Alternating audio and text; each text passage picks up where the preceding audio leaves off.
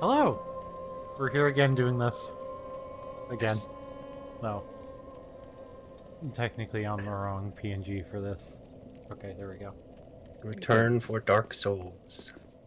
More Dark Souls. So, and since we started this, I have gone back and restarted playing Elden Ring and Demon Souls. Oh, that'll do it. That'll happen. Because I definitely got dark. Because I've been getting the itch, and I've been getting Dark Souled all over the place. I also realized I was like playing Demon Souls wrong. How so? So I didn't realize that 1-2 would be tougher than going back and doing the Archstones for the rest of the Archstones. Ah. So I was like, fuck it, I'm restarting a character. I think I'm gonna wait on popping the boss souls, though. I don't think I'm gonna use any of the weapons, because I think we've upgraded this weapon enough that I don't want. Oh, I should probably actually share this. I think I've upgraded. Watching your stream. I think I've upgraded this weapon enough at this point that I'm just like, it'd be kind of pointless to try to. Yeah, let me, I'll do a little bit of reading. If you wanted to stick with this weapon for the rest of the game, you totally could. There are some better weapons, but they might be, harder to upgrade. This is a perfectly suitable end game weapon, if you want to go with it. Yeah, because the other weapon that I saw that I knew was like might be fun to do was the Uchitana, and then something we get in Orlando like way later on, like another katana. Mm-hmm. I might futz around with that if we get the upgrade materials to upgrade it enough, but it depends on if I'm sure we might actually get the upgrade materials to do that eventually. Let's see, where are you? So now that you beat the Deacons of the Deep, if you want to go, there's two places you can go. There's the area with the lava pit with the worm, if you want to go there. That's all optional content. The way to advance through the game is you got stopped by a wall. Do you remember the like weird electric rat? Yeah, I figured that's the way to go to actually make actual progress at this time. Yeah, the game just gates you. It's like, it makes it so that you have to finish the cathedral by get a doll that unlocks a wall. I don't think that was the right bonfire. This will take you where you want to go. You just went the wrong direction. No, because the one I was looking for was the one that led me backwards. You know what I mean? Like the one on the other side of the pit. Oh, okay. I think it's this one. Because I just want to touch that fog door once and touch that boss once and let it kick my ass before I decide to go the other way. Okay. I just want to see it, and then once I see it, I'll be like, okay, this is for later. You know what I mean? Yeah, it's not too bad. Actually, you might want to let me. Can I see the bonfires? Let me try to jog my memory, because this one's deeper in the building. It's this one, right? I'm not sure. Yeah, because this one's at the end of that area. Because I remember that one's at the end of the area. Okay, yes. I think you're right. Yes. Yeah, up the stairs and to your right should be where the boss is. Yes, this is the actual Smoldering Lake now. Yes, okay. Okay, I couldn't remember any of the names. I didn't remember either. That's why we traveled to 3 bonfires before I got the right one. Fortunately, PC load times are much better.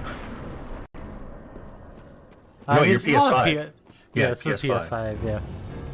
Yeah, I think it was because I said that, and our PS5 load times are even better than PC load times. Ooh, you're doing good damage. This boss isn't too hard, it's just, I'd say it's kind of tricky.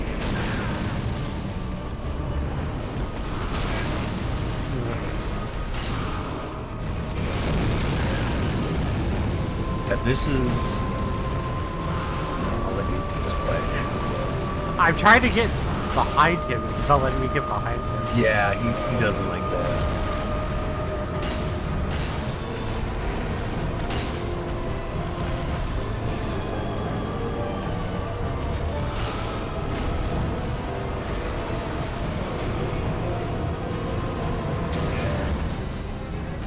Oh.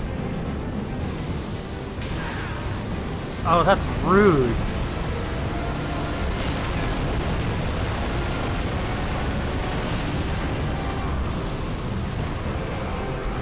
You almost got him to half the first try.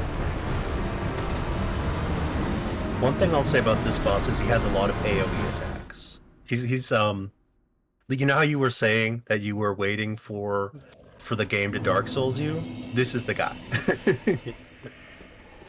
Yeah, But you're doing good damage, so if you want to give him a couple tries. Also, if you just stand around and let the ballista kill the worm, I think that gives you an undead bone shard or something good. So if you just want to... It's worth letting the worm get killed by the ballista, or try to kill it yourself. But you can... It's a... As a battle of attrition, you will inevitably win. Because all you really have to do is let the ballista hit the worm over and over. Yeah.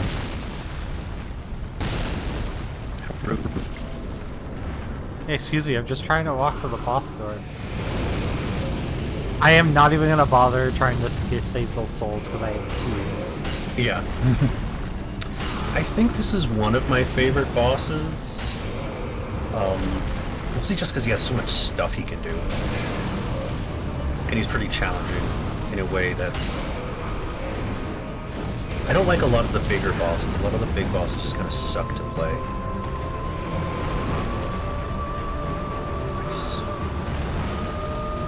Good choices, good choices.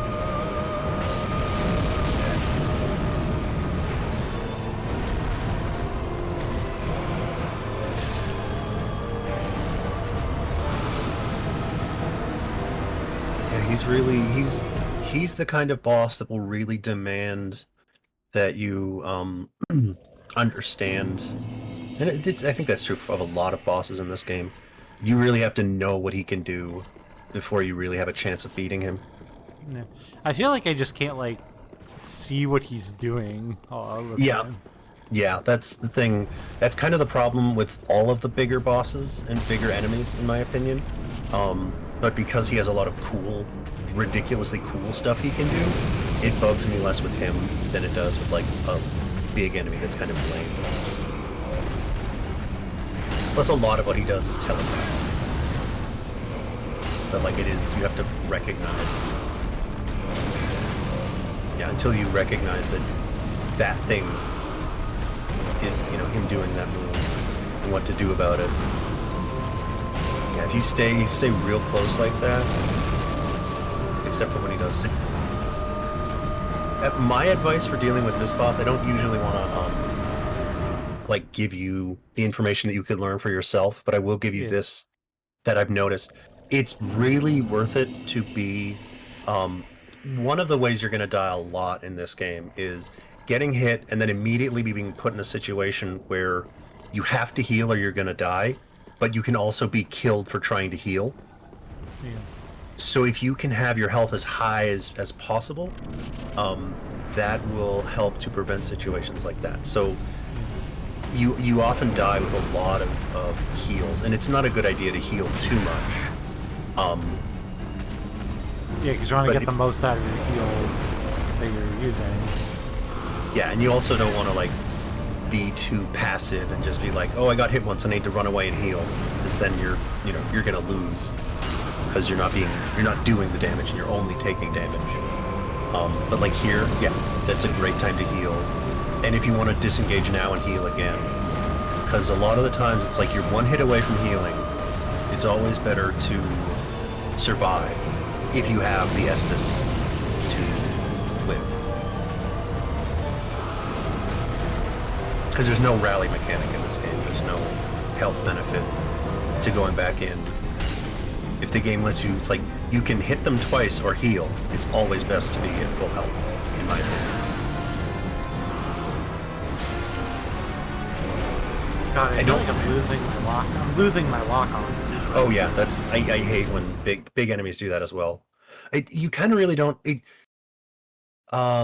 You don't need to lock onto him too much. I often don't. But that last death there, you got hit, and then you were like, okay, now this is the hit, and you're either gonna get away and heal, or you're gonna die, and that happens a lot in these games, and so it benefits you. You can't really. You can prevent those situations by healing beforehand, but you can't really. It's like that's the most dangerous. Like the game gets real dangerous when it does that, and the best way to deal with it is to prevent it if you can. With 10 plus 4 Estus flasks, you're definitely in a good position to choose the heal. Even if it's like it's only a quarter of my life, but if you get hit, the next hit will kill you.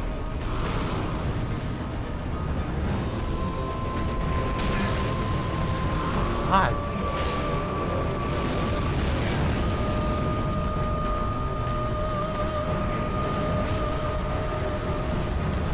You see?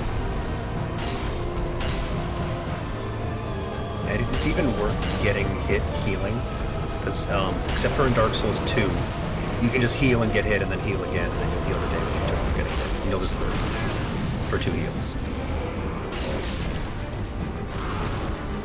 And with bosses like this that are really like tough and have a lot of health, you really just need to get to know them.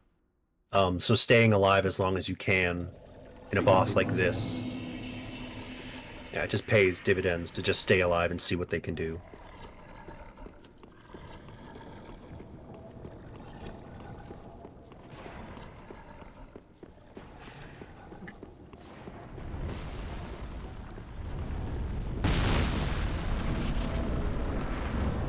I'm watching you play with, because I never do dex builds, and I almost always do longer reaching weapons. Watching you having to fight him, like, up on his cheeks is very interesting. This fight is clearly a worse fight.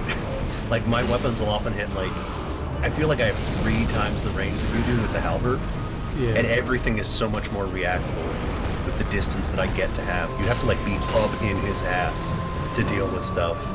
And it just makes this fight so much worse. Like, I'm just looking at him, it's like, God, he's just a mush. He's just a mush of red stuff.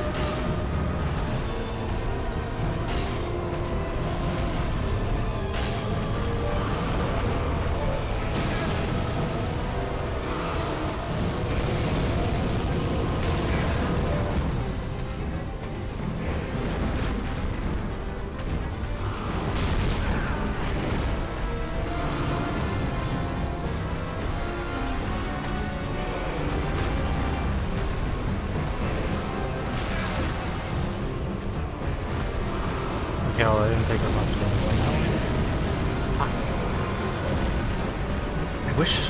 I feel like sometimes, I feel like the game could do a much better job of conveying where they want you to fight a boss.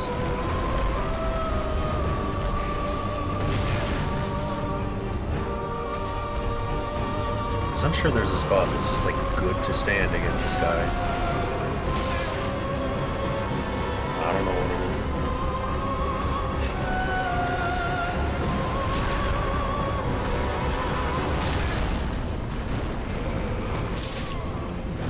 Whoa. Yeah, like that hammer swing. I feel like where you've stood, you standing there, you've been safe from so many attacks, but for some reason, him swinging that hammer hit you there. It's like, how is that different? Where does the game want you to stand? He has so much reach. There's like nowhere safe to deal with him. Yeah, seriously. The way that I typically deal with him is like, again, with the longer reaching weapon. For me, it's much easier because what I'll do is I'll stand like far away from him. Oh, it's like all the way up there, okay. Like I'll let him attack and just, oh my god, are you serious? I've never seen that happen. didn't know that could happen. Through the fog wall. That's not I know. fair. That sucks.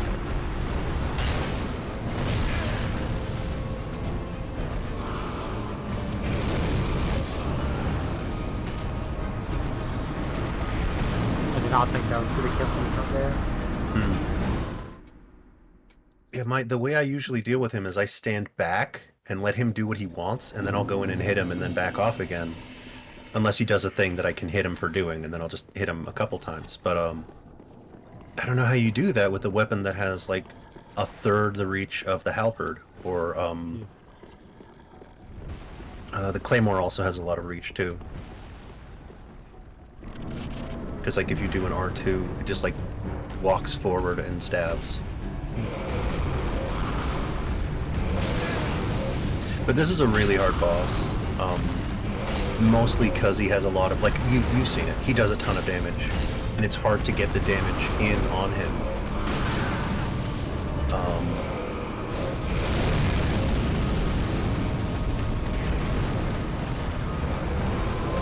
And also, it just kind of sucks to fight him because he's so big. The closer you have to get to these big enemies, the more it just sucks camera-wise.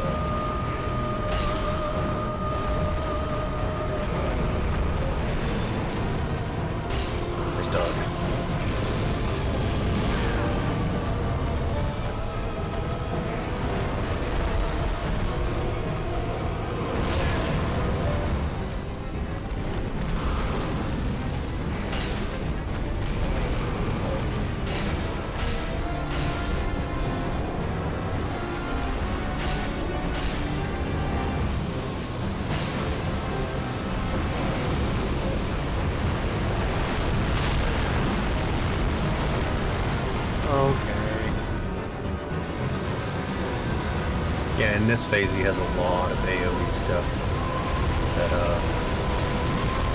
he's amazing to look at and sucks to fight against.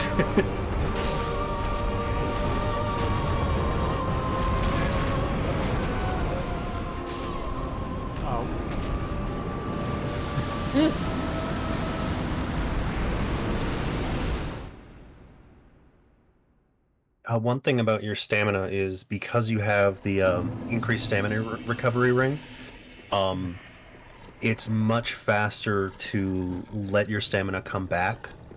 Like if your stamina recovery is slow, it's good to like swing once, let it come back, and swing once. But your stamina recovery, like if you sprint there and then just like let it all come back, like the amount of time it'll all come back, and like if you give up like 1 or 2 swings you get on him, you basically have all your stamina back.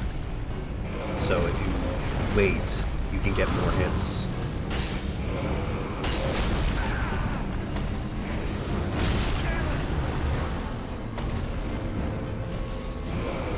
One of the big things in these games is like learning to manage your stamina.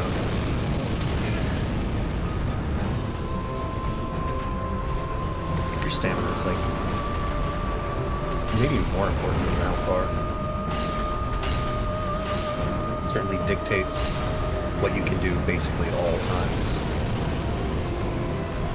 Nice, nice, nice.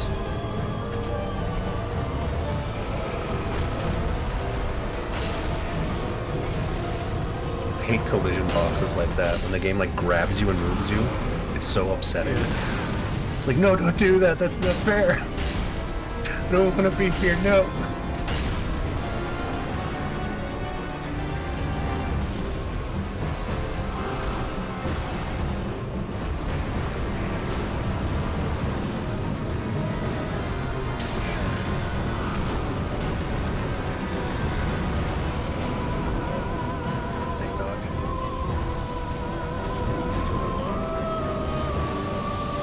Oh wow, what the hell? You're doing really good though. He did like the ring 2 times and then he summoned the meteors. Jackass.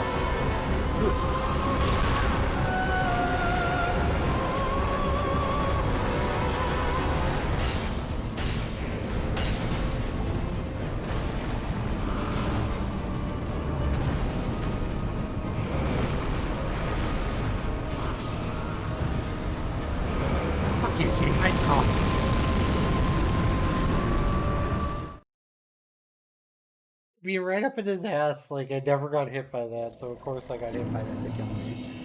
Yeah. Yeah, he's kind of the reason I like him so much isn't because he's like I just generally dislike the bigger enemies so that he has way more cool stuff to look at. Yeah. Just puts him up in a higher ranking in my mind, even though he's got a lot of bullshit moves. Like almost all of his toolkit is bullshit, but at the same time, it's really cool looking bullshit.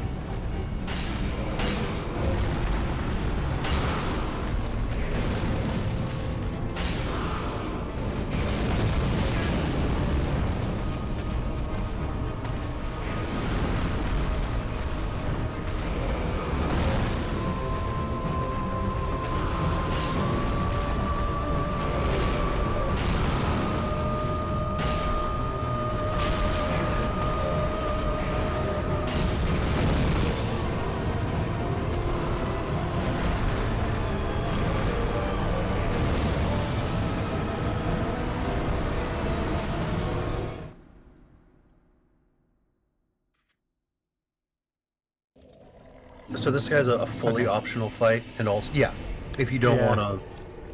I was Also, like, I think that's enough for now. That's enough. yeah, upgrading your weapon will make you'll do more damage. The higher you can get.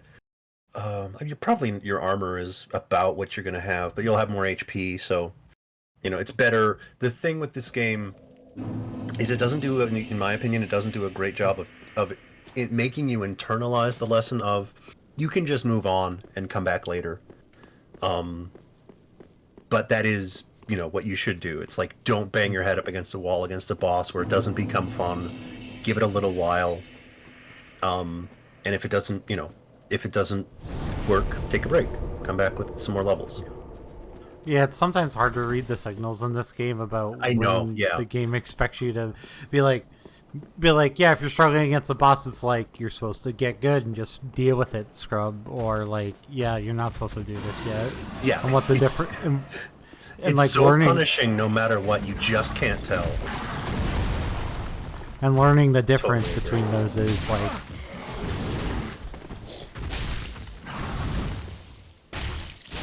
Yeah, the game doesn't really convey. It could do that with like some kind of in-game thing, or yeah, I don't know. It really doesn't. Sometimes the game makes it very clear you can like come back at another time, but other times the game is just like get wrecked. And you can. It's the other weird thing is once you've beaten the game, you can beat stuff that you probably shouldn't be able to because you already know you already learned the lessons you need to. So it's really. you're like It's I know people are able to beat every boss at Soul Level 1, but like those people have played way too much of this game.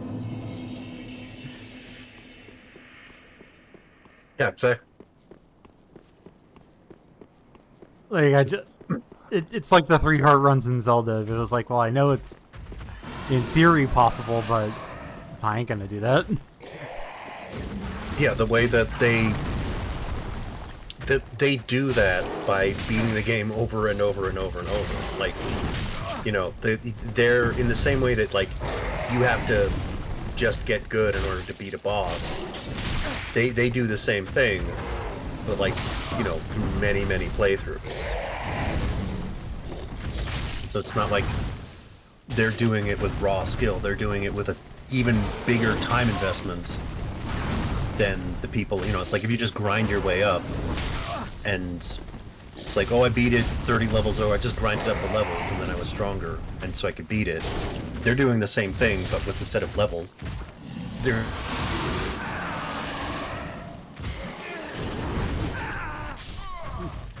Okay. these enemies suck. Yeah, Because of one particular area, they're my most hated enemy of the game. I got hit by its jaw when I was in its stomach, and then I got grabbed by that when I was nowhere near its mouth. Mm-hmm.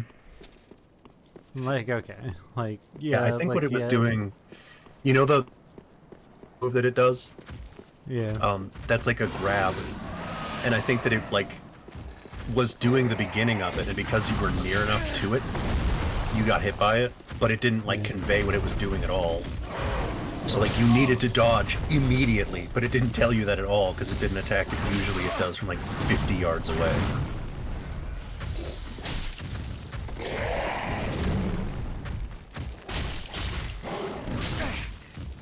Are these my most hated enemies? I think they are. There's also some chubby angel dudes who suck.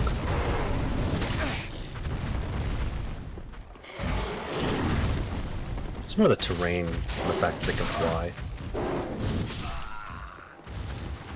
Yeah, this enemy sucks. This is another giant enemy that's just like, what was I supposed to do? I couldn't see that. Yeah, no kidding. I think this is one of the most egregious examples of because like giant enemies do not work well with this game's camera, and in this game the tracking is absurd. Like when that enemy does that attack, it can hit you from any angle, and it doesn't really look that different from any other attack. So it just kind of sucks, like, a lot.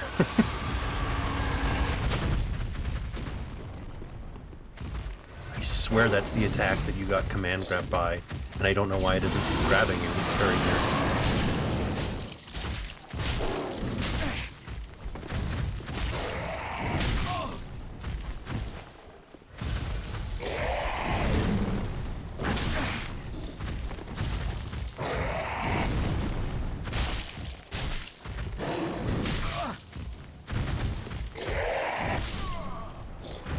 Okay. I was literally I felt like I was matching, like I pressed like the use button like 3 or 4 times in there while I was like while it was doing nothing, and like my character just went like, "Oh, you're trying to heal? No, I'm good. Don't want to sippy." Yeah, that's one of the things that I haven't played. I don't know what their actually I forget Elden Ring, but these games have a lot of delay between like you pressing the thing and the thing actually happening. But as the time goes on, the enemies get faster and have like more. It's like, I did the thing, and you have to react instantly. But the game doesn't. The game isn't any faster with its responsiveness, and so it's like you watch them move at lightning speed, and it's like, and roll, and it's like you can't. You're making me feel terrible. Yeah. Everything is so slow and weighty, except for the enemies that dart across the screen and breathe lightning, and it's like, can I be as cool as they are, please? If you want to, you could just run past this thing into the next area. Yeah, since this boss looks like it's from Bloodborne, can I get a Bloodborne parry? I would appreciate that. Yeah. Or like a limb break mechanic, too.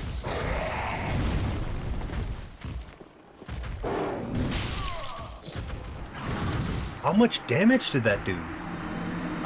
75%, like 80% of my health. Yeah. Like, I know you weren't at full health, but like, wow. Yeah.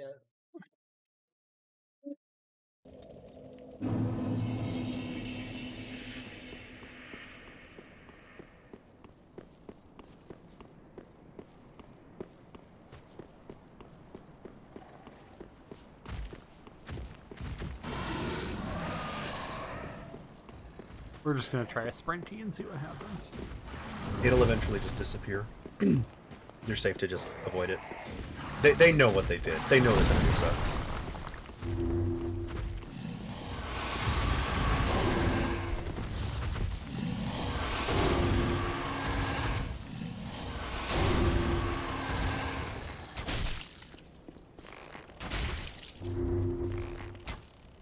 Okay. Yeah, you're good. Oh, yeah, they definitely know what they did. Yeah, they know what they did. There's a bonfire right there. They know what they did. They knew they were asking a lot. Yeah, I appreciate when they're like, haha, joke's on you, asshole, but also you don't have to if you don't want to. Like, I very much appreciate when they dunk on you and they make you feel bad, but also they give you the option to not have to play along with the joke. There are 3 fucking bonfires within 50 meters of each other. Right I know. There.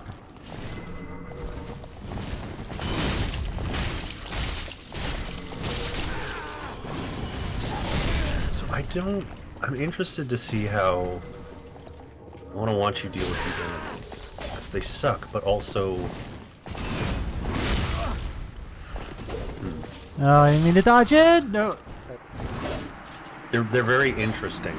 I tend to play very defensively, and it's very hard to play defensively against them. I was trying to dodge out, and I dodged in. They're super hard to dodge. They're also pretty hard to parry. Well, I do have the stamina to just, like, as soon as I get them in a hit, to kill them one by themselves, so... Yeah, that's the best way, because they die easily, but they're hard to... they're hard to fight. And also they do that.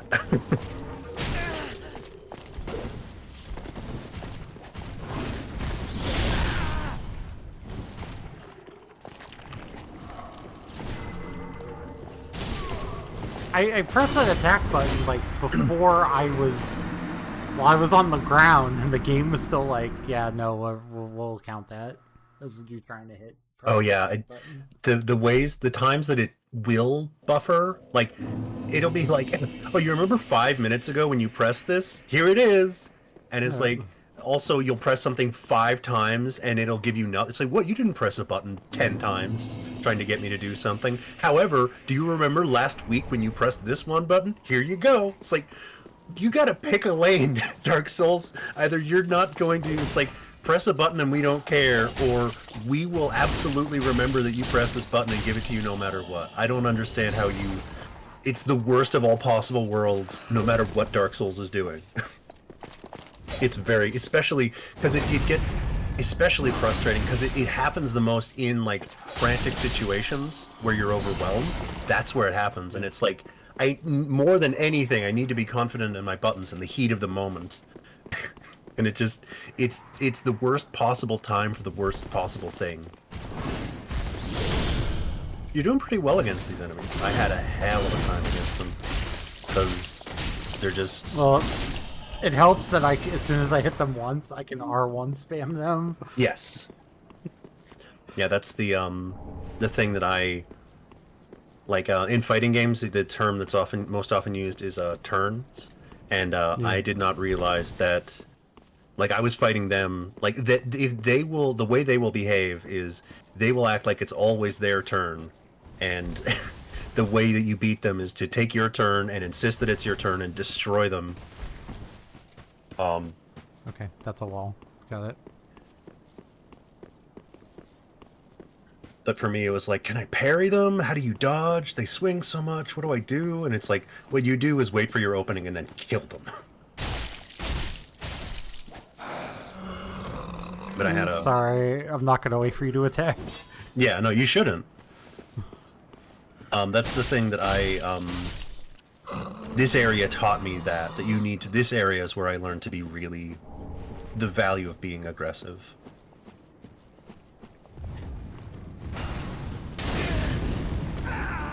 These enemies suck. That's fair. That's fair. You know, they suck.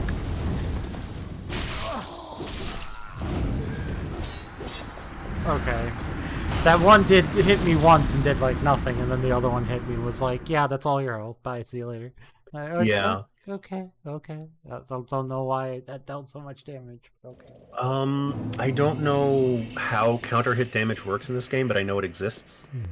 So if you're trying to... probably because I was attacking. Yeah. It dealt more. I think some weapons do more counter hit damage, I don't know what does. I also don't know what counts, like, I'm sure... If you're, like, trying to... Like, does it count if you, like, have your bow and arrow up? I don't know when counter hits count as counter hits. I don't know if you can get counter hit for trying to parry. But counter hits exist. That's all I can tell you. You're doing a really good job against these enemies. When you said you were worried you were ready to get Dark Souls, I'm like, I hope you don't, because this area Dark Souls me hard when I got here. Because they don't give you. Yeah, this area right here, I think I died like 20 times in a row. And you don't have, you will later have some branching paths, but you have to, this is like where you have to go this way, up this specific path, and these enemies were like, get good, and it was not fun getting good against them.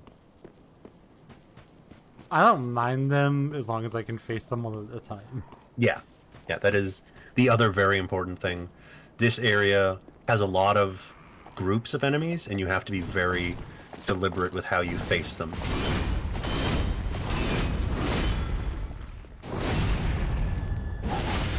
All of this area is tight quarters.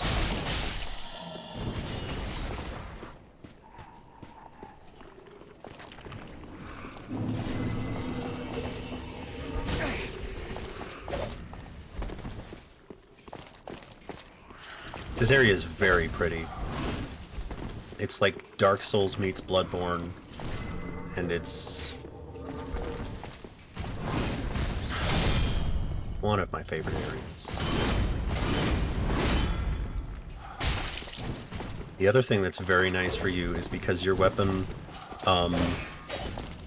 is short and mine was long, I typically didn't stay like right at their back. And you can see how, like, when you're right behind them, they'll swing at nothing over and over and you're safe. But if you're with the halberd, where you're standing in, like, the effective range of the halberd, their spinny things are much more dangerous if you're standing, like, much further away from them. And so I just had a hell of a time against them. As someone who wasn't very aggressive, and... I think I killed 2 of them already? Yes. I don't remember. I'm okay. almost certain that you're good.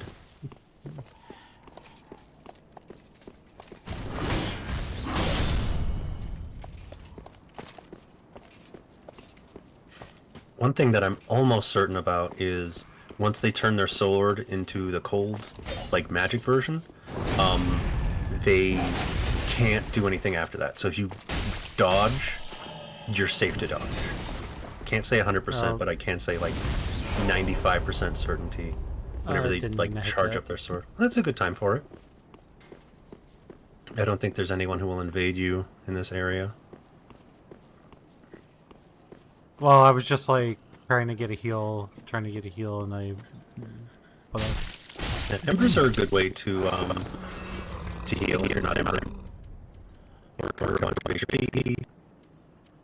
I tend to put my embers on my touchpad item thing.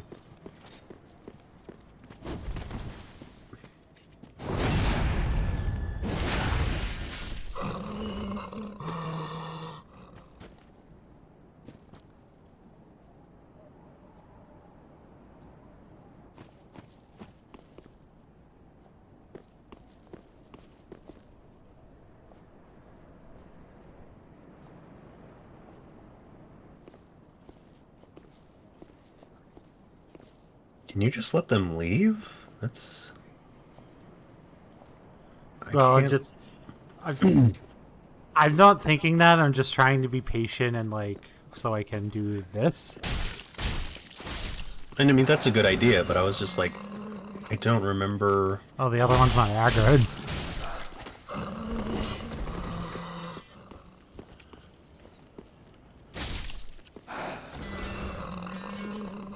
I mean, if she's not gonna aggro...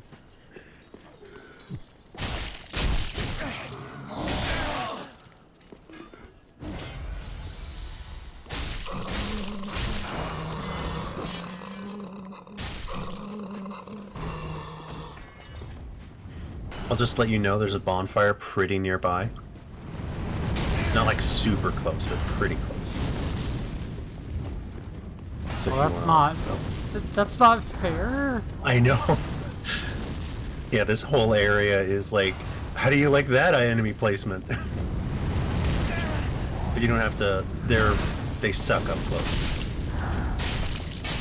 You can just, yeah, you can just wail on them.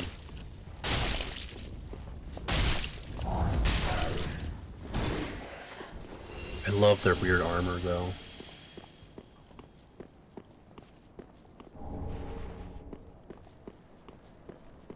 And I love their, like, weird crucifixion staff or whatever it is. It's like a huge knot mace.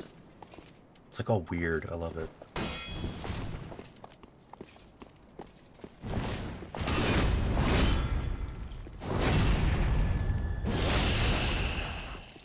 Your strategy of like not dodging the spins and just getting behind them is working so well. That's so cool to observe. Quick tip, because there's nothing here. You see how there's all that stuff down there? Like, you know, you can see all that stuff, the walkway and everything. Yeah. Look to your right on like the... Yeah, hit the one to the right of that. Here you go. Oh, okay. The game doesn't give you any hints of like, this is a secret passage, or, you know, whatever, the illusory wall. The game doesn't care. It's just like, hey, can I get down here? I'll hit every wall, and then you do, and it's like, yeah, I can get down there. Well, you might be able... I've gotten 4 large Titanite shards since walking into this area, so we might be able to upgrade pretty soon. I think so. Again. We have 6, I think I saw that say. Oh, shit.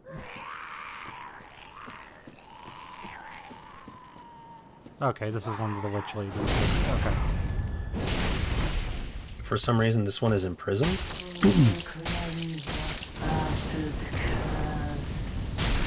Which is very interesting. I like when the game does storytelling like this, but at the same time, it's like, where's the story? There's just one of them in a prison.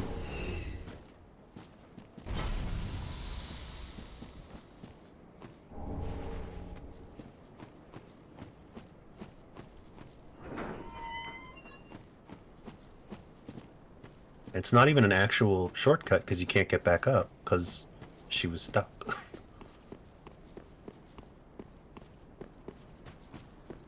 That's fine.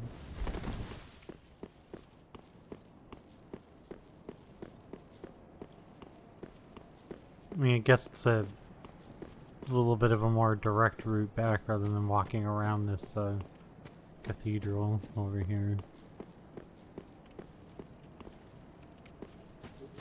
Okay, so since we said that they're shitty up close...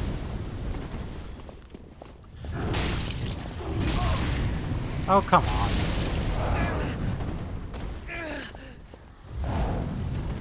Yeah, they do have that stabby attack. But other than that, basically chumps.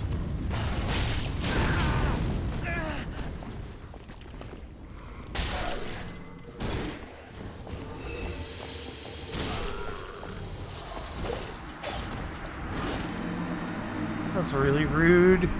Yeah. I was like, I'm not sure if I'm gonna have time to heal, and I should have just healed, and then I hesitated. And yeah, Dark Souls will because do I that to you. I literally died because I hesitated. Like, if I didn't Yeah. hesitate, I would have gotten that. That's the thing. Like in a pressure situation, you're probably going to, like, you know, just literally just thinking is hesitation.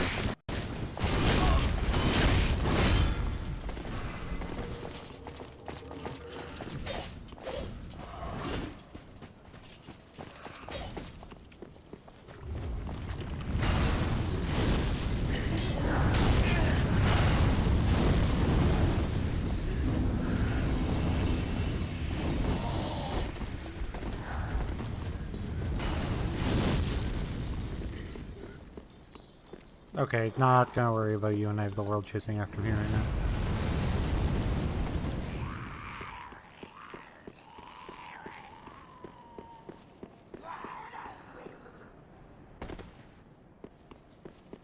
That was a very good choice you made there, or series of choices.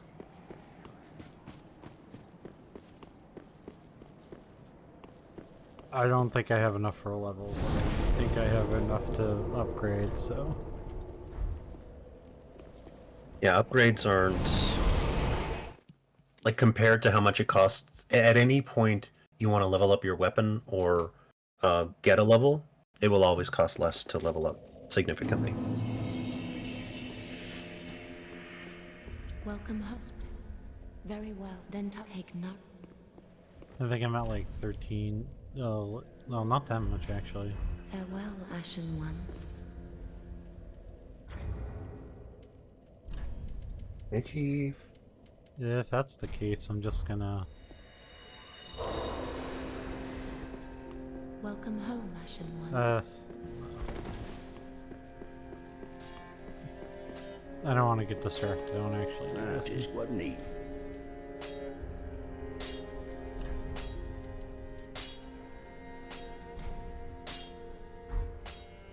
Okay, what do I need? 4 large Titanite shards. Pretty be careful.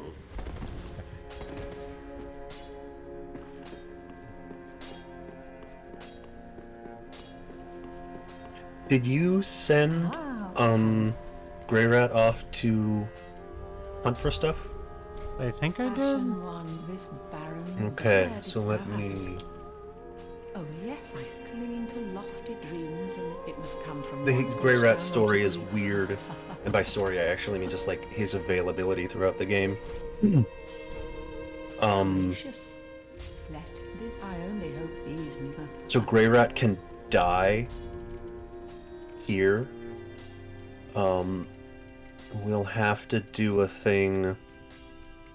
Oh, okay. I remember. We have to do. There's one thing we. Did you give? I don't remember. Did we give? Sigvard his armor back?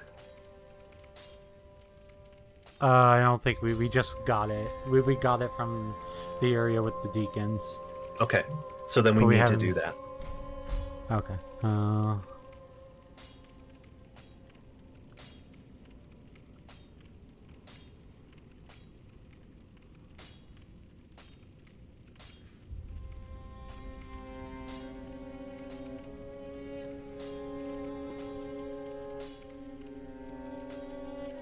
Because it's not so much that you're gonna need Ashen Grey Rat as like, you'll be fine if you don't have Grey Rat as an item vendor, but it's better to like keep him available. You know, it's not like you're paying anything. It's like, Welcome, husband. do you do the sequence right and you have access to him, or you don't, and then he's dead.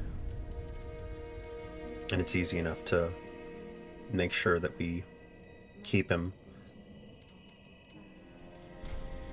I forget, there's one weird... He either needs to be saved by Patches Farewell, Ashen or One. by Sigvard. And it's very easy to get him saved by Sigvard. We just need to do Sigvard's story. Patches is like finicky. That's not finicky, it's just like... His storyline with Patches just overlaps.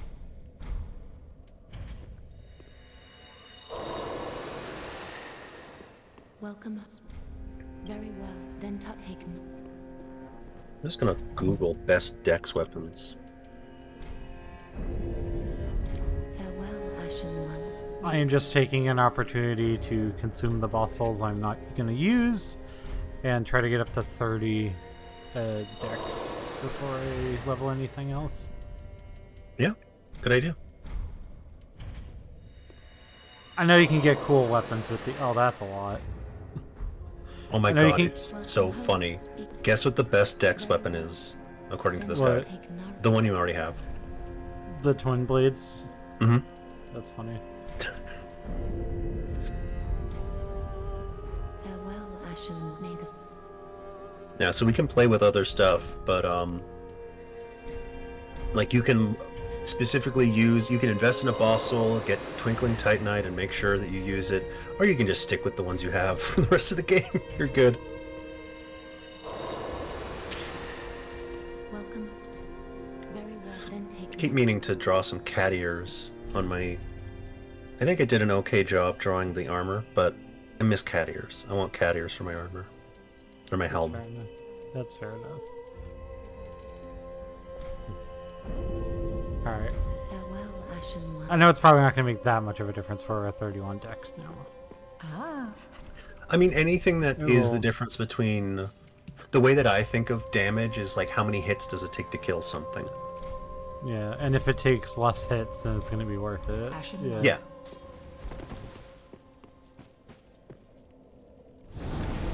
Yeah, the difference between one less cut to kill something or one less exchange to kill something is always worth it.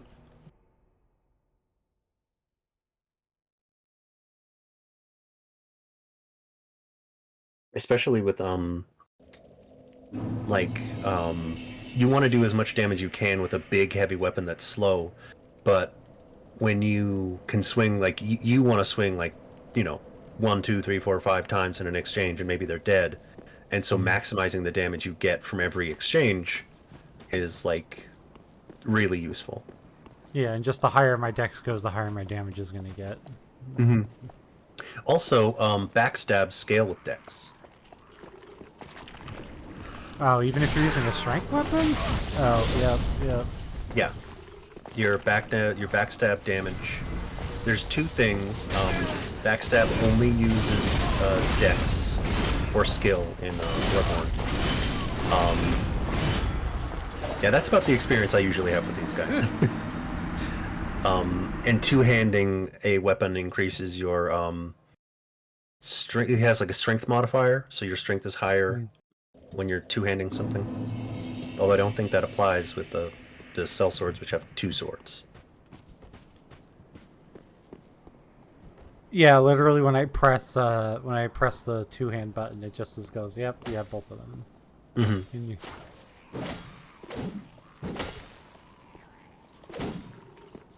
I'm sure you do a lot. Maybe, I'm sure you do maybe a I lot was- of damage. maybe I was doing this for... Yeah, I literally was doing this wrong the entire time. What do you mean? I was trying to press... I was trying to, like, alternate between pressing L1 and R1 to do... Oh. But I just discovered that that's stupid and that... Well, that makes sense, but yeah, the two-handing is weird and doesn't work the way you would expect with a weapon that has... Like, you have to experiment with every weapon. Except for ones that work exactly like other weapons.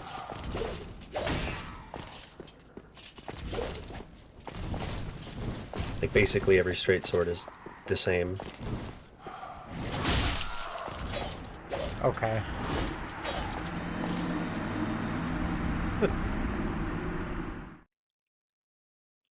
She like didn't even move, and the game was like, "You traded damage." You're like, "Okay, whatever you think, game."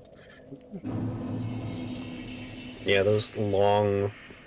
It always bugs me, those long wind-up attacks. Like, the game's trying to bait you to roll, and sometimes...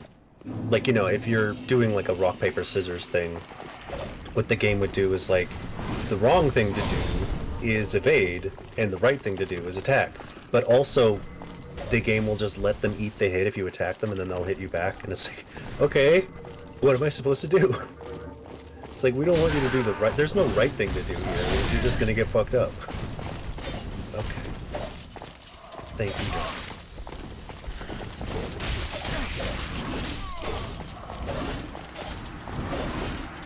Yeah, that's about it. I'm very used to this site. This is my experience with this area. Yeah, that time I was even facing the second one, then the one down the stairs just went, "Oh, here's my time to shine. I'm gonna friggin' bum rush you," even though I've never done that. Yeah, it was very weird. It was like, I have a premonition, and they just sprinted towards you. The thing that I don't like about this area is, like, a lot of the time, it's weird. I think it's the enemies are so hard. You don't ever really reach a point where you feel like, aha, I have the upper hand. These enemies are so hard. that but he's dodging, isn't he? But if you just want to run past them and get the bonfire, I think it's a good idea. Ooh. They do have very pretty armor. I'll sometimes wear the crown that they have.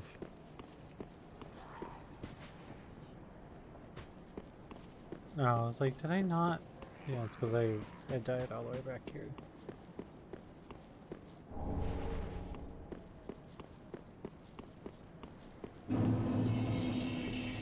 I don't want to give you too much information because I want you to have your own experience, but also I don't want you to be unnecessarily frustrated.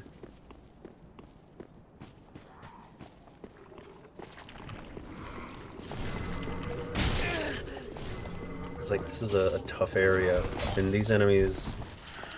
I feel like there isn't like a lot of the time it's like, oh, I understand this enemy now. With these enemies, like, you can parry them, but like, you can't parry everything they do, and like you can see, they have like big delayed swings. There's no like, oh, I've figured it out with these enemies. They're just really hard. It's like, the thing is, the only thing with them is, once it's your turn, you can usually kill them in like one go. You can just deplete your stamina and they're dead.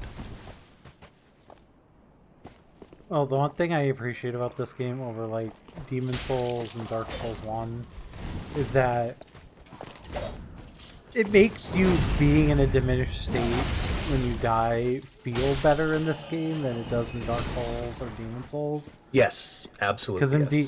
Because especially with playing a little bit of Demon Souls, and it's like, oh, you died once, now you only have half of what your maximum health value is, no matter what. Yeah. And here it's like, yeah, you get a little bit of a, you get a cool like 20% ish bonus to your max health if you have if you're Embedded. And it makes, and like while in the grand scheme of things, it's like the same in practice. Yes, yes. It makes it feel way better to just be like, oh, this is a bonus instead of feeling like a detriment. Yeah, that's one of the most...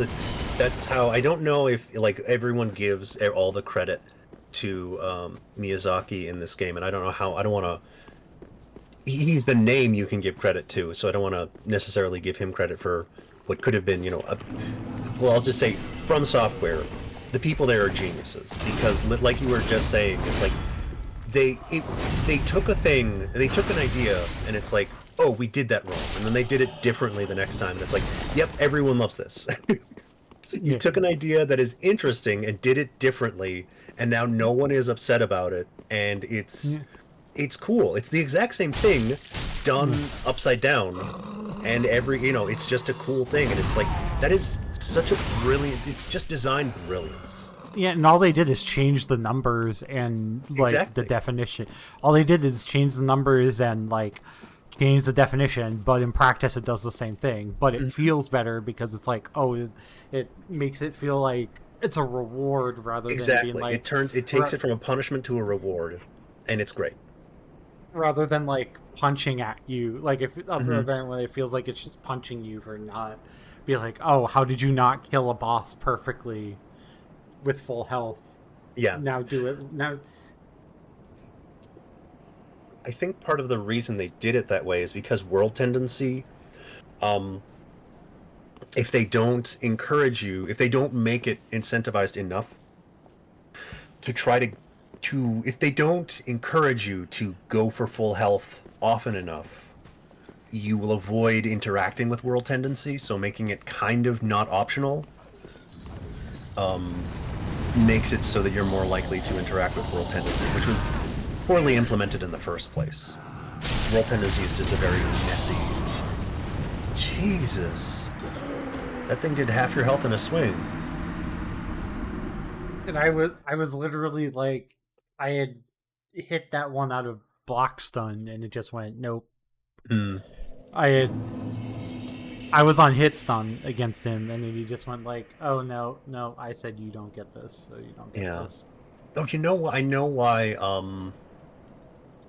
one of the reasons why, aside from the enemy placement and stuff, you technically you can get this bonfire and go another direction, but you don't really, it's not as linear as that. So one of the reasons why if you want to, you can just race through and find the bonfire,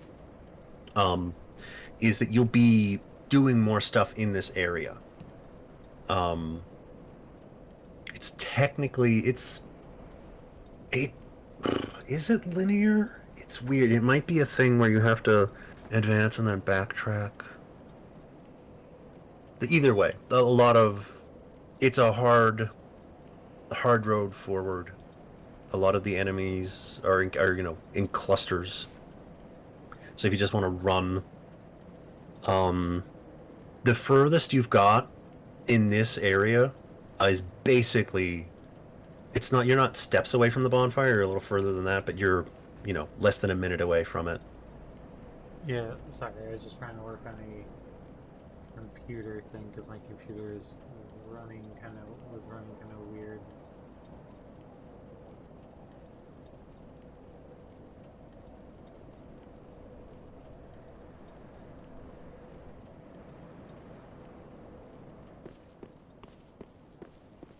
Oh, was it doing that because I was like clicked onto Discord?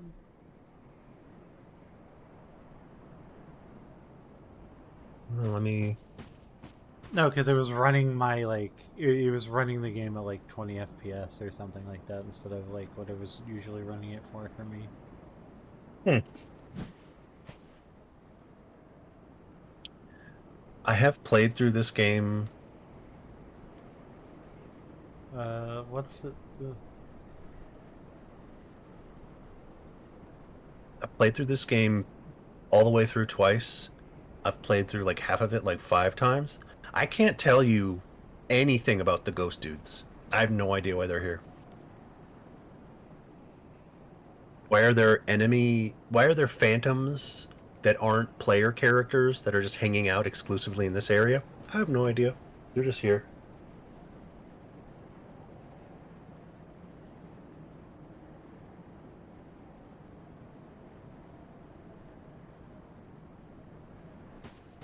Pretty Okay, cool. so plan is to try to get to that bonfire, and then we have to go back to the Cathedral of the Deep and speak to Sigurd.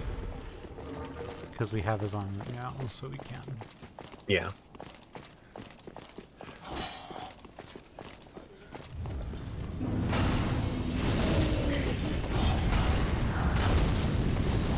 My only advice for racing past people is make sure you have enough stamina to roll.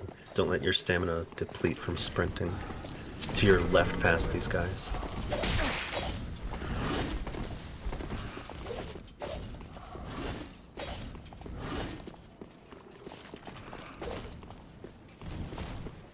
So one thing that I do appreciate in Elden Ring is like when you're not in combat. Oh no. I've never seen this happen. It looks like it's just one though.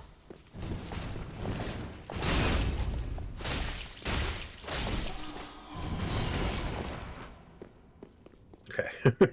I've never seen them chase anyone. Like when you're not in combat in Elden Ring, like sprinting doesn't cost stamina. Yeah. Yeah, And that is... And I kind of wish that was more universal. Yeah, it's so interesting seeing From Software iterate on their games, because they really do a great job doing the same idea differently. Yeah, Cleansing Chapel. Yeah, I was reading. Oh, okay. I have his wiki questline page open because I don't give a shit about content spoilers. That's except fair. except for like seeing boss mechanics I haven't seen before. Other than that, I don't care. I will take any advantage the internet or you or like anything's willing to give me. Because this game doesn't play fair, so why should I? Yeah. That was my perspective, but I started to care less about, like, the game's gonna screw you. You're gonna die. So for me, it's I don't want to miss out on something like this. Like I will absolutely look something like this up or ask someone like, please don't let me miss. Because if you don't do this, you can screw things up. And I Okay, think he'll still be so- here, so you'd be okay. But if you don't help him and you do send out Grey Rat will die. How are you supposed to know that? You can't. Yeah. Like you've basically saved Grey Rat by doing that. You would never know that. You'd have no way of knowing that. And so things like that, I don't want to make that mistake. But when it comes to like a boss or whatever, I'm willing to learn by making mistakes in combat. But stuff like that is like, no, tell me. I don't want to lose out on an item vendor just because. Like if you could say the thing with Grey Rat is like, now that you've sent him out, we need to get him back, and once he'll ask to be sent out again, tell him no, because he'll die. That's all you need to know. He cannot survive. The next time he's like, this is so boring, let me go. It's like, no, you're an indoor cat now.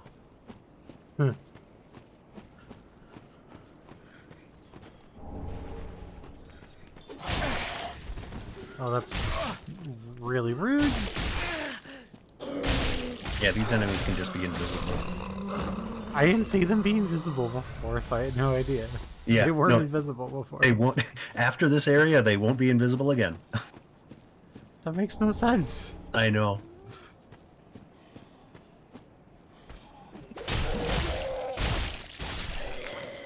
And there's just one of those.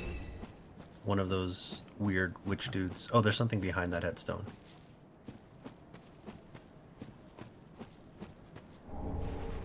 Could you imagine not getting that just because you didn't see it? Missing one of the literally, game's undead bone shards here. You yeah, would I never check literally this did area not see again. it. So I heard that you can get so I saw the game says that you can get up to like a plus 10 Estus flask and to 14 charges. Is there just like that's the amount of charges that are in the game period, or like is there more than what you can maximally get in the game? So I believe the way it works is you can get the max amount you can get in a run is the max amount period. So like if you don't get the maximum in a single playthrough and you roll around to New Game Plus, the undead bone shards you already have will count towards increasing things. But only to the point where you're allowed to get the max, and I believe the game maxes out at what you can get in one playthrough. I think that's how that works. So I think it's 15 plus 10 or 14 plus 10, I don't remember. But you can get all those in a single run. But there's not like more shards than what you could get as the maximum. Right. You can. They will be there in. I believe they're there in New Game Plus, but you can't do anything with them. They're literally worthless.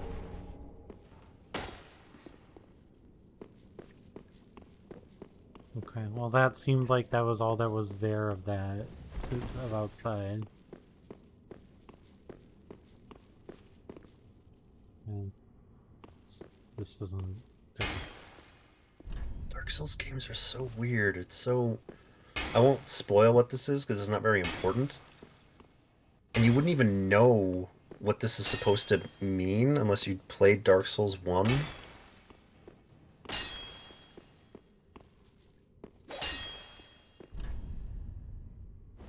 Basically, what I'll say is you can see there, you're at the bottom of something down here. You have to come... From the... Okay, this Yeah, is like you have to come down from the top. That's like a one-way shortcut. I was like, this game fucks with me, so I'm checking for... No, perfectly valid. That's what I love about these games. It's like, because the ways that you can interact with things are typically very limited, it's like, I don't know what's going on here, and so you just hit something. It's like, see? It's like, there's so few ways to answer a question that you'll just, go trying to solve. It's like, what can I... You ask a question, and you just hit the walls. You're like, Okay, and then you move on. And it's funny because the percentage of times that I've done that where it's worked is very low. Mm-hmm. But like, I'm gonna keep trying it because I know maybe eventually it'll lead to Yeah. something. It'll lead to something that's worth it. Yeah, that's part of the fun of it too. Yeah, because like doing that 100 times and you actually hit a illusionary wall once, it's like, oh, that's cool. Mm-hmm. Want to know a hilarious Bloodborne secret? Sure. There is only one illusory wall in the entire game, and it's in the Chalice dungeons, which are procedurally generated. Then how do you? It's, there's just one in like a specific dungeon somewhere. It's just like where it is. You would never know. You would have no reason to believe it's there, and it is. There is literally just the one. It's the most bullshit thing they've ever done, ever. It's hilarious, and it's a Chalice dungeon, so you don't even need it.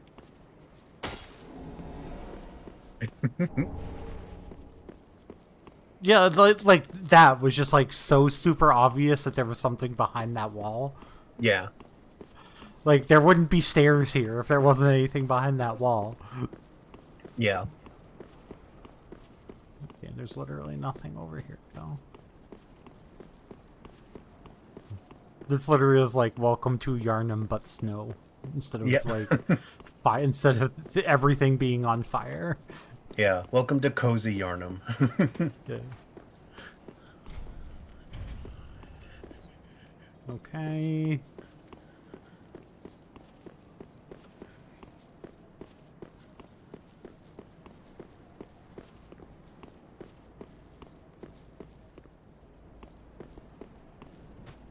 Okay, those guys fucked off somewhere. I don't know where it is, but I bet this does. No, yeah, that doesn't open either. Okay.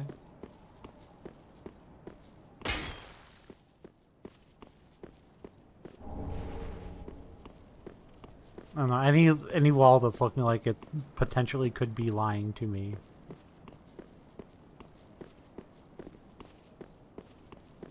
That's fair. I would let you know if there was something important, though.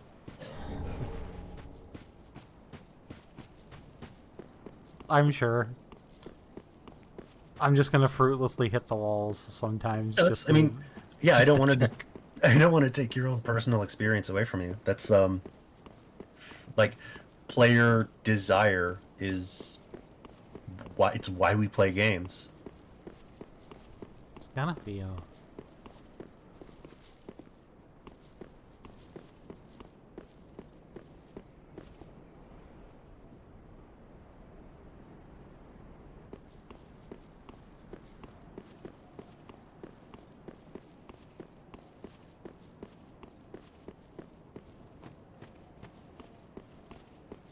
Because it feels like right now the game's trying to lead me upward, but I don't know where upward. Oh, there's a fog wall over there, so that means that that's probably a boss room. Oh, so that probably means that this is the shortcut to the boss room, but how do I get...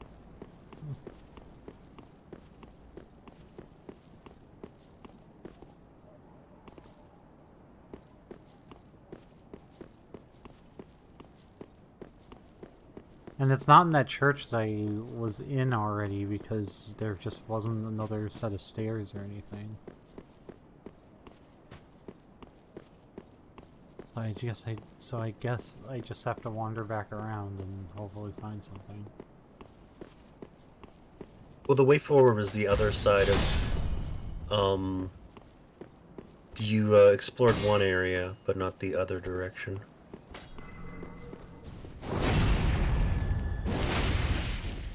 Dang, they take big damage.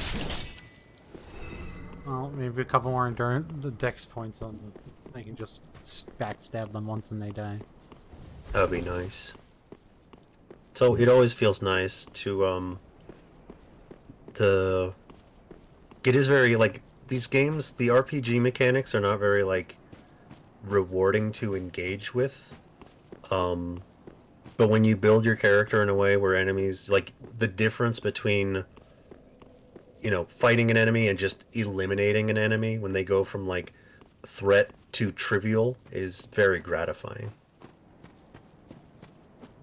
It's just down here and to the right. Oh, there is another way to go. I didn't think there was. Oh, yeah, it's easy to miss. Do you have a torch? I think you bought a torch, right?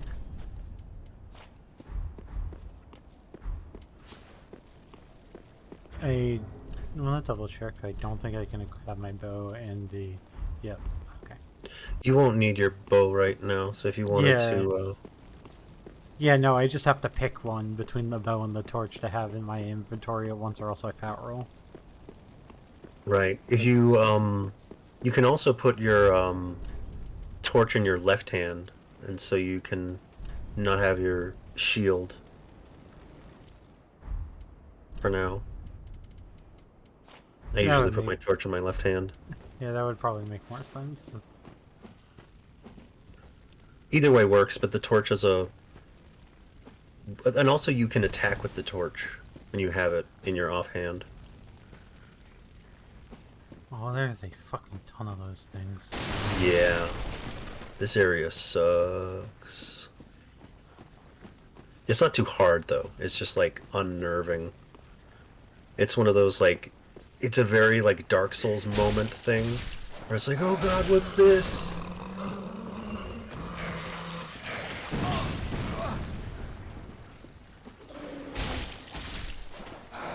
Yeah, just taking them out one by one is... Because on their own, they're not very dangerous. I also just realized that these are literally just, there's a swamp enemy, or like a sewer enemy in, Bloodborne. And these are just that. Not the invisibleness, but the, falling on the ground.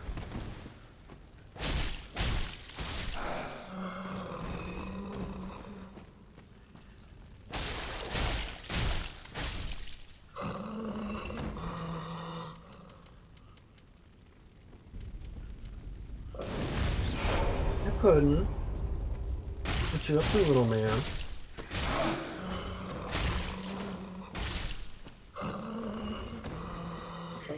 No. Oh, I took away your... I have, I hate repeating myself to the point where I'm like, I've said this so many times, but, I'll say it again, just for brevity's sake.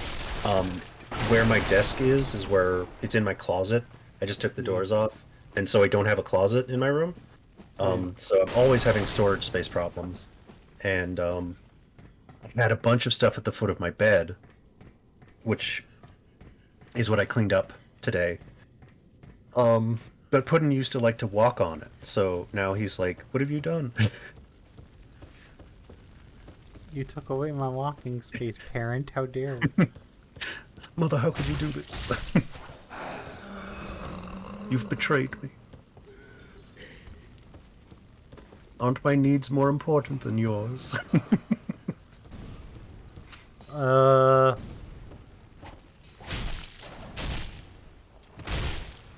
god. Oh god. Yeah, this area is just grief. The game is just griefing you for playing the game.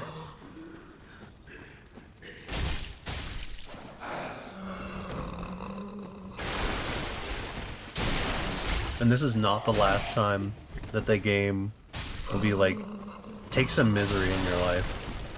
In fact, one of the areas you can go to after this is like, the vibes that you're getting in this room, it's just the next area. It's just that area. You don't have to go, there's multiple, by the time you get to there, you don't have to go that exact direction, but it is a necessary area. And, yeah, it just sucks.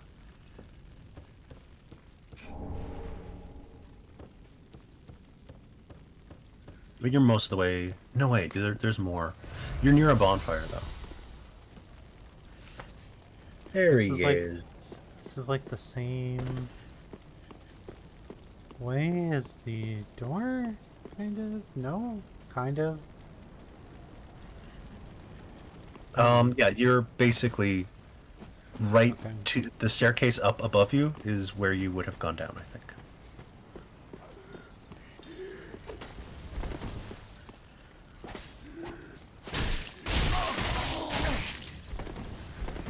Hate them so much.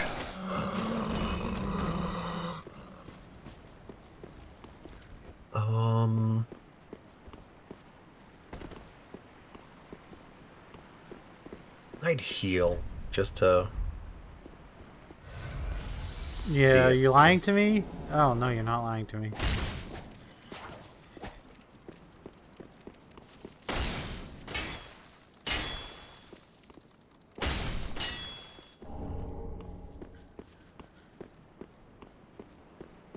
I'm so used to people lying to me through the messages, and I'm like, I don't believe you.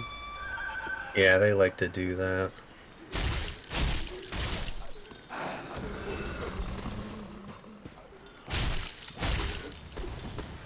These are such interesting enemies. I wonder.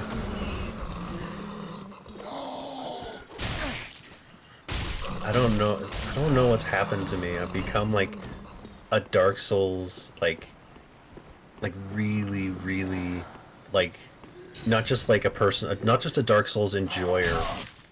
Like, tell me your secrets, Dark Souls. Like, why are these enemies here?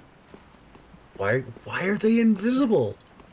It feels like it's meant to lure you into there to grab that item, and then have them all come in there and be like, huh, you thought you had a health bar? Yeah. Oh, how do you feel about spiders? They're fine. I am not Oh, okay. spider phobic. Okay. I definitely would not have been able to get through Bloodborne if I was. Rom is a spider phobic's like worst nightmare. It's true. It's like Also- a spider that also does like meteors and bullshit. Yeah, and what's that phobia where you're like fear of like holes? What the Yeah. fuck? No, no, no. Oh god, no, god, no. Did it- Okay. Wait, is it? Did it jump down from the bridge? I've never seen this. Oh my god! Really, game? It's amazing! Oh my god! Oh my god! It's the coolest thing ever! I've never seen that! Oh my god! That's so cool! Fuck you, game. Like really? Like, is okay. So that makes me believe that that's like a one and done. Enemy. Yeah, I think so. Oh my god, that was... Yeah, all of the electric rats are one and dones. Oh my god, that was amazing. I've never... Wow! That was so cool! It was like, yeah. So you thought you could run away? That was the biggest fuck you I've ever seen from this game. It's like, you can't escape. You cannot escape me. Hang on, can you see the rat on the bridge? No. Oh, it's so funny. If you just run, there's a bonfire right past where you... Oh, I There you literally are. was gonna. I literally was gonna grab my shit and homeward bound out, but that seems like a better idea. Oh, that was amazing. Oh.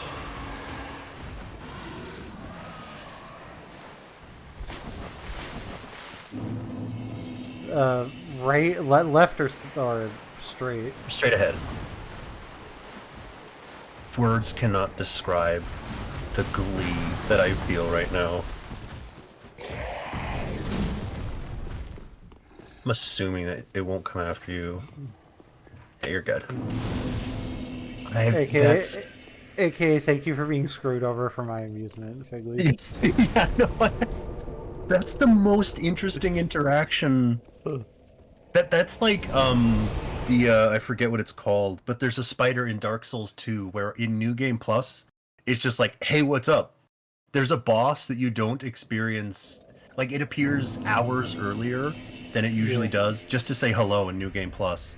The fact that you don't kill that and it comes down off the bridge, that's so cool. That is so cool. Well, then take It's extremely mean. Oh, it is. It is. It's very mean. It's especially mean because if you decided you didn't want to kill it, it only affects you if you're like, you know what, I don't need to fight this thing. I'm moving on. The game's like, oh yeah, you think? Yeah, you thought. So mean. You certainly thought. Oh my god, it's so cool though. That's what I love about Dark Souls. Dark Souls, people have said that Dark Souls 3, and I think it's because I think it's the way things were is Dark Souls 2 had to compete with Bloodborne, and everybody loved Bloodborne. And Dark Souls 3 was people were like, well, I like it better than 2, and everyone was happy with it. But I think every game except for 1 for some reason seems to have gotten like reappraised critically, and like, because everyone's like, this is the best game ever, it's the best thing ever made. It can only fall in people's appraisals.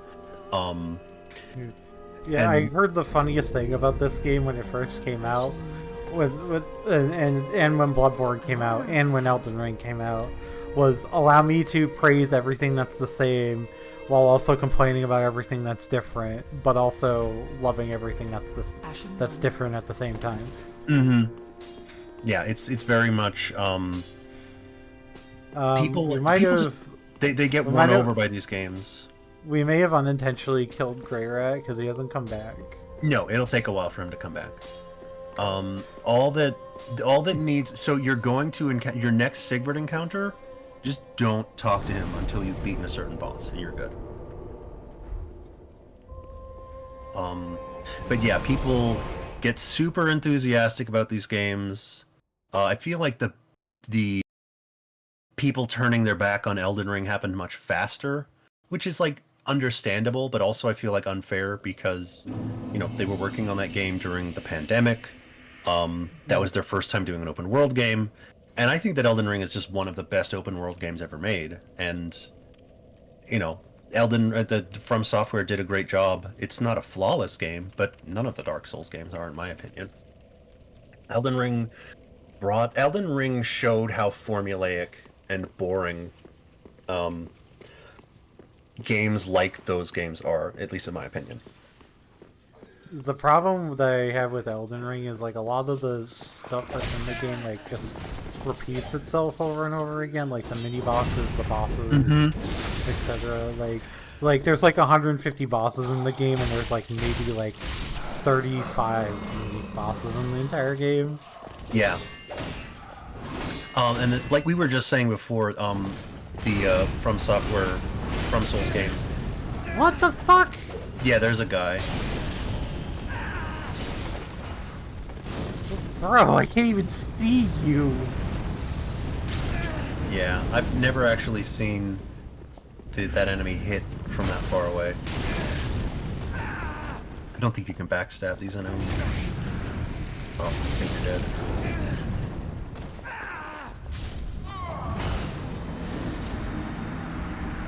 What I liked about Elden Ring, like I wanted to play all of it, and I think that's true of like most games. I just wanted to play like all of it and kill everything and do everything. But I think Elden Ring is designed in a way where if you try to do everything in one run, it kind of sours the experience. And because the From Souls games are so replayable, I don't... And it might just be how like Japanese, like the term like salaryman, a lot of the way that the average Japanese gamer, or just a significant percentage of the Japanese game like consumer / player base, I think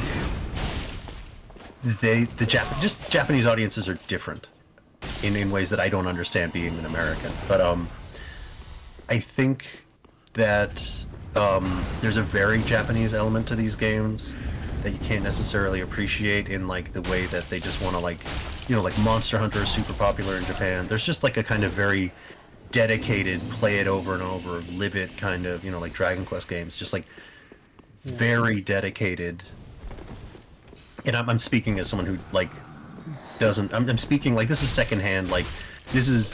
I'm a white person speaking about how things that I've heard from other white people about Japanese people. So I'm not trying to like speak on Japanese culture. I'm just trying to say that a Japanese game studio is different than a Western game studio, and we have to keep in mind that this is a Japanese game studio, and that they're making things for a Japanese audience as Japanese people. And I think what they like because my open, I think with most people open world games, like you want to see everything and do everything and collect all the random stuff. But when I played Elden Ring, thinking about it as there are so many things to experience and you're going to miss some of the things, Yeah. to me that made the game so much more special and so much more interesting, and not thinking about it as I'm going to play this once, binge on it way too much, and not really have as much fun as I could. Just I'll be tired of it by the time I'm done with it. I'll force myself to finish it 100% or however close to 100% I feel like doing, and then I'm just not gonna pick it up again. That mentality. Fuck you, game. Seriously? No. Yeah. This is the area that I was talking about where it's just miserable. No, like I could handle like enemies jumping out at me, but why the scream? That legitimately got me. Like, it's Yeah, not no, fair. this area is unpleasant. It's also not the end, so you can do this area if you want, and then the other area, but also it's not the. Yeah, I'll just let you experience things. Oh, nice. Very nice.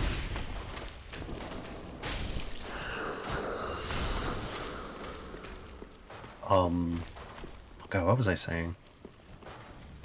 Oh, just that Elden Ring, and the same thing with other Dark Souls games. They don't expect you to experience everything. Oh God, they got you. This area is just miserable. It's so miserable. I feel like Elden Ring expects you to be satisfied on experiencing any 40% of it in your playthrough. Mm-hmm. You know what I mean? Like I feel like that's how it goes. That's how it's supposed to go. Hello? If you We're at press the L? L2, yeah. Okay. Yeah, I think that's the thing with Elden Ring, is it doesn't expect you to beat the whole thing in one go. It expects you to beat the game and then New Game Plus and, sort of amble around. And I think that's not how a Western audience tends to play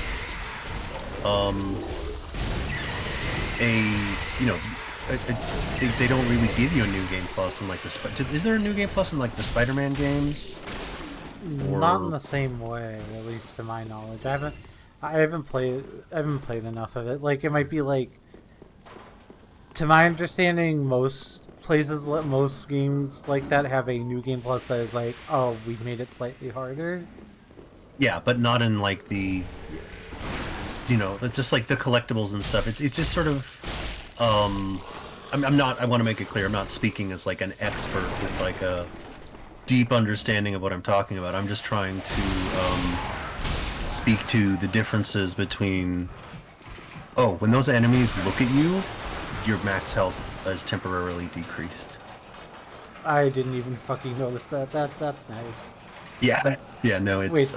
Wait. These things or the the thing that you backstabbed at the start. Those things. Yeah.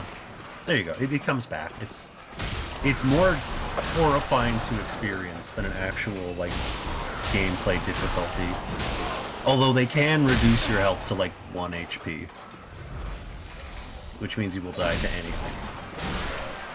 But yeah, it really, they suck.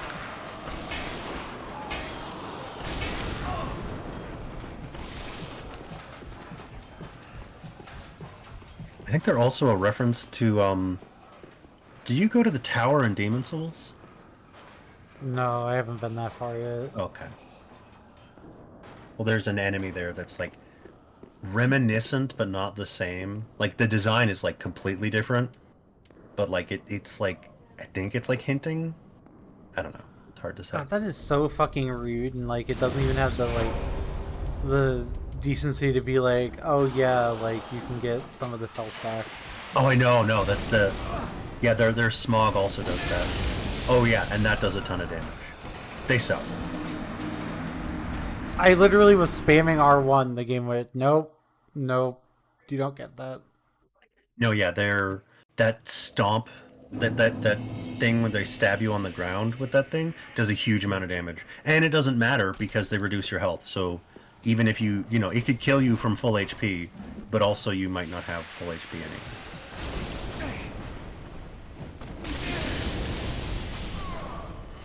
Yeah, they suck. They suck so much. The game doesn't even let me stab them from the front, like, at all. I literally just, like, ran up and went to try to stab it, and the game went like, nope, you don't get to. Because I said so. And that's fine, I didn't lose that many souls, so that's fine. Yeah, I typically try to, And of course they put... And of course they put that second one in such a spot that I can't easily backstab it either. Mm-hmm.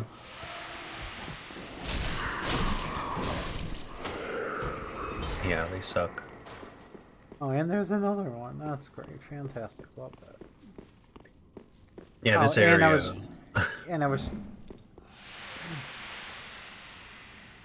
I was like, listen, if you can, like, get me from, like, on the other side of the stairs. Yeah, the saving grace of those enemies is that they die pretty easily, but... This whole area is just miserable. I'm trying to remember something. Oh, that's absolute utter fucking host. I don't think your flask recovered all of your health anyway.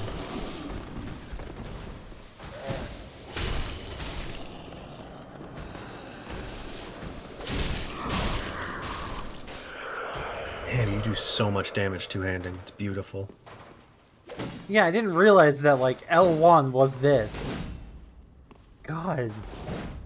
That's ridiculous. Okay.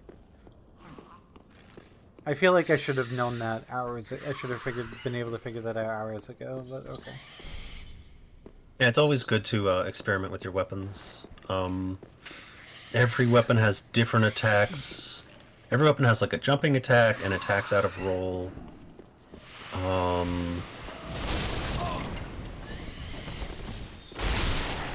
As long as these enemies don't get you with that big, like, the stabbing down move, you should be okay. Because that thing will, like, instantly kill you no matter what. The literal extra fuck you about that is that they're literally... Oh, okay. I was like, am I getting grabbed? What? No. I was backstabbing on them. It's like, most of them that I've experienced in this area so far are up against a wall. So there's no other way to approach them. As just an extra, like, layer of, like, Miyazaki is coming to your house right now and flipping you off while you're playing his game. He came out of the video game and spit in your face directly. He's literally pressing his finger to your... He's literally pressing his fucking finger to your nose, being like, go fuck yourself. Yeah.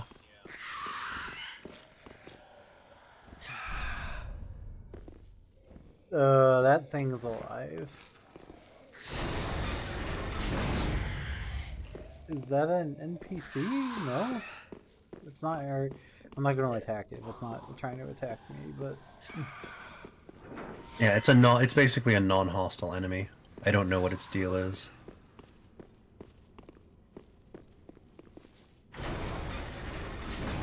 I'm trying to remember...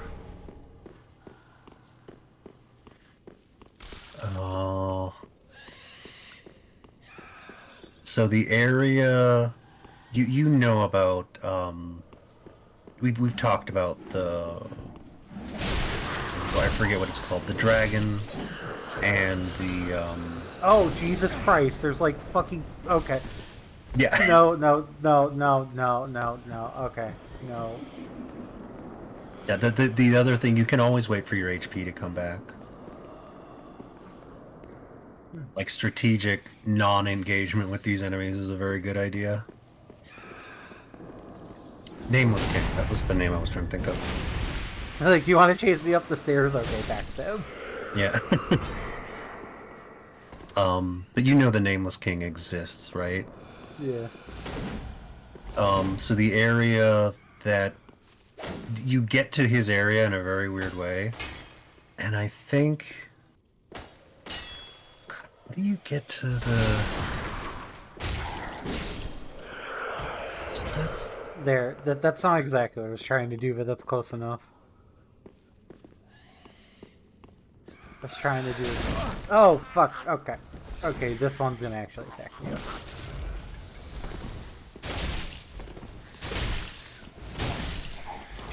so much damage. It's so beautiful. See, now that I know I can press L2 and do this, I'm like, okay, that does absolutely redonkulous damage. Okay. Oh, is that using your? Is that a skill? Are you using? This is. Okay, you are. Oh, this is okay. That does use XP. I didn't notice it does. Yeah, it uses very little though. But I was gonna say, at a certain point, it's good to have like an MP flask or two, depending on how much you use it. Because I bet if you went with one, you'd be like set for basically anything, because it uses so little.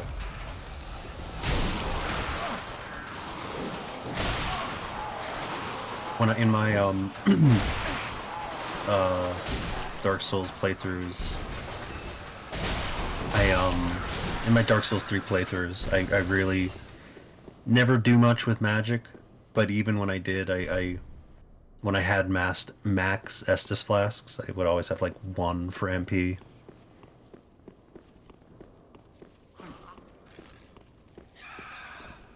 This feels like a trap. This feels like a trap. Yep.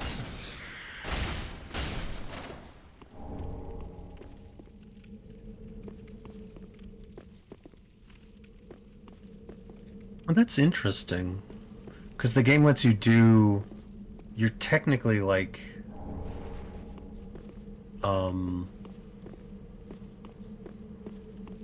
Wait, where is? Yeah, so the game will let you do these in any order, but technically, the way that Sigvard's story progresses, you're based on his story, you're skipping something, but that's fine. The only reason I think it matters is because I know you said you wanted to fight Yorm, and I think his fight is way cooler, because it's story related. Sigvard wants to fight Yorm with you. It's super cool.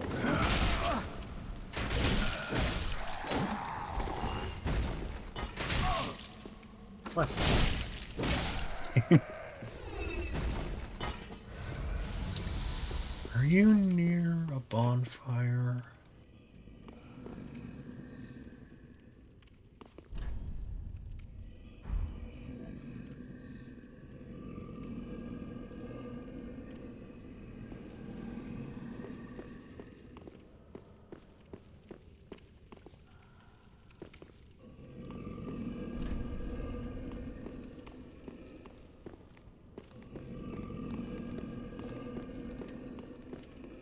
Can't remember. Oh god, there's like 4 of them now. Oh god, there's even more of them. Oh god, what's Charlie doing? Pause.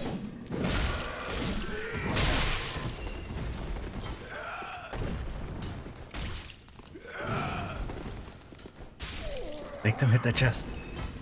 Make them hit the chest.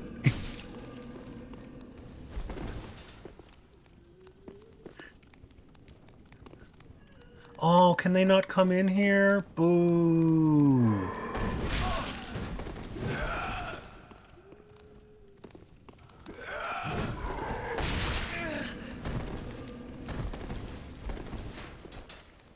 Oh shit. Fuck! Oh.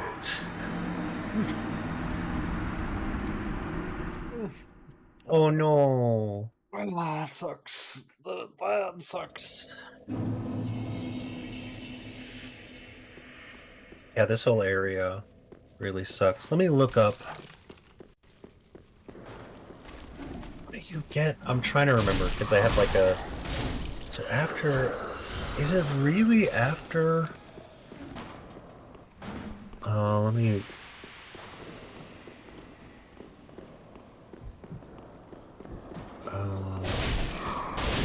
What's his name? Oh, Come here.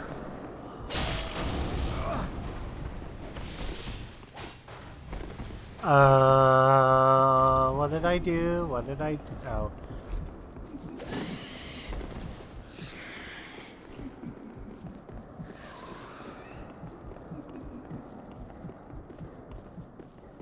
Yeah, that's unfortunate.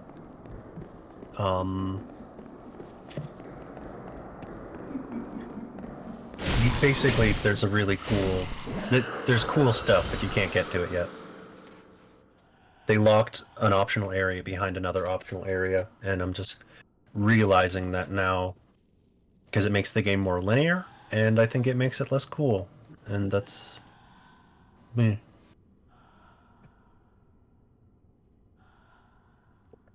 Hey, are we good? Am I at max health? I think you are. I was like, I didn't want to burn an ember just to be like, LOL surprise, here's like another 10%, 15% of your health back.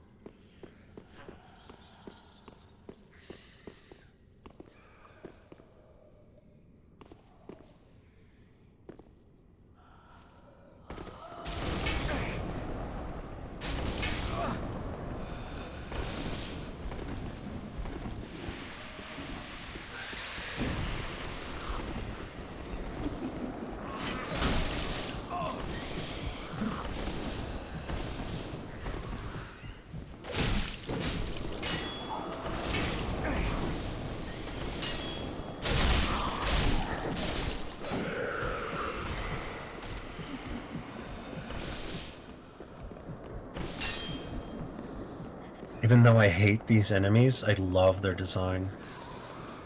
They're so spooky and pretty. Although they're jailers, so I hate them on principle, but I love their design.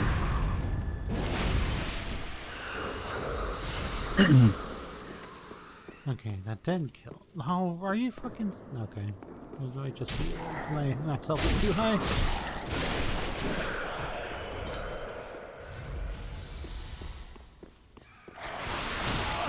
Fuck! God, I forgot about you. Okay, I am just.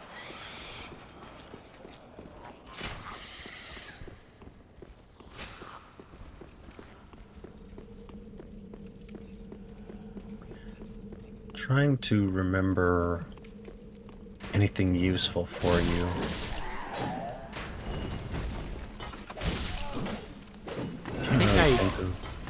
I think I died once since I'd been back here. I believe. Well, I was looking stuff up. You might have. Because I don't remember. No. Okay, no. Huzzah! Oh, one thing you can also do that would be hilarious is attack the chest and then just run in here and make the chest attack them, because it didn't go so well the other way.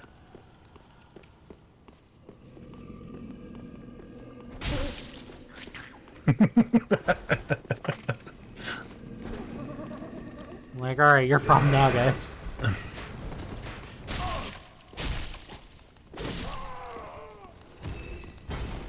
No, he didn't. Nope, the mimic didn't come in. Oh, come on, game. But we can only have fun on your terms. Yes, exactly. Would you think this is a game that's not Dark Souls? Oh, don't be fucking emoting right now. Jesus Christ. I'll be very careful down here. Oh, is this another giant? Yeah. Just don't hit it.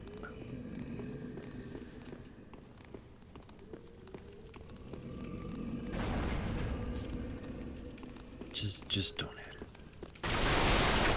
We can be friends. We can get along.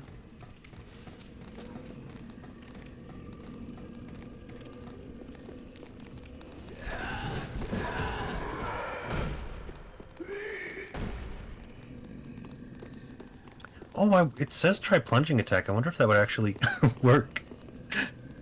Please.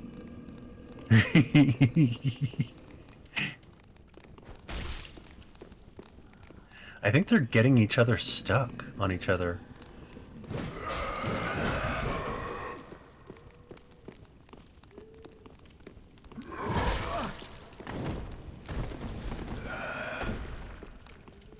Oh, what? I think they can't hit the chest. That looked like it should have hit the chest. What the heck?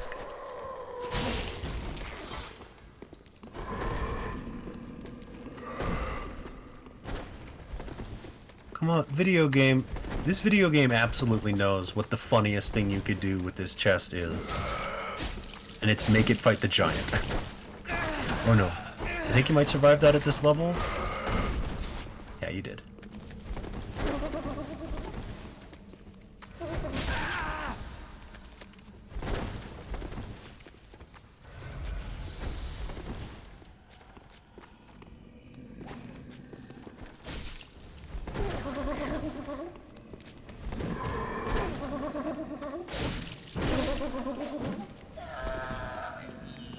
I love the like spirit Halloween laugh that the Mimic has.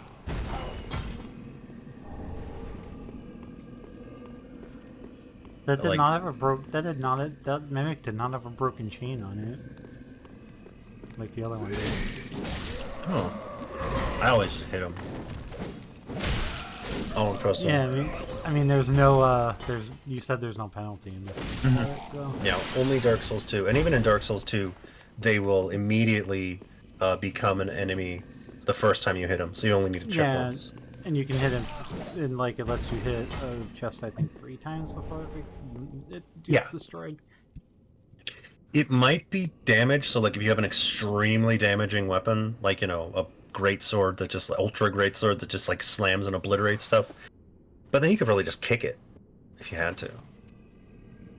Yeah. But does it do damage? I think it does. I don't know. So this currently feels like a dead end with that giant in the way. Yeah, you will have to aggro the giant if you want to advance this way. I'd heal before you...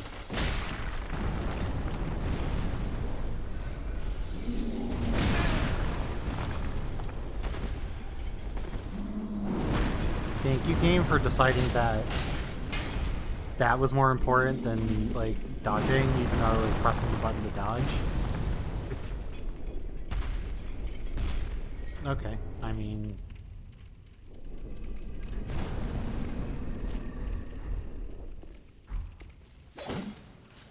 We've already established that I'm not above cowardice tactics. Cowardice. This is strategy. Strategy.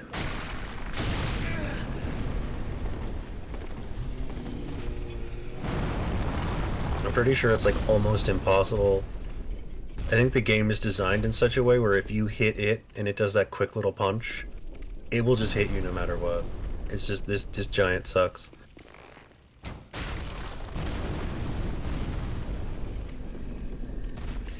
I forget. I think there is a non-violent way to deal with the giant, but basically what you want to do is hit it and then run past it. But you have 16,000 souls, so what I would actually do is just go back to the bonfire.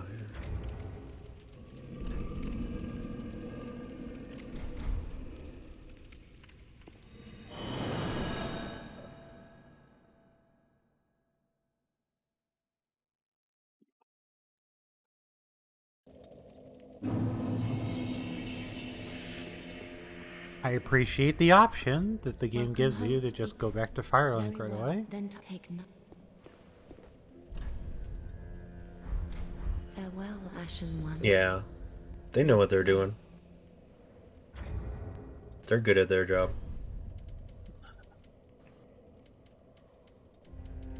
If you ever don't have souls to pop, you can just sell junk to that lady for stuff.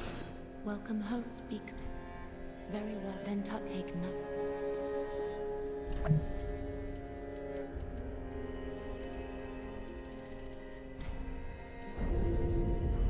Farewell, Ashen One. May the fleet. Ah, have.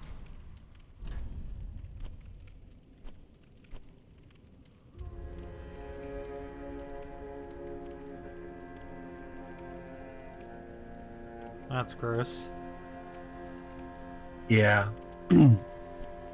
There's an equivalent. There's basically that same spell in Elden Ring. I went for a bleed build when bleed builds were like super broken, and Yeah. that was very useful.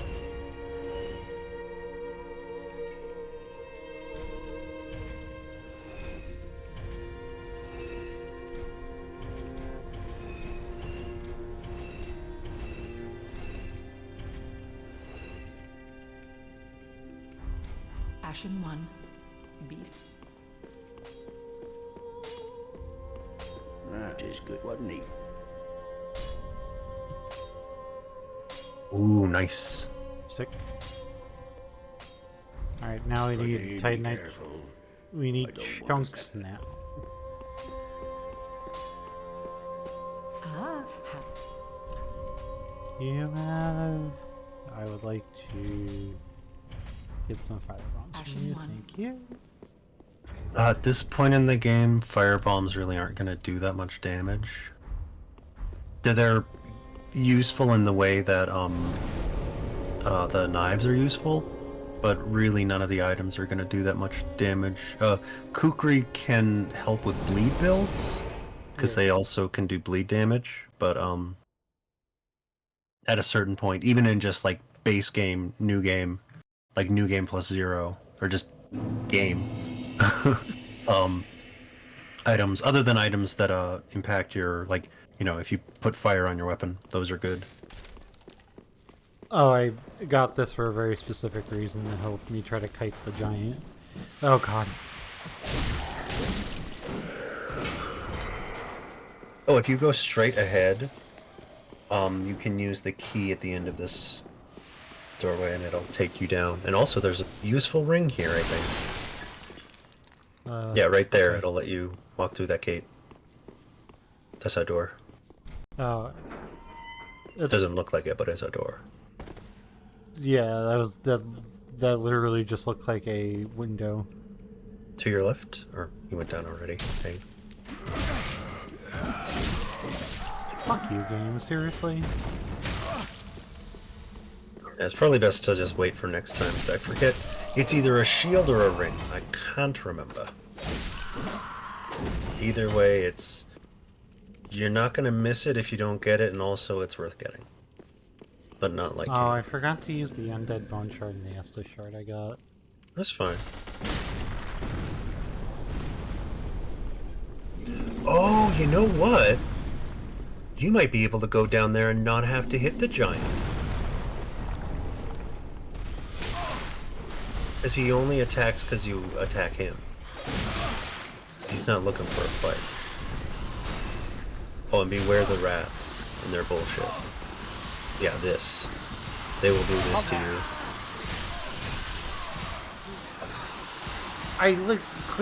They had me pinned to the wall. Mm-hmm. Yeah, rat mobs are a very serious threat in this particular area. That's horseshit. That's... I know. It's like they literally wouldn't have you fighting rats at this stage of the game if not to do that to you. That's such horseshit. Yeah. It's weird because these games, like, the combat feels better and better every time they make a new game, but they Then still they- make you deal with, like, crap like that just feels miserable to die to. Yeah, then they're like, they knew what they were doing by Yeah. putting that in there. Yeah, the ring's just to your left. I think it's a ring. Oh, okay. This is a ring. I'm giving me money. Aha! Not only is that a ring, I got confused with it because there's a shield that looks like that. I don't know why my memory is so good for these games. And like, so bad for basically everything else in my life. But now I'm just like kicking myself because I was like, God, if I used that during the Crystal Sages, I don't think I would have died once. if I pressed R1, if I pressed L1 the entire time without my shield, Yeah. I don't think I would have died to the Crystal So Sages. try not attacking this time? Yes, alright. I'm gonna do that from now on. Because he's not there to fight you. He's not a bad guy. He's just asleep. He's sleepy. Yeah. Well, he does hate you if you disturb him.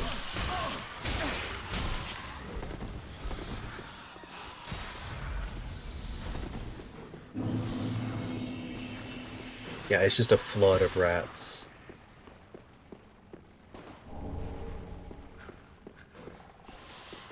There's more of them if you come this way. Gotta make sure you kill them all from here. Oh wait, no, I remember what's here. Hey, you were complaining about the rats. If you go that way, get ready. Is that the way? It's not the way I'm supposed to go? You don't have to go. It's a dead end. There's a useful item there. There's a treasure chest. You might as well go that way, because like even if you die and lose your souls, it's only... But that's the way you're supposed to go. That hole in the wall. That's the way forward.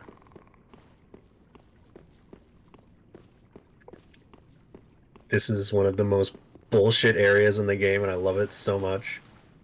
Do not hit both of these chests at the same time. You don't have to if you don't want to, but bullshit is part of the game. Don't hit both of them at the same time. It's two mimics.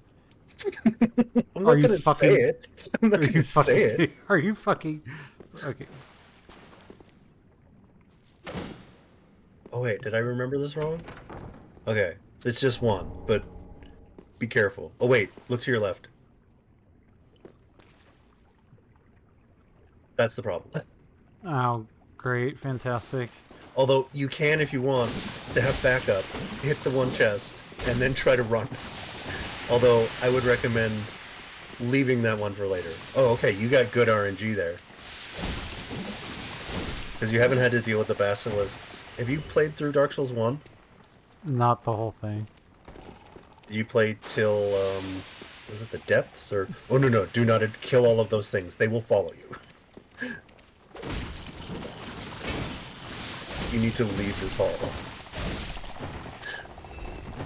They're not as bad in this game as they are in the first one. But they do instant death damage. If that bar goes too high, you just die. In the first game, Curse is instant death.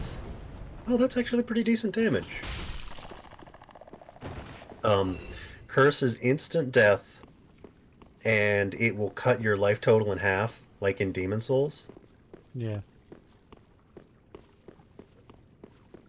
So, horrible. Be ready for this chest. Oh, this is the final bit of BS in this area. I mean, this hallway, this corridor.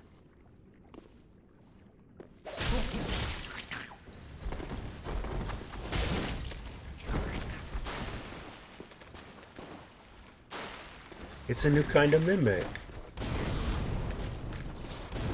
It's like a mimic pupper.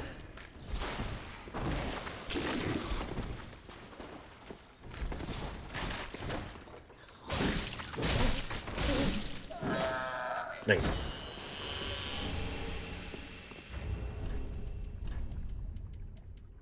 I don't think it's worth it. Oh, that's interesting. That's a very specific ring. Dark damage is not one of the most common things in this game.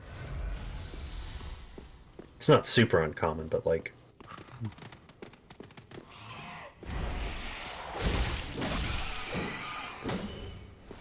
That's amazing. You can kill those giant rats in 2 hits. Glorious. I'm absolutely doing a dex build the next time I play this game. why are these a starting weapon? This is ridiculous. I know, right? Like, this feels like these shouldn't be a starting weapon. Like sure, I have put a sharp, like, I have done a sharp thing on it and like upgraded it to like what, +6? Oh my, are you fucking serious? Yeah, you don't need to fight them. Hang on, wait, go that way you were going. That's a There's shortcut. there's like 10 of them. I know. It's that area is horrible. I was not joking when I said the whole area was grief.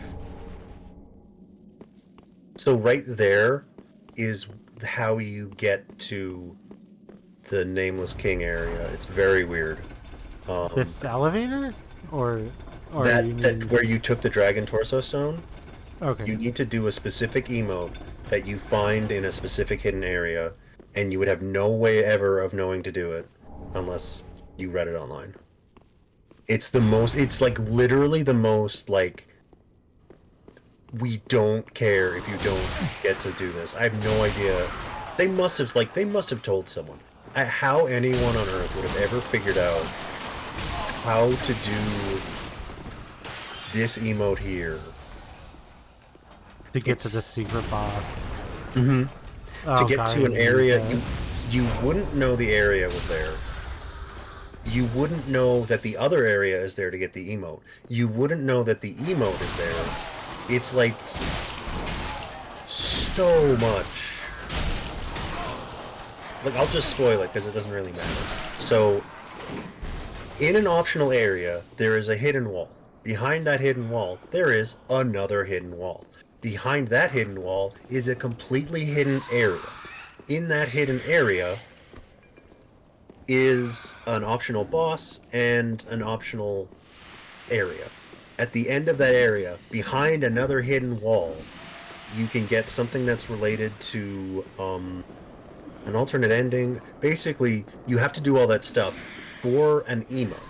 Once you get that emote, you can sit down on the rug there with basically no indication that you would want to do that, other than the bodies there doing the pose. And it's a very inconsequential area. You'd probably forget that it exists. And when you do that, it will take you to a hidden area with one of the coolest bosses in the entire franchise history. And that is the weirdest... It's the most Dark Souls thing they've ever done. Putting the Nameless King behind all of that.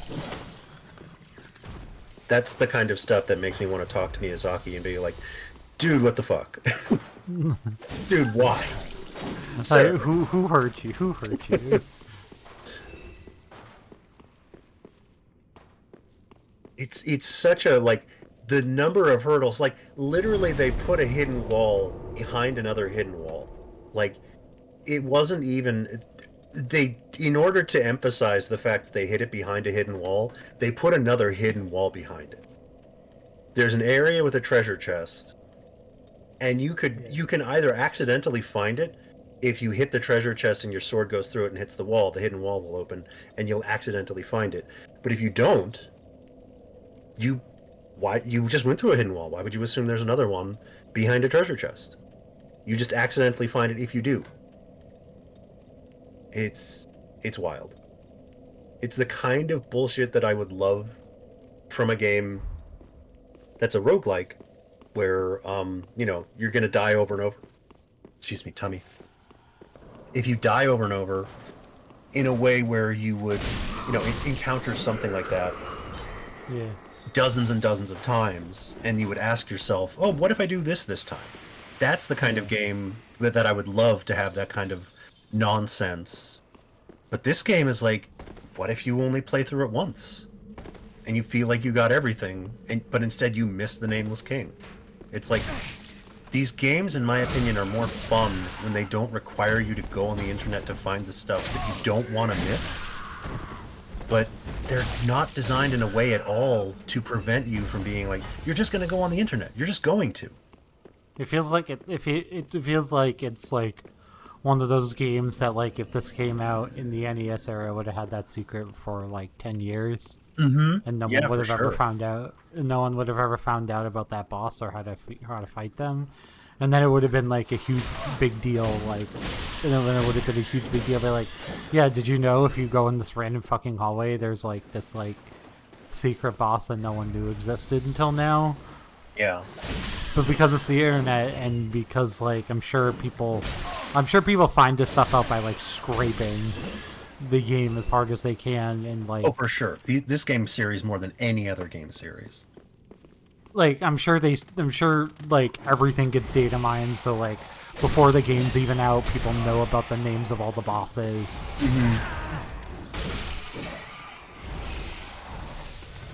Actually, So even if they try to keep something simple, something like that, a secret, somebody's gonna know it exists, and somebody's gonna find out eventually. yeah.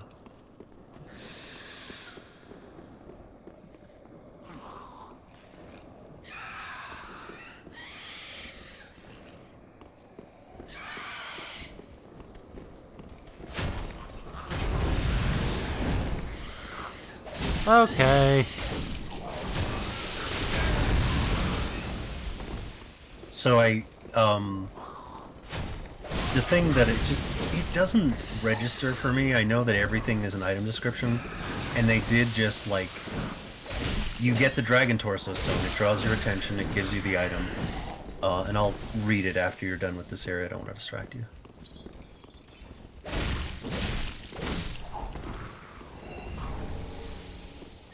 Trying to remember if... I don't think there's a bonfire really near here. There's an NPC you can help, but she's exclusively for pyromancy. So if you don't want to get her stuff, you don't need to. Is that all that's behind all these guys over there? Is that NPC? No, I think that the item you can see ahead of you is an Estus shard. Alright, fuck it, we ball. Yeah, fortunately these enemies are pretty easy to kill. And they do, like, go half and half.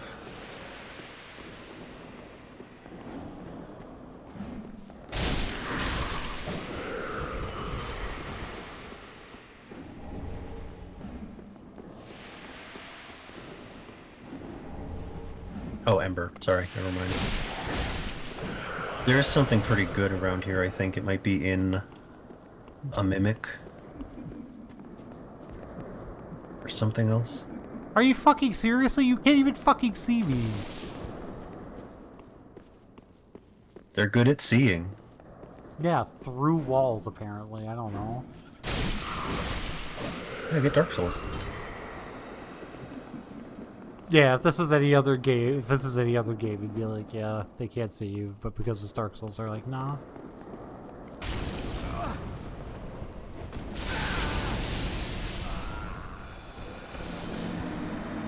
I was in the middle of my animation.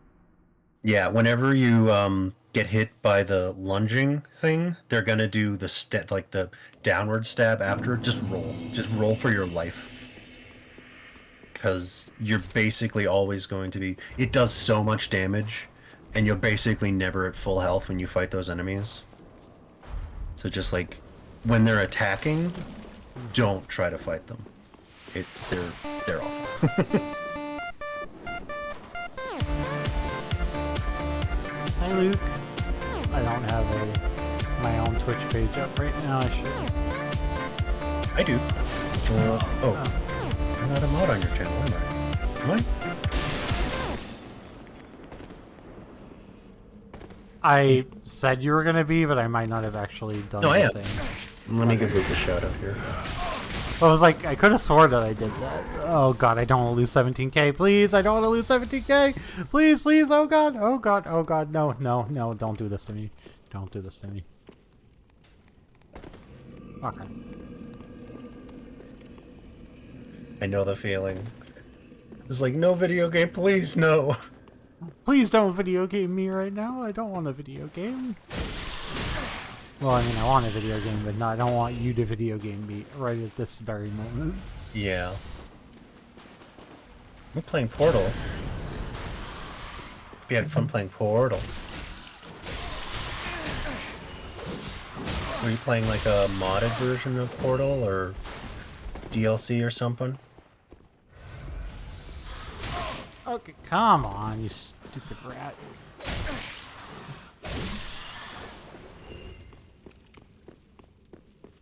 Okay. Just gonna run an audible. They might follow you. I would not go in that room and just wait to see if the rats followed me. They did. Yeah, I was trying to use the doorway. Oh, okay. Good idea.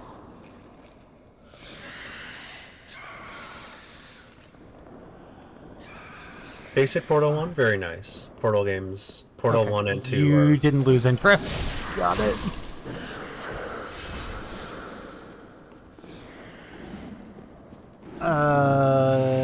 Ooh, beat it in one stream. Congratulations. That's impressive.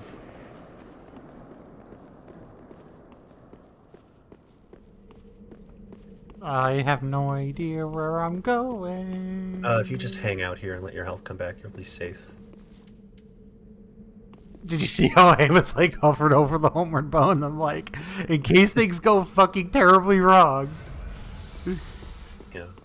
Oh, okay, there you go. I was like, in case things go terribly wrong, I could press 2 buttons and just like Alt F6. I'm done.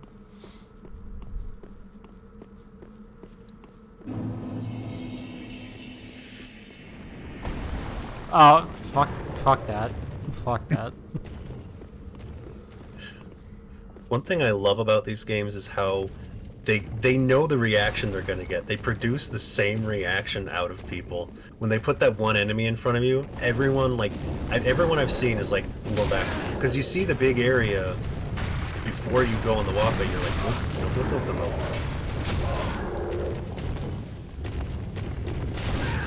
Wait, we sure be nice to get out of this corner. I've been meaning to replay Portal 2. I keep seeing people like talking about Portal 2, and I was like, I really love Portal 2. Alright, so this is a new area. I gotta be freaking close to another bonfire. Very close, yes.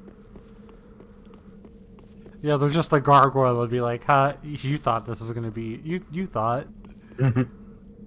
You thought this was a good... You thought we weren't gonna throw, like, one more curveball at you before you, You thought we don't hate you? Fool. I think it's up. Just look for a ladder. Ooh, very nice, Luke. I'll have to watch. I'll have to catch you, because I probably won't. I feel like playing... I don't even know if I own Portal 2 on Steam. I'd have to...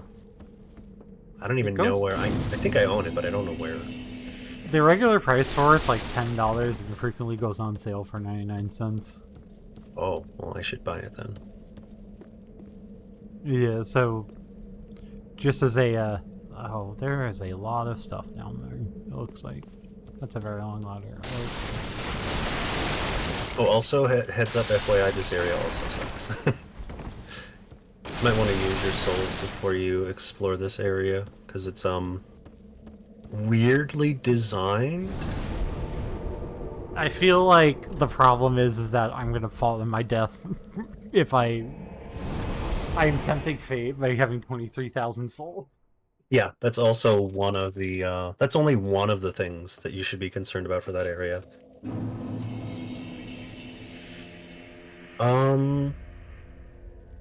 So the area that you're in now, the, like, boss at the end of that area is Yorm.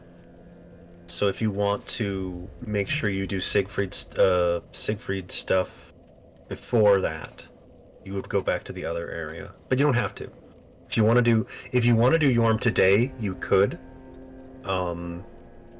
If you want to do the Siegfried storyline, to have him with Yorm, which makes the Yorm fight cooler, you can do that. Entirely your choice. No wrong way to go.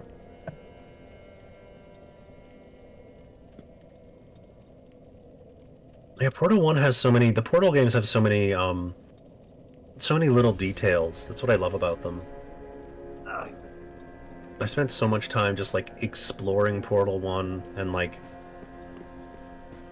Like there's I won't spoil anything for anyone, but there's like Very well, then Tuthake no. hidden areas and stuff you can find, and I found some of them on my own, and I'm like, oh, this is amazing and cool.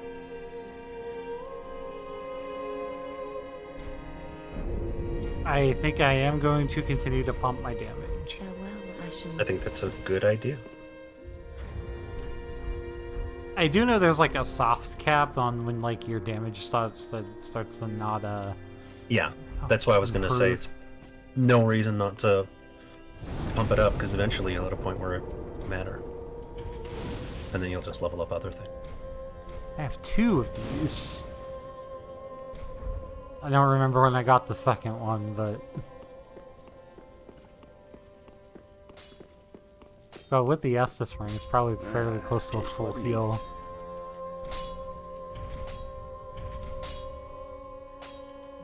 Just gonna check to see what I. Yeah, I assume that's Be just. careful. I assume that's just the late game thing. I just like in the fact that I haven't gotten any indicates to me that I just haven't been in an area that has them yet. You'll probably get chunks in the area you just got to.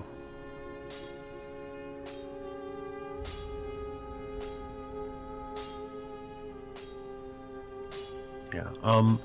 So there's what? There's 2 or 3 more things with Siegfried. I can't remember. There's Sigmar. Sigvard. Yeah. So the next step says after saving him from the well, it can be found in Ithro, the Boreal Valley, through a small sewer connected to the lake near the distant manor bonfire, resting by a fireplace. Mm-hmm. So I assume he's like. So he's like should be, and that's like the next step. So he should be like down here-ish somewhere. No, he's back the other way. Okay. Oh, right. Because this is after the lake because the stupid electric But rat. if you want to save a Grey Rat, you either need to not talk to him and just walk right past him before you, just straight ahead and to your right. You probably won't proc the electric rat. Right there, yeah. If you talk to him, he'll wake up and talk to you, and then he'll move on. And if he moves on from this area, I'll let you experience this thing.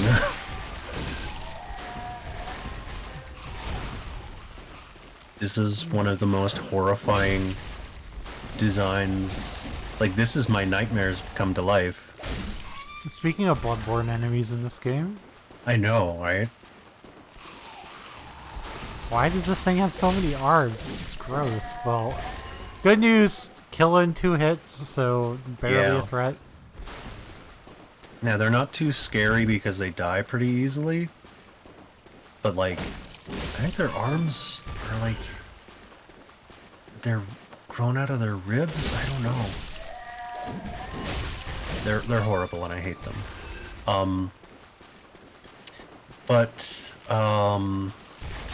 You can... Oh God, what was I saying? Oh yeah, so you need to talk to him to make him advance, but you won't really gain anything from talking to him.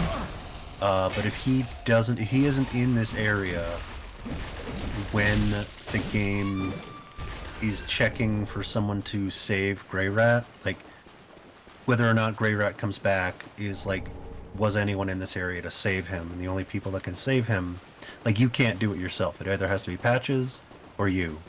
The Patches, you, or Sigmar, or Sigvard.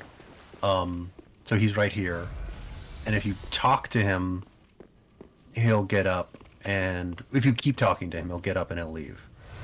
So if you just leave him there and talk to him later, you can go through this area, the boss, save Grey Rat, then come back and talk to him, and then he'll leave, and you can advance. So it's really down to you. If you care about Grey Rat and Sigmar's story, you have to do things in a certain order. If you don't, you can just advance to the next area and do Yorm yourself. if you're like excited about that. It really doesn't. You're not really gonna need Grey Rat's items. It's just, you know, if you'll either have them or you won't.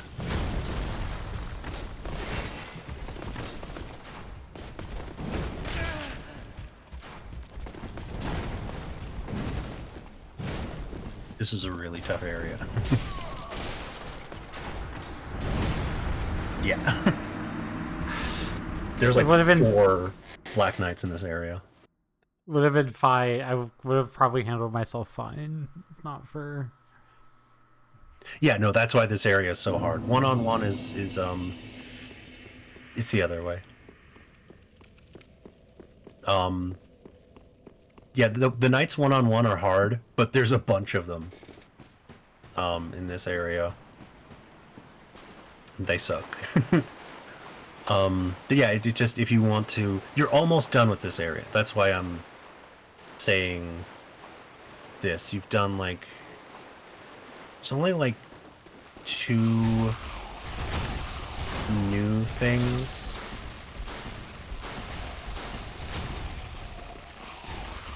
Yeah, there's the area that you're dealing with the knights, and then a staircase up to back where you already were.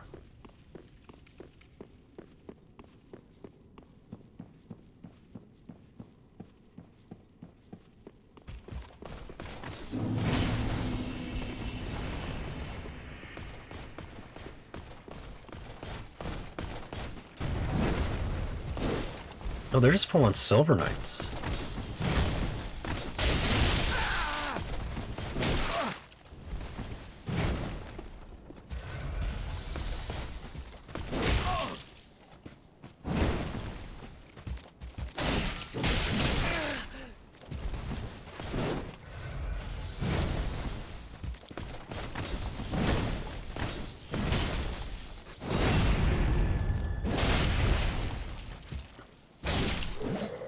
Nice.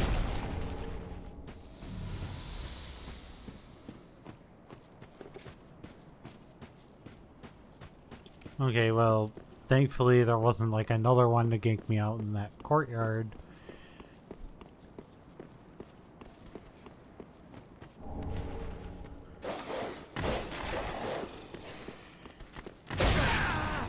Okay. This area is legit. It's very pretty, but it really sucks. And what you're doing is very smart. It's best to like get away from everything as much as possible.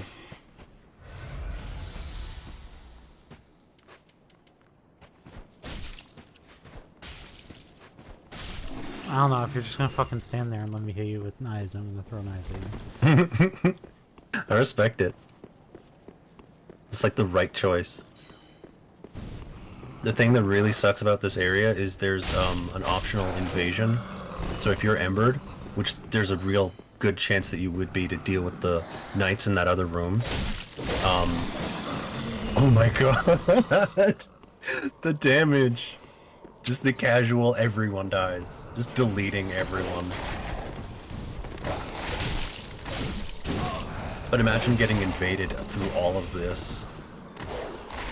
All this stuff, plus a guy chasing you down who's like probably one of the harder invasions in the game. Not too bad. Oh, no.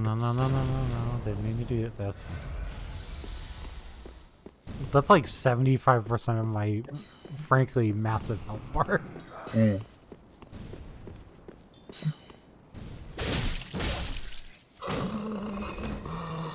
The fun thing about it is I know it's going to get even better once I get more undead bone shards, because I'm only at +6, I'm not even at +10 yet. Yeah. That is really, the game's very generous with heals. I think... Oh, okay. This looks like a shortcut. Yeah, this leads you very close to the bonfire you were already at. Alright, this leads to the bonfire at the church. 'Cause Yeah, that's straight the ahead. right- Yeah, okay. Through like 2 packs of enemies, but But there's also another shortcut straight ahead to the boss. I think they just like did this to show off that they did it. That's not the shortcut that you'll want to use for the boss. Oh, you mean this elevator? Yeah. The elevator's not? Okay. There's another one very close, just up the steps.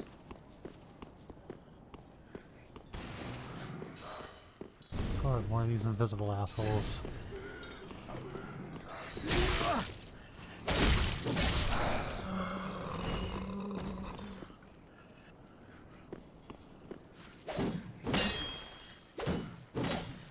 I don't know if your torch makes it so you can see them or not.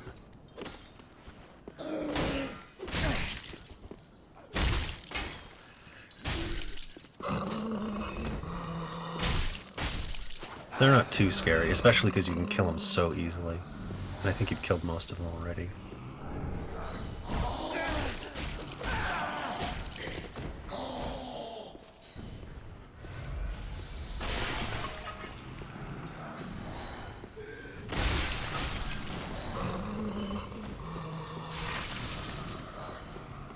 The fuck is even... I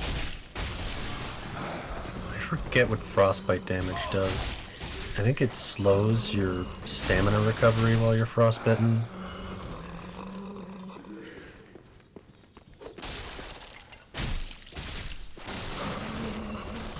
And it does a chunk of damage, but not as much as bleed does.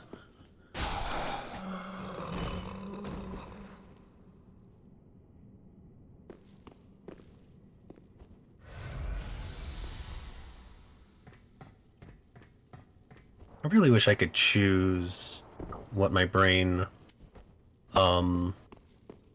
lets me, like, the things that my brain can pull, that I can pull just out of nowhere, Yeah. is like, I sure love that I'm why? getting all these large Titanite shards after I don't need them anymore. yeah. Yeah, that's how fine. the You know game works. Especially if you fine. only have one weapon. Yeah, if I want to... I kept that katana because I like might want to upgrade that katana for shits and giggles. Mm-hmm. Because I think that might be fun, especially if I can find another Sharpstone. I think at a certain point you can just buy them, so you'll be guaranteed to get them eventually. That's how I got in. Oh, God. And you have a scythe now? Yeah. You know, just please stop existing. I appreciate that. There's another one. But it's just the one other one.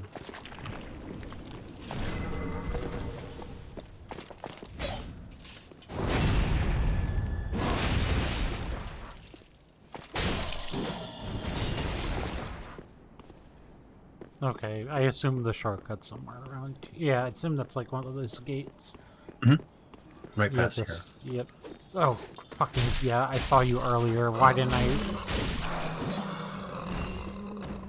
I should have remembered. I would be shocked if anyone did. It's the kind of thing that, like, I had the exact same experience. I remembered having seen them afterwards. I did not remember beforehand. I just afterwards. I'm like, I saw you. Why didn't I remember you were there? Yeah. Okay, and the bonfire is literally right here. Mm-hmm. Yeah, this is a much better shortcut. Because there's only those two. You can technically run past every one of them, but I usually kill the two enemies at the gate because they're much easier to kill. Less enemies to a boss is better. Always. Yeah, and you might get hit by the like the weird, constantly swinging its sword and can puke shadows at you enemy. That'll happen a lot, but Very well, then take no. typically I just like either kill them if they get in my way, or don't. Farewell, You're doing good. Ancient One. Moving at a good pace. We haven't even been going for 3 hours. You've been making a lot of progress. Yeah, it's only been 2.5 hours. Yeah, you're doing real good.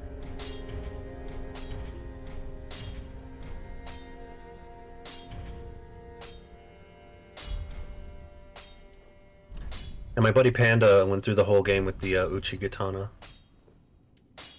So it's not Oh, a. I do have another sharp gem. Nice.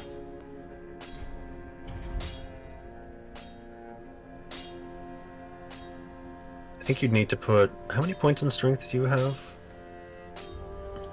I need one more. I would need one. Today be That's what I careful. thought. That's fine.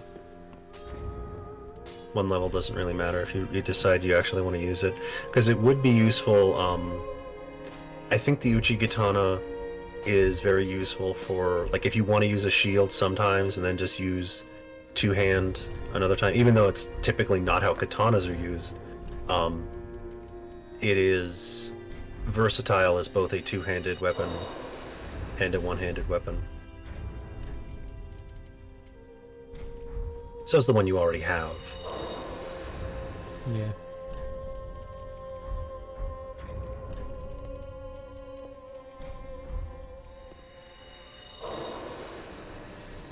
Welcome. Very well, then take note. I think you should be ready for, what's his name?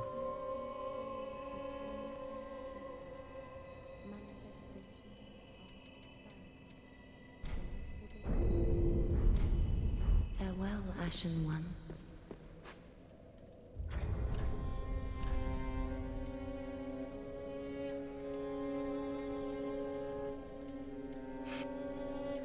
Until you have it higher, it's kind of a significant downgrade, but, excuse me. I wouldn't recommend, like, going right to the boss and, like, using a different weapon, but, Yeah, no, I was just looking at it. Why does it say 150 plus 127 here and then 150 plus 108 here? that is how much you're benefiting from your, the plus whatever is what you get from the scaling. Okay. So it's base damage on the left and then scaling bonus on the right. Yeah, so it's not as big of a downgrade as I assumed it would be, but it is a significant. It's like 20 points. Mhm. Yeah. And also you can swing faster with the weapons you have. Yeah. No, I figured I had the resources to spare because I'm not using those for my weapon anymore. So I figure, what does it matter if I, upgrade another weapon that I might want to try out later. Yeah, absolutely. Plus, it's fun. Oh, you might want to buy... Those are useful, but you also might want to buy the anti-toxic stuff. It's the purple with the white stuff on it. What did you buy? Oh, I bought the wrong ones. Ashen One. Yeah. That's fine. I have some inventory souls I could use to get some. Because you won't need them for the boss, but she has a finite amount, and if you buy all of them, you won't have to worry about it. Because you will eventually want them.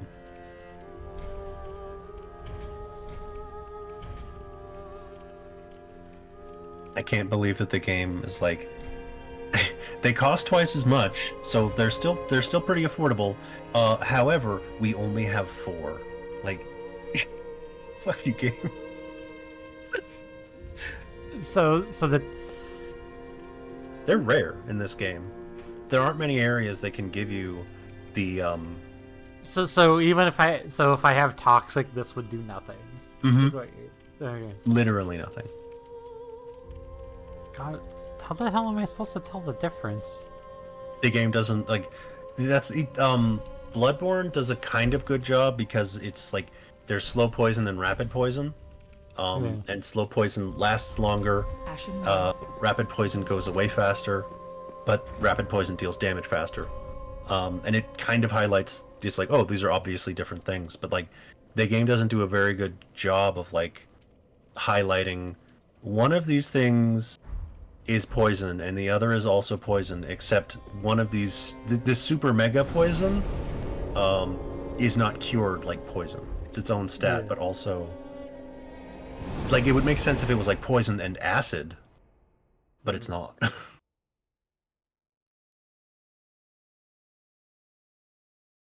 It's weird. In Demon Souls, I think they have poison and plague, and that makes sense as like two separate things.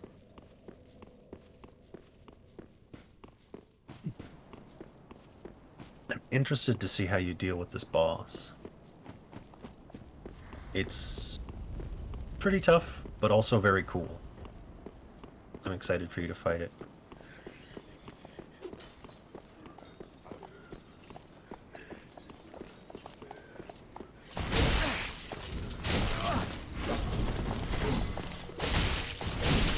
I wouldn't really recommend fighting them, because the one that you fight, unless you have to, but like...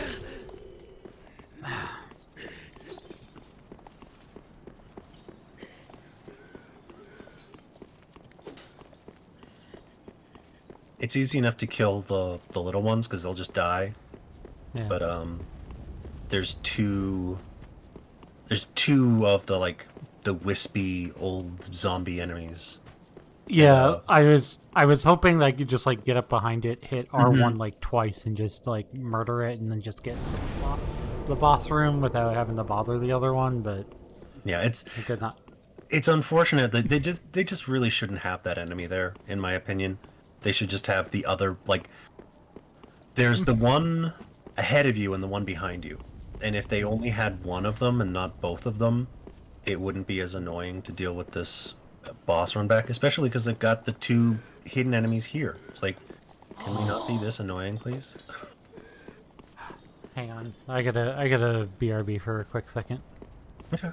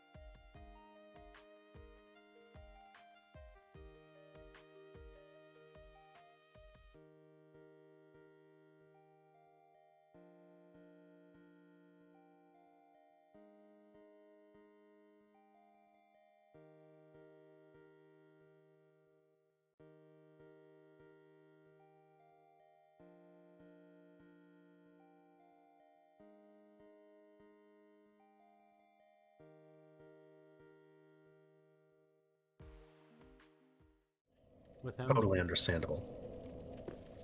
It was not an emergency. Well, that's good news. He got a PS5 recently, and he called me to be like, "Do they make external hard drives for the PS5? Do I have to get one that's Sony that has Sony on?" I'm like, "Dad, no. You can just get one, like, whatever, and it'll work." God, I really wish that like my when it comes to my parents, I always have to like try to bridge the gap with them with what they want to do. Oh God, this motherfucker! I've heard about him. Yeah. So I'm excited.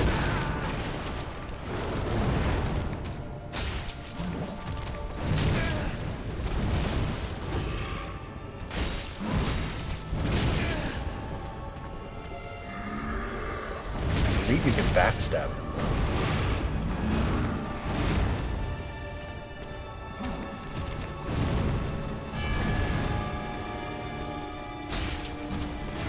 Not like a great thing to focus on, but it's a good thing to I swear you can. Maybe you can. Looks like you can. Sorry about that. I know you can parry.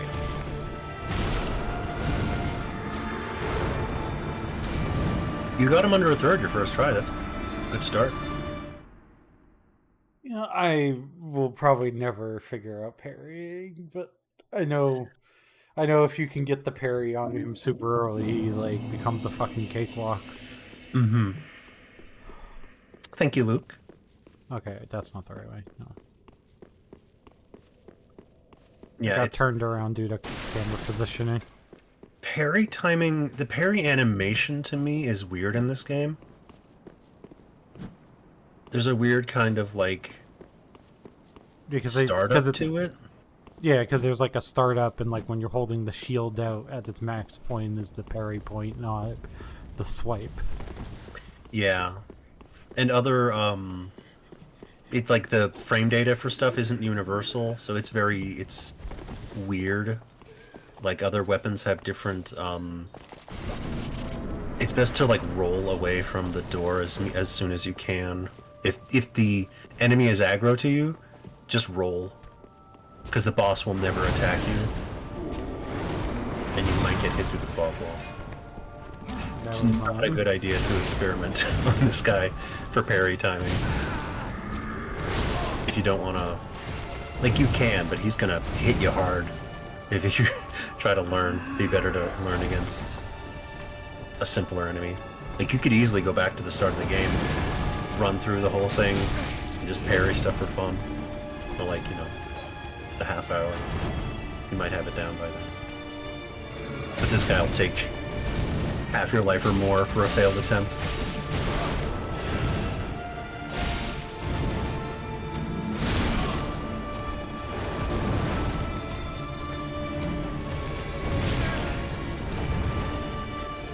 It's going really well so far.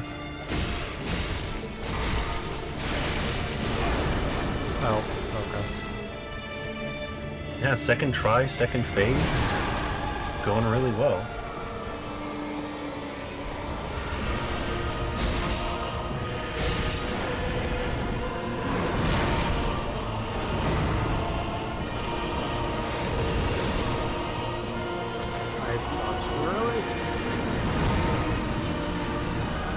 I mean, you're doing great.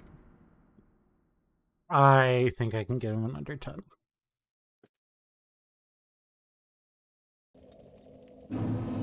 I believe in you.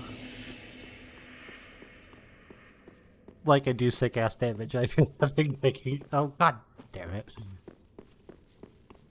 It's always gonna fuck with me when I'm supposed to start the run back by running backwards, and like the camera's positioning is not the way I'm supposed to be going. Yeah, the camera's literally pointing you towards the exit you don't want to go to. Yeah.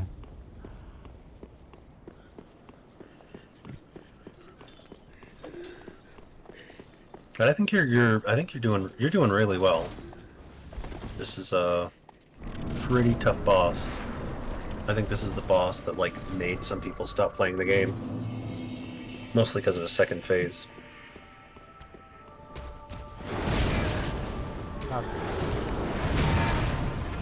Holy moly. I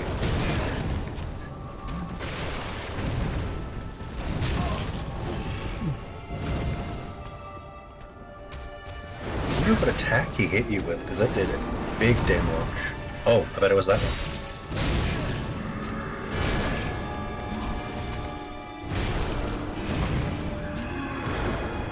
Yeah, I don't know what your HP is for this fight, but like you keep surviving on a pixel, and it's like your health is perfect. What were you saying? I just didn't like. I just like was trying to scramble and get into a good position, and I just didn't. Yeah, he's one of the reason first because you can parry him, that makes him very useful, but also a lot of what he does is just a flurry of attacks.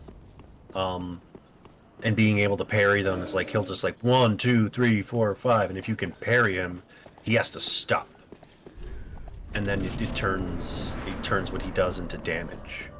You know, instead of you having to roll and wait and roll and roll, and if you parry it, it's like, oh, and then you just get to hit him. So that's another reason why it's very useful in this fight, which is probably why they made it parryable.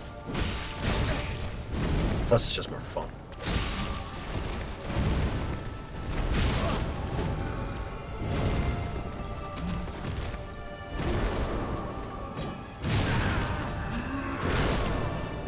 Damn it! I rolled on the wind up, not the hit. For this fight, especially the second phase, I'd recommend trying to always be above half health.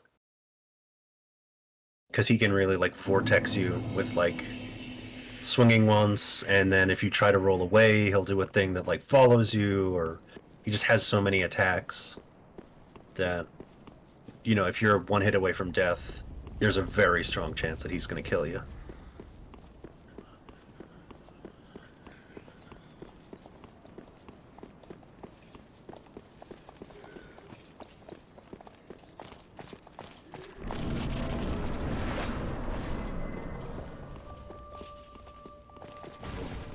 Thankfully, this isn't Dark Souls 1, and there are iframes as you go through the fog wall. Mm.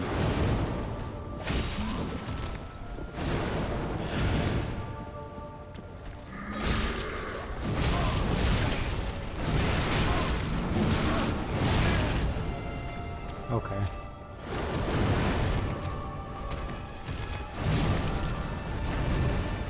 Yeah, that's the vortex. He's so hard to... He has so much range. That was cool. He gave me, like, I thought I had enough time, and I just didn't.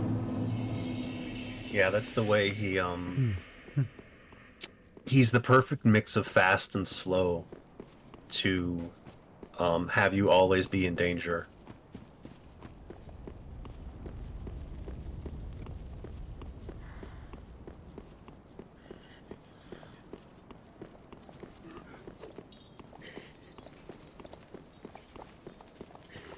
Kind of is also different than I'm literally just trying, like, not to block him, because, like, I literally just, like, I know if I try to block him at all, because he has a fire sword and a magic sword, it's literally not gonna matter. I mean, you can block, like, an attack. The problem with him is that he swings... Sometimes he'll swing, like, 4 consecutive times, and then he'll do 2 more swings. So if you block him, he's just gonna eat your stamina. So it is best to not have your shield.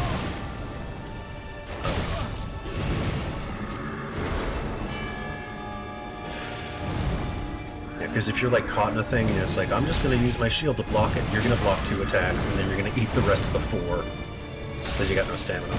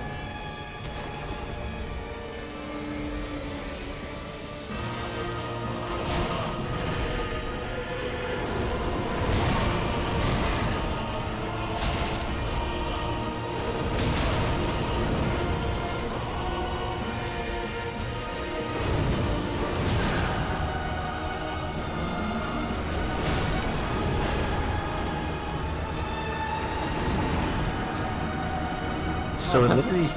I wasn't Sorry, even. Well, I wasn't even back up. I wasn't even It- back up. It looks like the spectral copy does an attack, and then the real one does a follow-up. So it looks like the ghost version will always attack first, and they will both do the same attack, at least so far from what I've seen. And I think that holds true with my understanding. I know for a fact that when they do the diving attack, they always both do it. Oh, and one thing, when he raises his sword to summon his ghost, you can absolutely just shit damage on him. You might be able to just kill him outright with how much damage you can do. He will raise his purple sword when he's below half health to do that.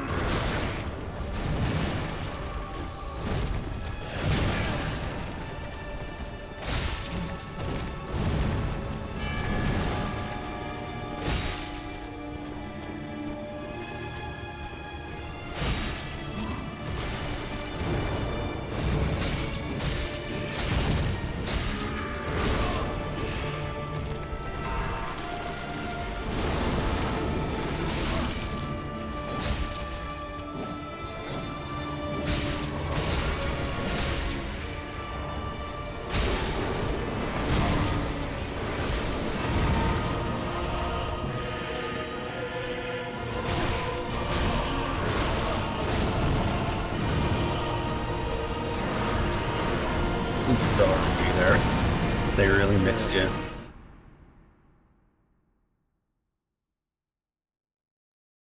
It's the copy has way less health than him.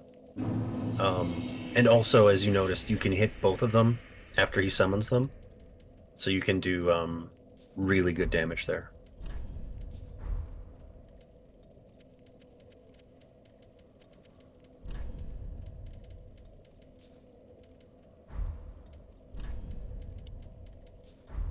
I don't know if that effect stacks with the ring you already have.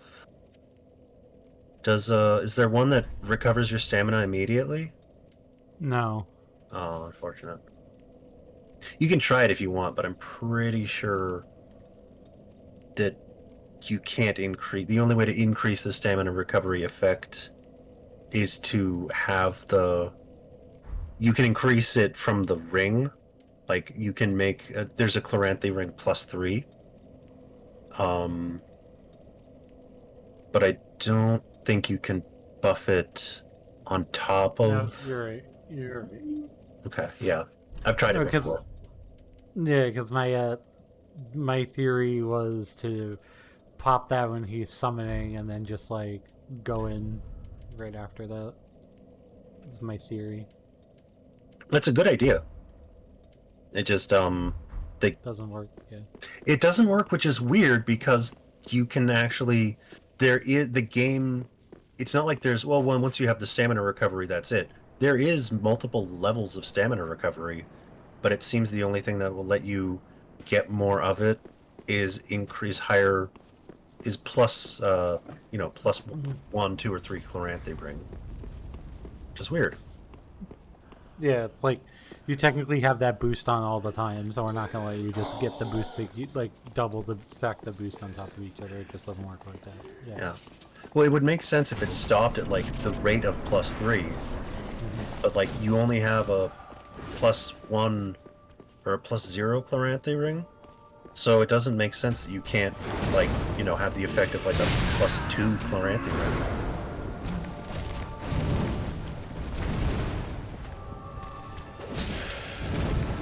It's fine because your stamina recovery is pretty good anyway. I hate when that happens.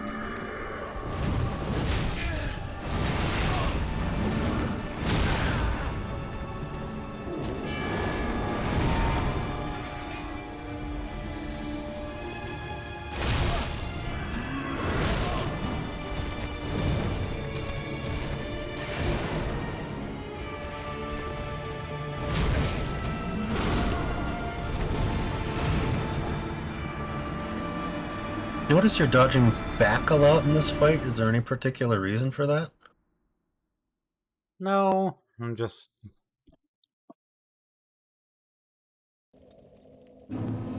I know I'm not... it's like a habit, because I know I'm probably not going to have the time to get a strike in, but I know I shouldn't do that. Like, I know it's part of my problem. Oh, I see what you're... So you're trying to, like, disengage, kind of. Well, no, I was, like, because I figure if he's running forward and I'm dodging back, you know, was... Oh, okay. I Yeah. see. Because like if it, because like the theory was just like, oh, if I dodge forward, I'm gonna end up behind him and not be able to hit him anyway. But no, I'll try dodging a little bit more. Like either, fuck. Yeah, because you typically don't want to dodge in the direction of their weapon swing. So if you're dodging through the sword, your iframes will overlap with the active frames of their weapon the least. But if you're dodging back, you're basically dodging into the attack. I see your logic there, and I agree with it, but it's going to make dodging about as hard as you could. I bet it could work, but you'd really have to know his attack timing and your iframes.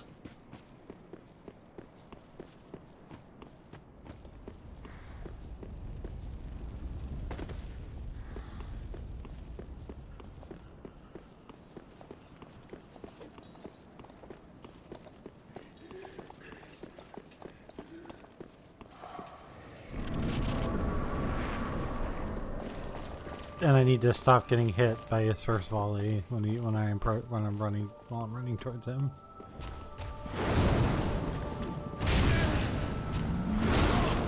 Yeah, you really just need to get the dodge timing down, which is hard because he has so many attacks.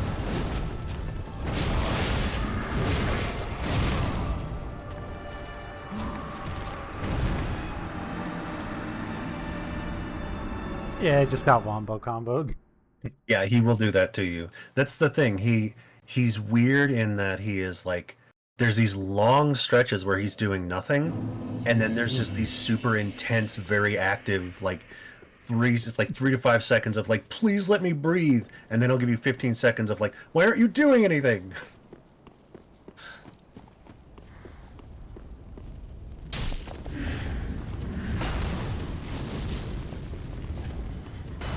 That's kind of why I like his fight as much as I do.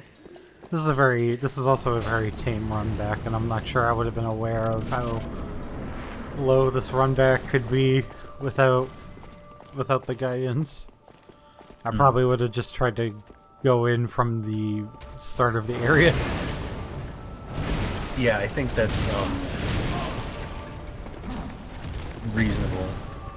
I think I actually did that too until I realized that you could advance past the other guy.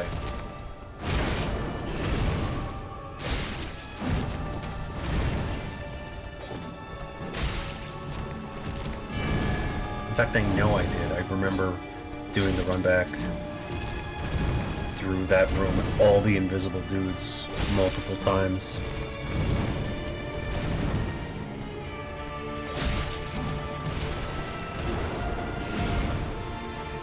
Oh god, oh god.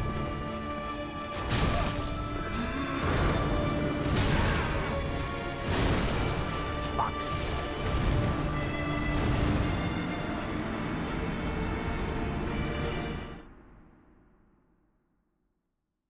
The worst part was at like 75, I was at like 80% health-ish before I got hit with that flurry. Yeah, that's. I mean, but you also died with 10 Estus flasks, so it's definitely it's always good to consider, like, if there's a moment, like, you don't want to get hit for healing, but if you like, it's, you know, if you're at full health, it's with, you know, like a guy like him where it's just like, I hit you and then I hit you and then you don't know what you're doing and then I hit you 3 times for trying to heal and now you're dead. It's always beneficial to be at full health because he can just, like, decide to kill you. And all you have to prevent that is how much HP you have.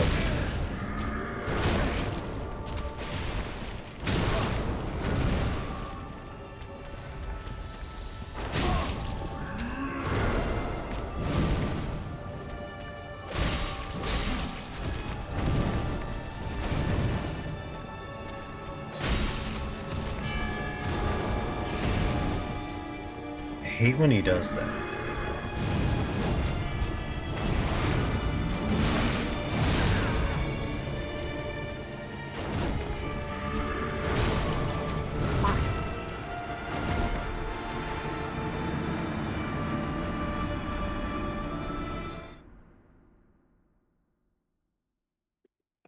I think I'm getting there. Yeah, it's important not to get like discouraged by the fact that he can hit you and then hit you more and hit you some more and then you die.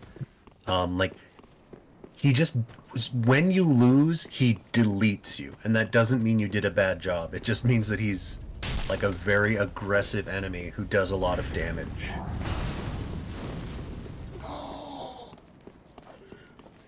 And the other thing is that his second phase is literally just another version of him. So everything that he does in this phase, he just does then, but there's two of him. So there's really no, it's harder, but, like, you don't need to... There's no tricks.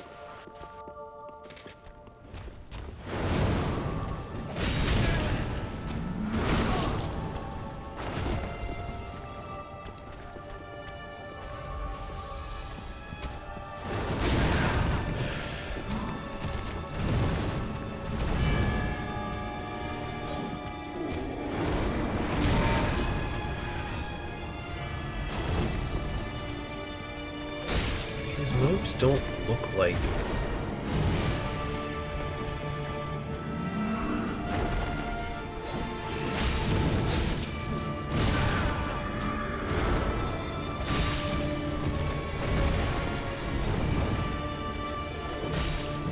He just raises up his sword and swings it, except for that one thrusting attack.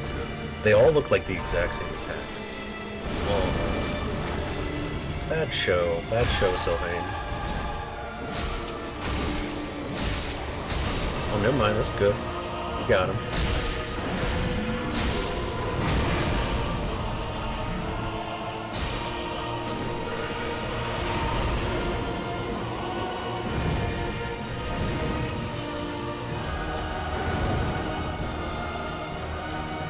Oh, fuck. Come on, let me lock onto you, please. He's gonna do something. Oh. Not what I was expecting. I think I got guess.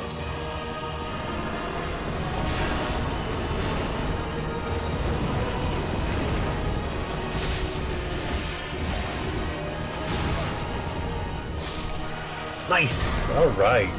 GG's. You handled them quick. Cheating bastard. He fucking resummons his clone. What an asshole. Yeah. No, he resummoned the clone again. I'm like, oh, fucking great. I'm like, oh, great. I can't believe you resummons the clone. Why would you do that?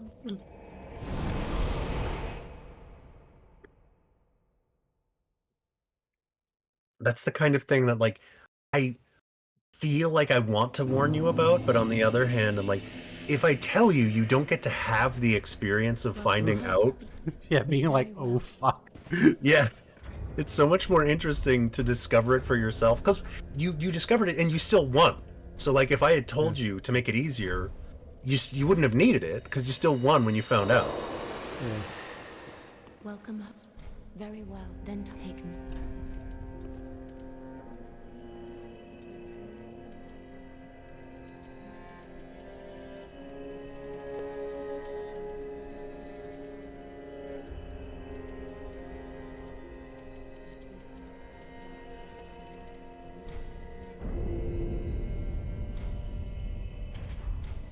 Farewell, Ashen. May the flame. Okay.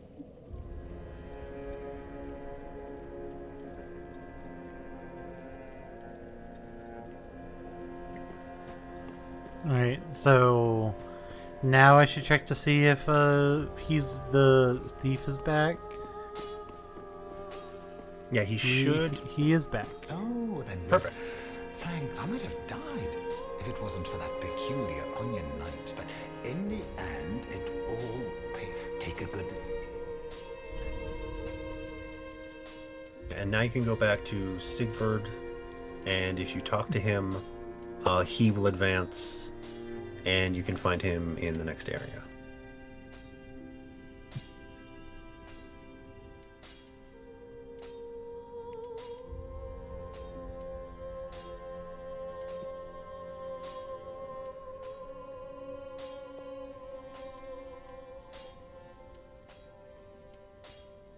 Are the large arrows for the great bow? No, there's They're just I think, they're just yeah. If you they're go just- down one from the standard arrow, yeah, Dragon these Slayer. Yeah, those are what those look like. Yeah, large arrows are just slightly better, but cost 5 times as much. I think the standard arrows, which cost twice as much as the wood arrows, are worth it. But also, like, all the damage is very minimal, and it's determined by how... Oh, you can upgrade your bow, which will help a bit. Goodbye. I don't know how many... what you have. probably Just wasn't.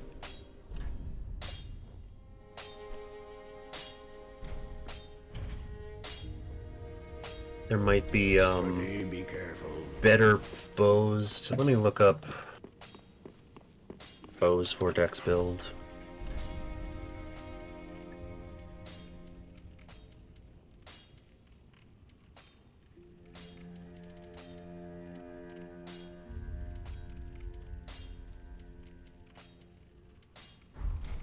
Ashen one. Says longbow is fine.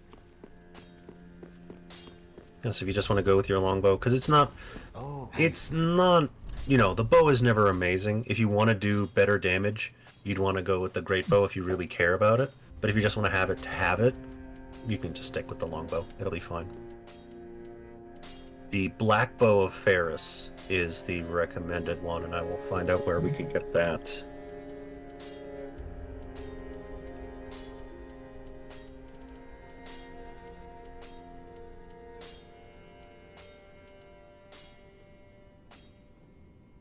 Oh, he has Titanite scales. Okay, no, it's the soul transpose weapon. Okay, it doesn't actually... Goodbye. Okay. Just wasn't it?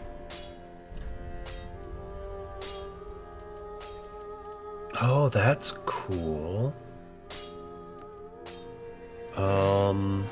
Do you remember the horrible, like the poisonous goat people? Be careful.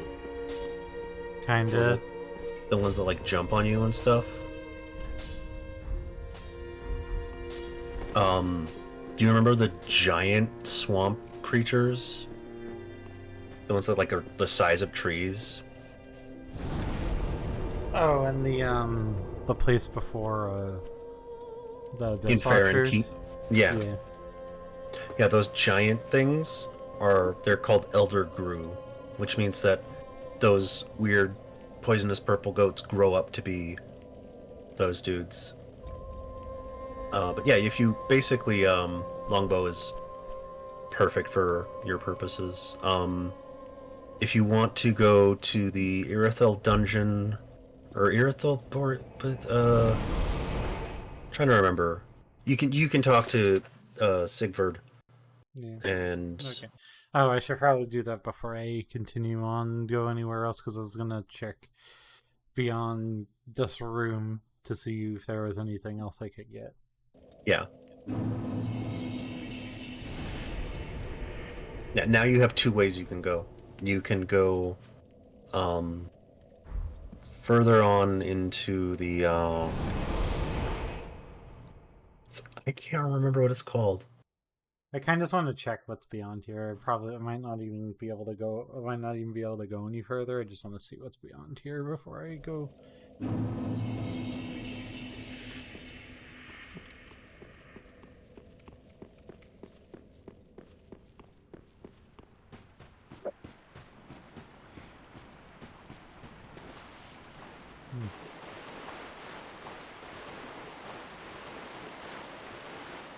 I have to admit that my health bar looks like stupidly large. Mm-hmm. And I know I'm like not even at a 30 in vitality.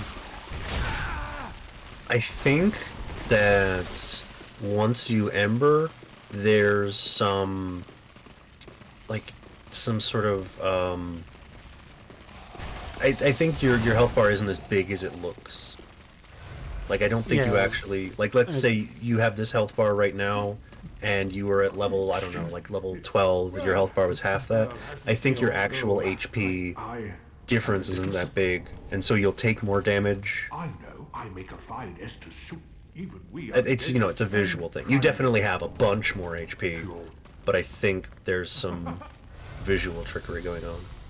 Have you heard somewhere, and even below that home? The was profaned law, capital, that that's what it's reminds called. me. That's it. The only thing to do,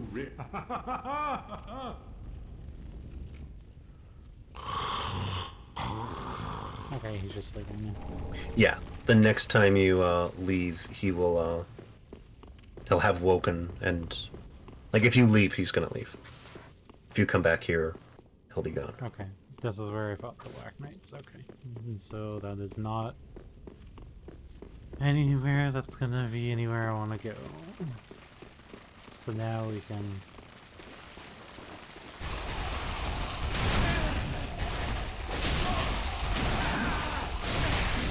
Mistakes were made. Mistakes were made.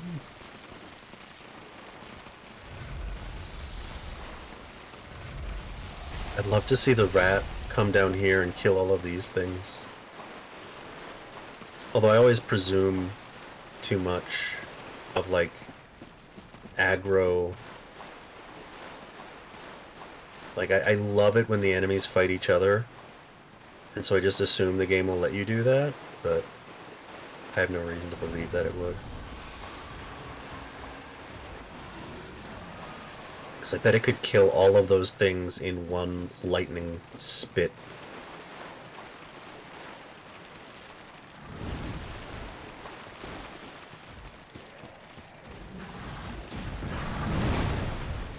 Yeah, that doesn't do damage. Ooh. Ooh. Okay. And the lightning rat runs away as soon as we get to the. Yeah. Just goes back to the bridge.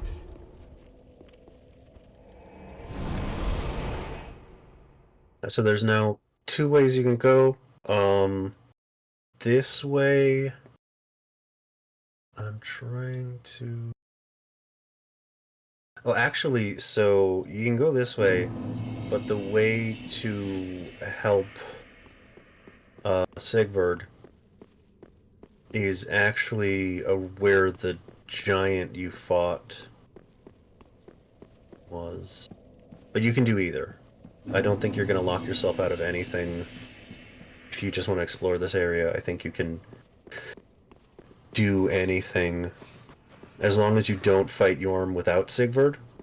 Because weirdly, what happens when you do that... Like, you can't... you can... Sigvard can be saved, but you can't, like... Basically, Sigvard will fight Yorm with you. He just said, I have a promise to keep. Which is fighting Yorm. Because Yorm has lost himself.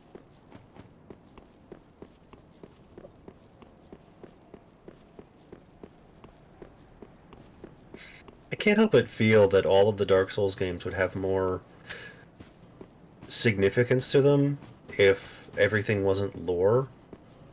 I feel like the promise he makes... Oh no, I have to sneeze.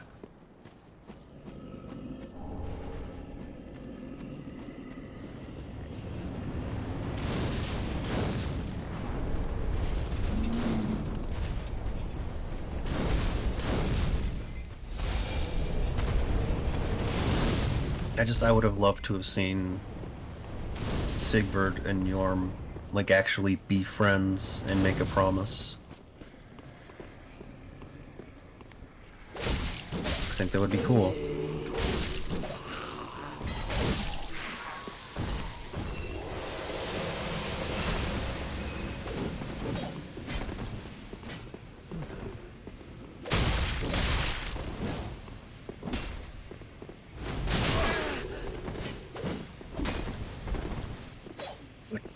God, the damage you do is phenomenal. Oh, he's dead. He's dead.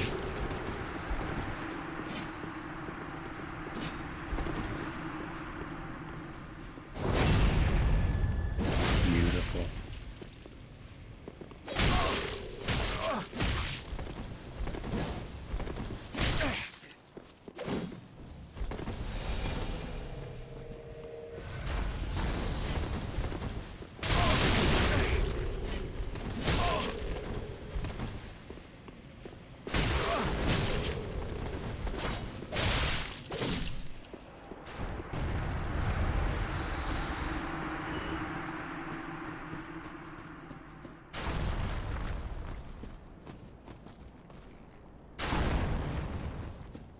How far did you get in Dark Souls 1? I quit pretty much right after I beat the gargoyles, Oh, okay. so not very far. Because I assumed the catacombs was the only way to go after that, and that like there, and then it was like, how the fuck do they expect you to go from that to fighting all of these skellies? Yeah, no, that's the thing. When they give you the key to the depths, they do not in any way tell you where the depths are, and it's a like how you would possibly find the one door on the other side of a drag. Like it's nonsense. I don't. People praise these games for like level design and stage design, and it's like, or area design, and it's like, okay, but consider this.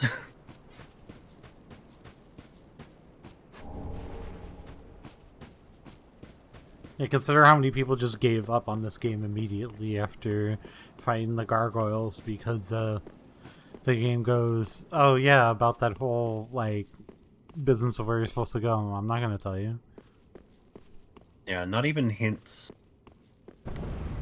It's ridiculous. Okay, this is like the shortest. This is like the most insignificant of shortcuts, but I'll take it.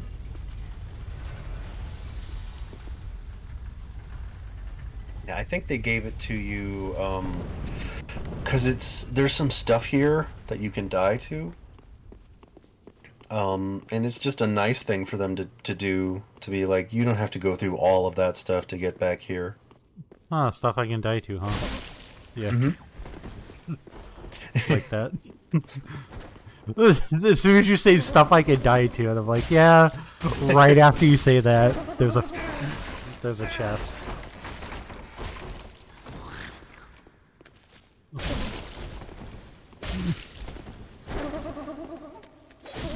I shouldn't even dodge, I should just slashed again. That thing would have died immediately. No. Okay. A weapon I probably won't use. Okay. A neat thing to see. I think you need magic to use that weapon properly.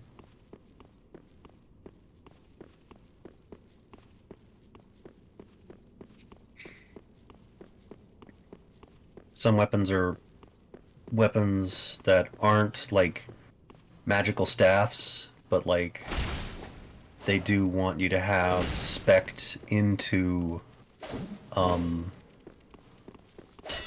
magic in some way.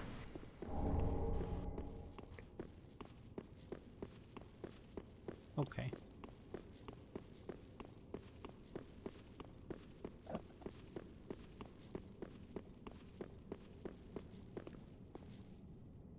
Oh, there's a whole nother door down there? We probably can't open it, I would assume.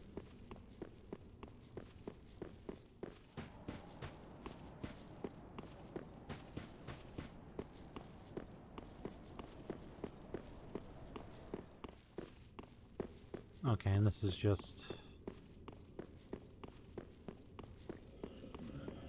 Oh god, more of these fuckers.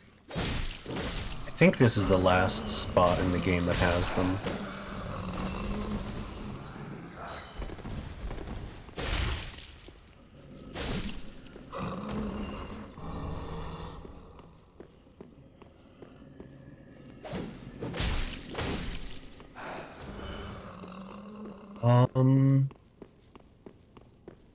At a certain point, not now, but at a certain point I will ask you to humor me. and go on a horrible, wretched adventure. For no other reason than it will amuse me. Actually, just right now, yeah, you see where you, right where you are, right where you were in that corner? Yeah. Um, Like, no, just, you were in, you walked up the steps and went in that room. oh, okay. You stepped into that corner, strike the leftmost wall in that corner. And whenever you feel like, go down there. You have 16,000 souls, so you might want to not do that right now. But whenever you feel like, just go down there. And prepare for one of the worst areas in the game. Is that a whole nother area that's like just hidden, but just hidden in this random ass wall after one of the bots? That's Well, it's just one area. It's not a. Oh god. Okay. Okay. If you had played Dark Souls 1, you would appreciate the reference of these assholes. It's the funniest way. It's the funniest callback possible, in my opinion.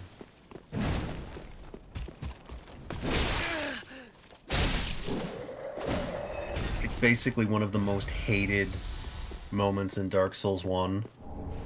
Yeah, I've heard about it. The Belfry Towers. I've seen many a streamer like just die to the Belfry archers in Orlando. Yeah. And they just sort of like, hey, remember this? the foreshadowing to foreshadow in this way is so funny.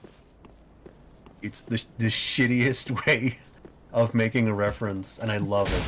I love that instead of being like fan servicey or like hinting with subtlety, it's like, hey, remember this thing? And then the knights, and you're like, oh god, no! Not again, Dark Souls, please.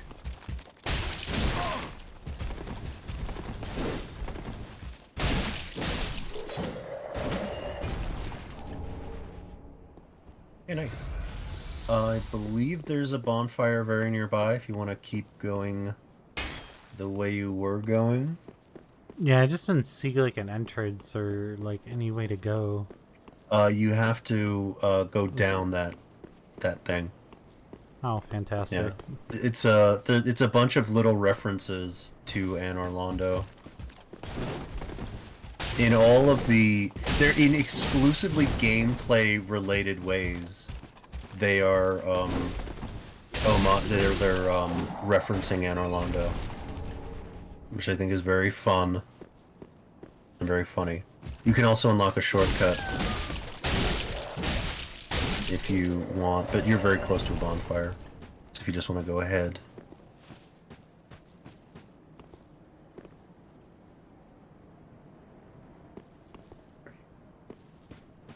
Down the, I don't know what it's called, the not pillar thing is the shortcut, and to your right, no, where you are now, yeah, up here.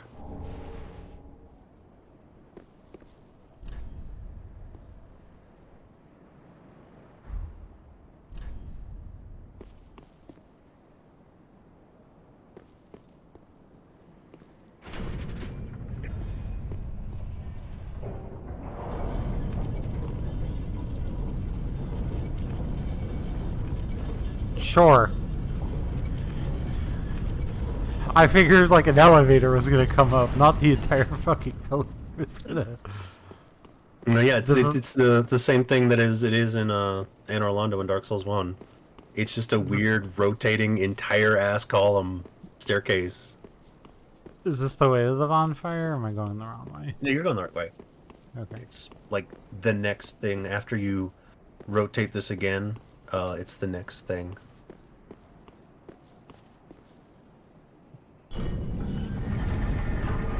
I have to say this for no other reason than my own amusement. Get rotated, idiot.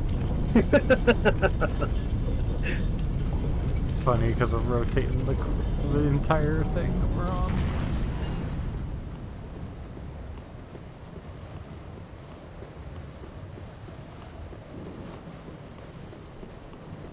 Okay, we started at a castle and now we're actually in Orlando now. Oh no, that's very scary. Something died and I don't know what. You just got like 200 souls. Somehow. Ooh, there was a gold summon sign there. That's probably someone looking to fight the boss with you.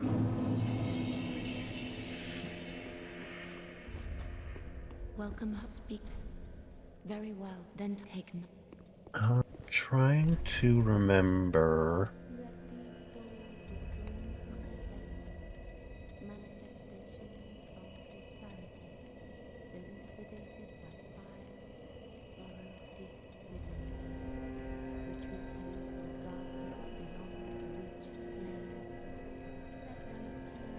Let them assume Orb.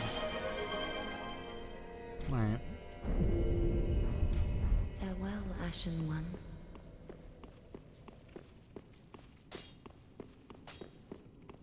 Just wasn't.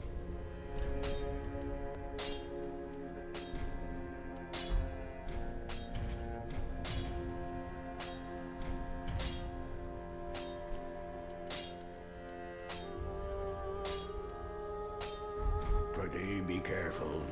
I don't. Okay.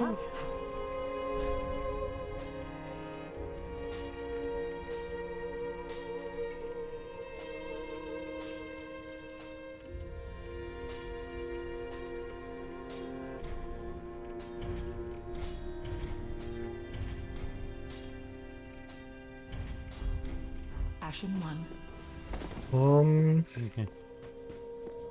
I don't think I have any advice. At this point, you can either go through Anne Orlando, or the whatever profaned capital.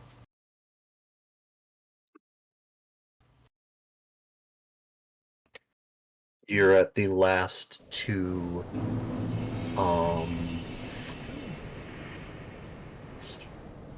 What are they called? Zones? And well, the keepers of the fire. You're one of them. Lords of Cinder? Lords of Sin. Thank you.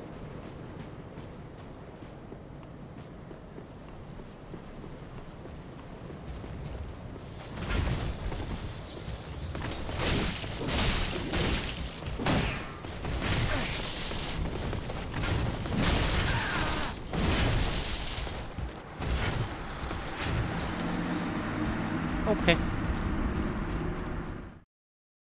I should have killed the first one faster. Understood. It's a pretty tough encounter. There is Although it's a good place to grind.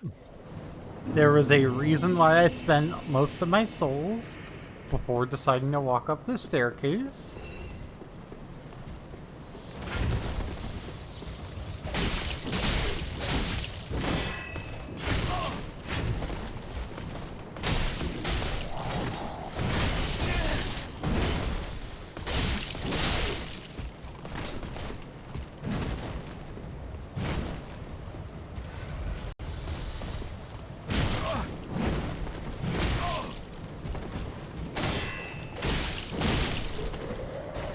Well, I love trying to roll and then I roll into them and then they get to hit me for free because I rolled into them.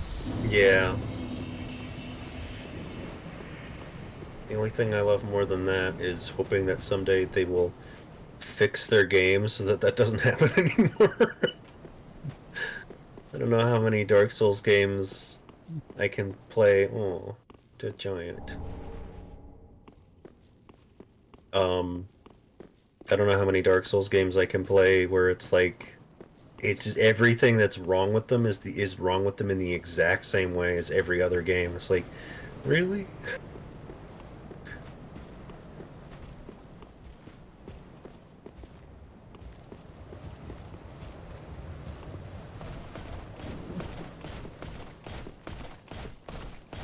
That seems like a very brave place for you to stand.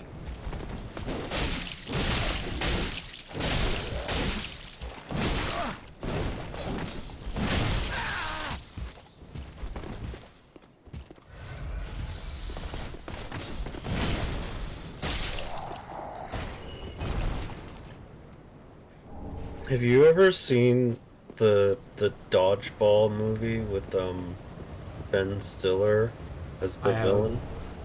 I have. For some reason, ever since I've watched that movie, the phrase "Old move, Cotton. We'll see how it plays out for him" has been stuck in my head forever. And I just, in my brain keeps saying "Bold move, Cotton," and I'm like, no one will know what that is. Don't say it. No one will know what that reference is. But my brain has made it to me for most of a decade now. Okay, am I yellow or... Okay. Apparently it doesn't matter. Understood. You know what, let's... So we have to completely finish Sigvard's quest to do... to have him fight Yorm with us, right? Mm-hmm. Okay, so You're very close to being done with that, though. So these Dark Knights are not... These Knights are not very scary anymore, so... Yeah, you do horrifying, obscene, grotesque amounts of damage, and I love it for you.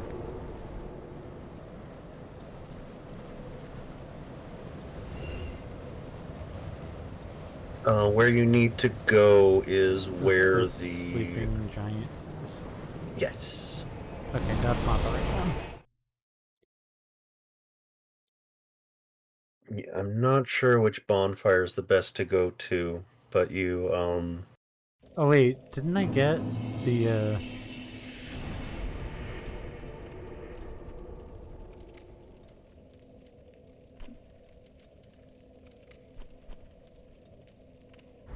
think it was... Oh, that's the only one.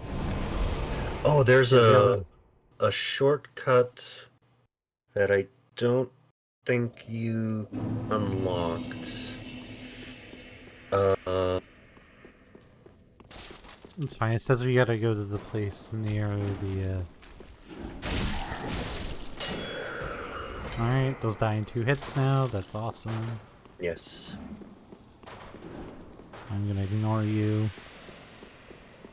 I usually do quality builds, because they let me play with all the toys, except for the magic toys. But the magic toys aren't super interesting to me. Spells are just so slow. I don't want to stand around and wait forever.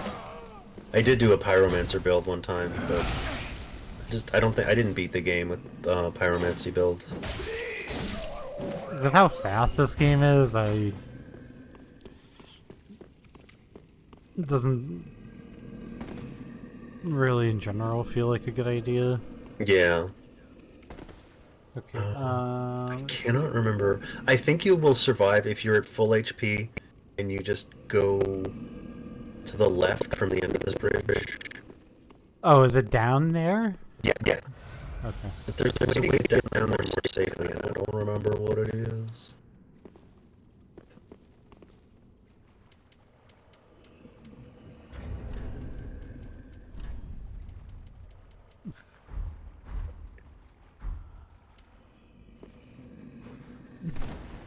The answer is don't be chicken. Use an ember after.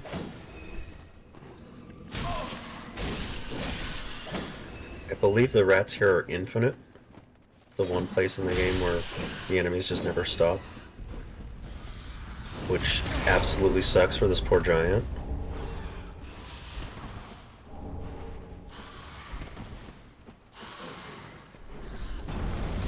Oh god, oh god, oh god, oh god.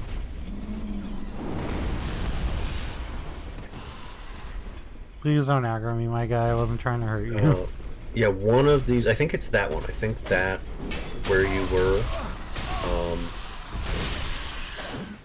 is a shortcut. If you right behind you, yeah. If you go up this elevator, it will lead you to a door that leads you right to the bonfire, and that's it. There's... Ugh. Is it really... It's a weird entire optional thing that will get you... Oh, this is the same one. Okay. Mm-hmm. Okay. Yeah, this is a, like, circuitous area, but it's not very big. I think it's just straight across to the next doorway. Okay. So it's saying here I don't actually find him. I just need the old cell key. Okay. So I'm done. So I already did that when I got the place with Dominic and the Basilisks, apparently. So now I just need to make progress into the Profane Capital in order to find him. It says.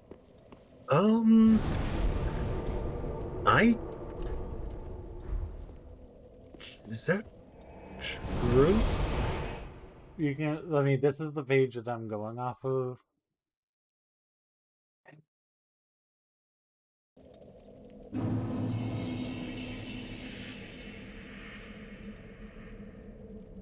Oh, you can find him locked up there, but you don't need to talk to him. But I can still talk to him.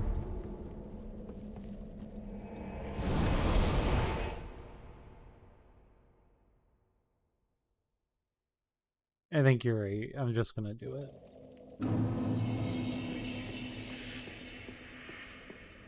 I think I confused myself by what the paragraph was saying. No, you're right. That's I conflated. So then where's? Yeah, could you go through? Yeah, like straight. Like you can talk to him before. It's hard to talk to him because this happens. You can go.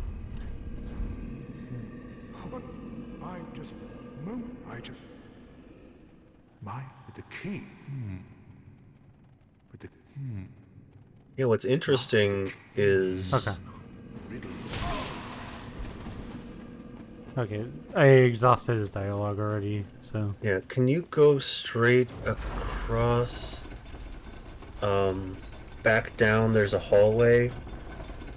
I need... just for my curiosity, because I feel like my brain is telling me that that area leads to a place that I don't believe it actually does. So I'm trying to remember where it does lead to. I was literally going up here for a free heal. I think... I figured taking the free heal. I figured taking the free heal. Yeah, no reason not to. I believe what's there is to the left, you said? Just straight across. Yeah, that hallway. Maybe this is the way I'm supposed to come in. Or no, it's not. Listen. This isn't gonna end well for you guys.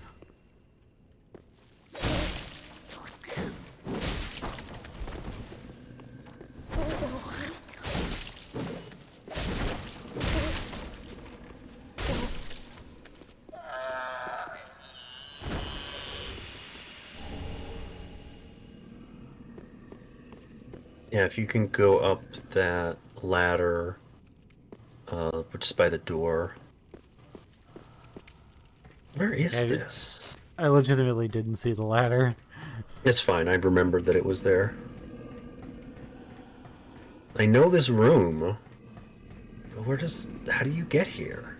This feels like this is supposed to be the intended route to get to the anything. Okay.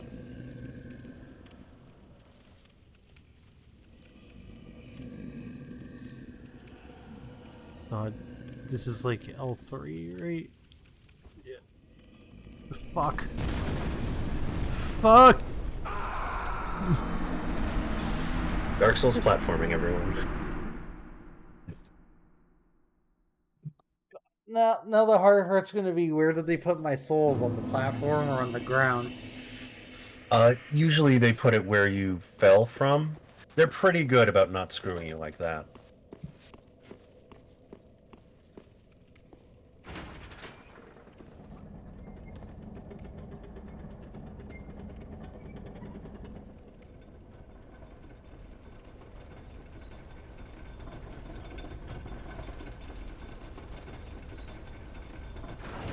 Yeah, so I don't think you actually... Yeah, my brain conflated the fact that he is trapped where he is, because you need to get through a swamp to get to where he is. I mean, it makes logical sense what's happening in the world. You go to the profaned capital, like, you leave this dungeon area, you go to the profaned capital, and you go to a swamp which is below everything. And then you go back up, which apparently connects to this from the other side, but it's like... The geometry of that doesn't make logical sense, yeah. Yeah, you can't, because you can't... You can see him, but you can't do anything. Yeah, that's one of the ways that these games have always been pretty decent, is like, they know you died to some bullshit, and they know that you, either don't want to or can't make your way back. Oh, And so... are you literally supposed to just, like, go through the... Yeah, so that was apparently,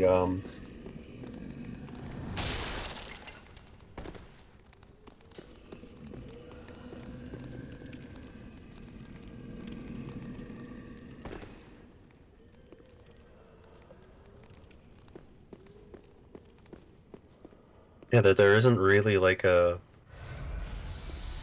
smart or safe way to get down there.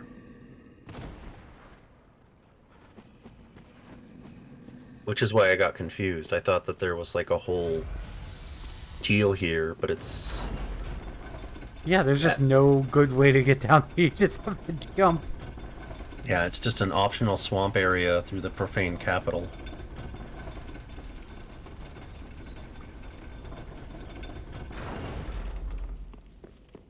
Okay, well, that means we can make some progress.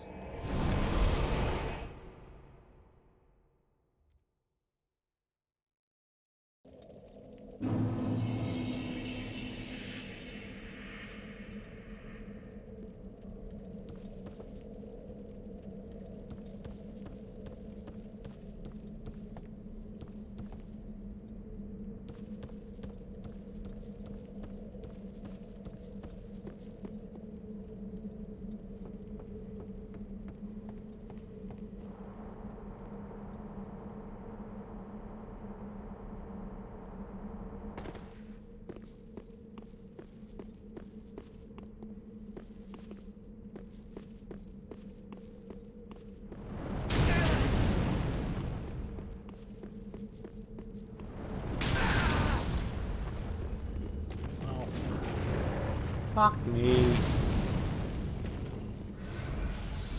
This area just, like, intensely sucks. And also I think the swamp is the other direction?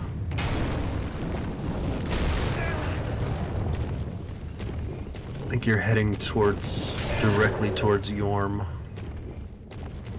Fall, you jerk.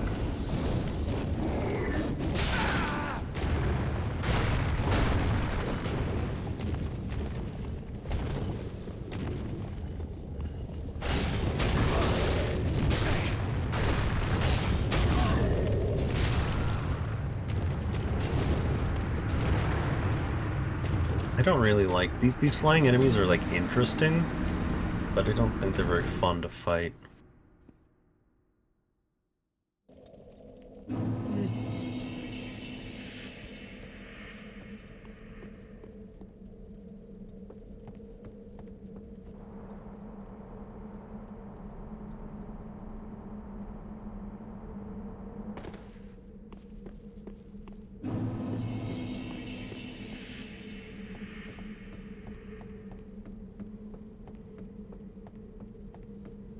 I legitimately can't even tell. Oh, those are actual enemies. I thought those were statues down there. I was like, I couldn't even tell what was hitting me with the fire. Yeah. I could tell because when I got far enough away from them, they just disappeared. And I was like, yeah, okay.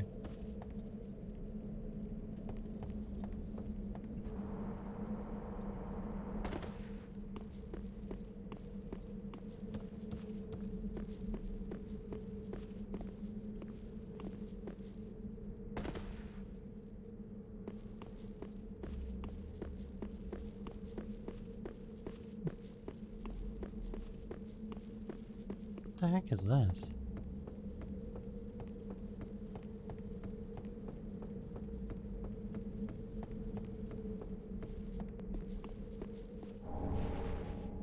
Oh, okay.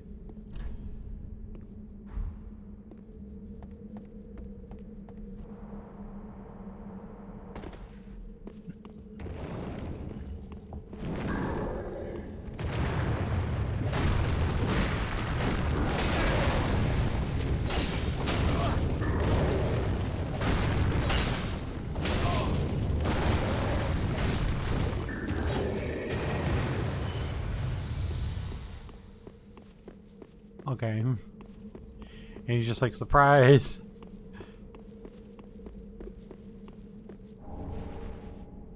Oh, nice drop. I mean, you won't use it, but it is cool that you got the rare drop.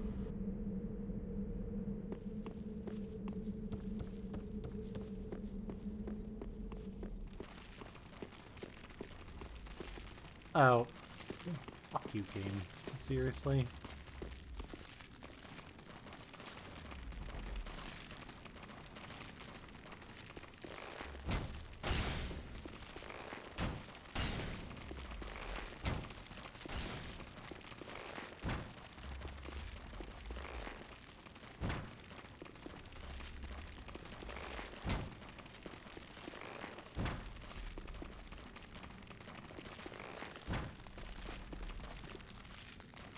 Sick. Oh, I forgot about this area. My headset just died, so if you popped off to that, I didn't hear it. Bear with me a second.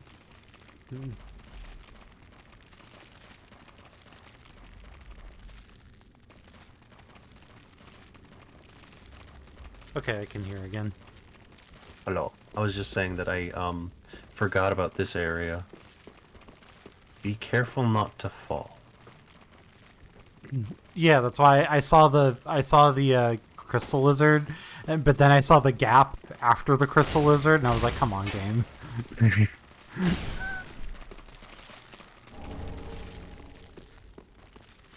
I don't like the sound. Oh, okay. This is just another way to get over here. Okay.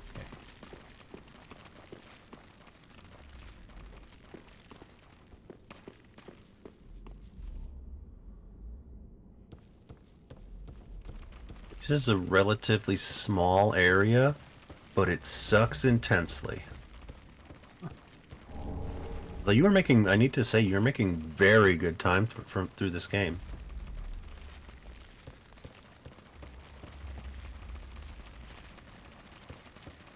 Oh god, it's more of these motherfuckers. Yeah. They're fine. The problem is that it's toxic. Not poison. So like if Is that the way I need to go? Like up there? Mm-hmm. Yeah.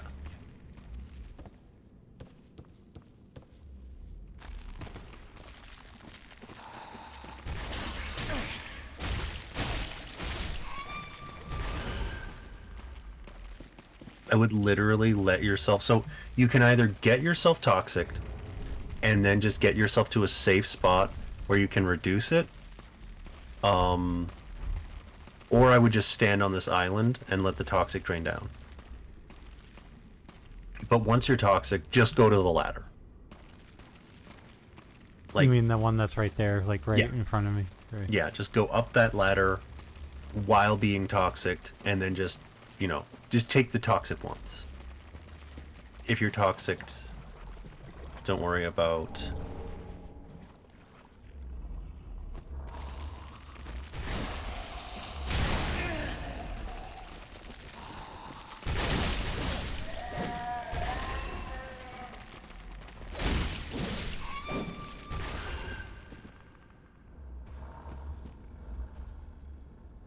It doesn't look like there's any other items over here. Alright, you're good. So there's more stuff to do, but I think it's worth it to just head right there. Funny, if you complete his storyline, you will get a Titanite slab way before you can use it. I mean, I can technically use it now if I get 2 of them, I think. No, slabs are what you need to take a +9 weapon to a +10 weapon. Oh, then it must be something else that I need. Yeah, you'll Okay, need a I'm gonna bunch of assume chunks. I assume I cannot backstab you. What the fuck is that? Oh my god. Yeah. Wow, you kill so fast. Dang. You do so much damage.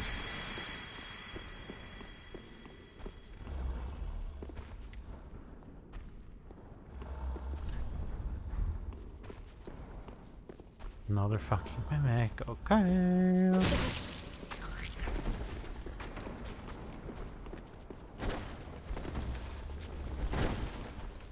No good chests. All straps.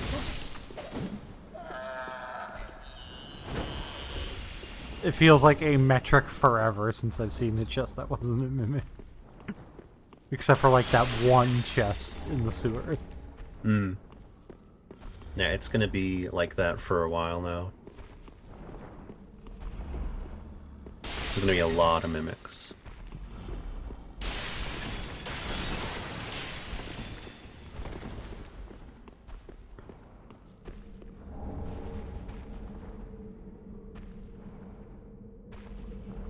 I don't know if that's the right way. No, that's where you fought. Well, that's where you got the flame hammer, gargoyle flame hammer drop. You need to go above this building. Okay, so I guess I look back outside to see if there's like Yeah. another ladder. I mean, you'd be using a guide if I didn't tell you what to do, right?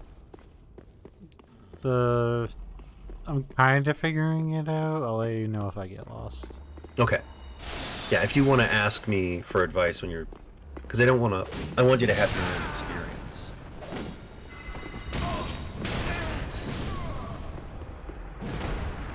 Like, if I had warned you about how this guy sucks, you might not have died to him, and then realized for yourself that this guy sucks. That's true enough. At least it's not that far. It doesn't seem like it's that far away, so it should be... No, it's not. The only thing is that you have to go through the swamp again. But, It's fine. I didn't get poison. I didn't get toxic as long Yeah. as I'm careful. And there's no item so that I care about over there, so it doesn't matter. I am gonna probably try to run away from our little gargoyle friend though, if I possibly can, because fuck that guy.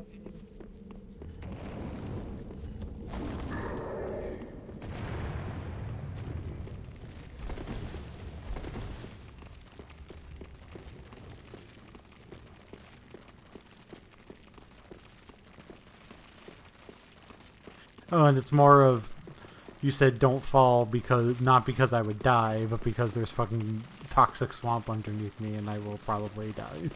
yeah. To that plus the enemies. Mhm. Yeah, there's, where you landed on the, like where you were fighting the weird, spider swamp corpses, Yeah. there's a little, like, cave, like, right where you're looking under the bridge. So, like, you have to fight more of them, but you don't get the land that you can stand on here. So you will be toxic while you fight them, and it sucks. But it's fine, because I think this is the only area in the game where you get toxic. It's just one quick little horribly toxic swamp. This is just as a fuck you as you go. On the way out.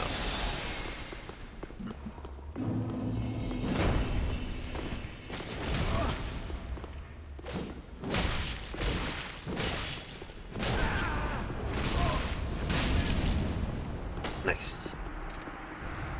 I was literally mashing R1 with my life for my life there. Not a bad choice. I mean, once you've made a choice, might as well stick with it. It's like, you know, and given the 'cause situation, I I, was would have like- done the same thing. Because I was like, he's one hit away. I just need to hit him once, and he's just gonna be dead, and I don't have to deal with him. So what you need to do to save Sigvard is weird. Is save Sigvard is weird.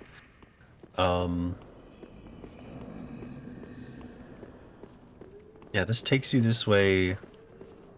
Is this where you get the key? Okay. Just be careful in this area. It's a spooky area.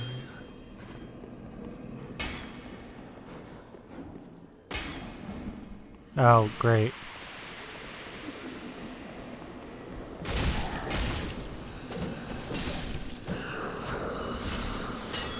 I think that one doesn't see you. You can...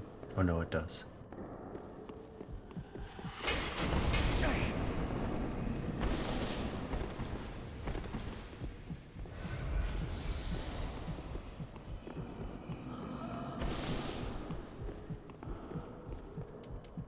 Fuck.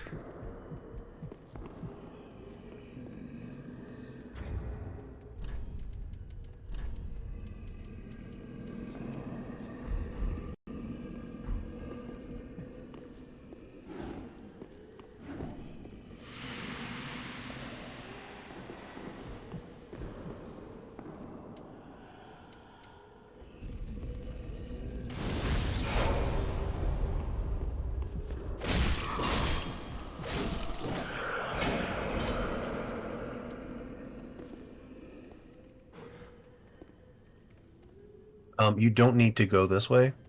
The way you need to go is weird. Head back to the staircase you came up. And down the staircase.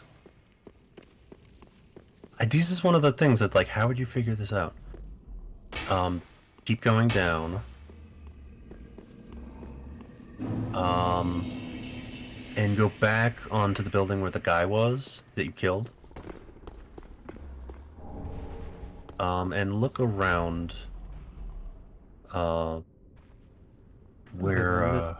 Is it in this building? no, you can get that item if you want, but that's not how you get there. That'll just take you to the hand baby.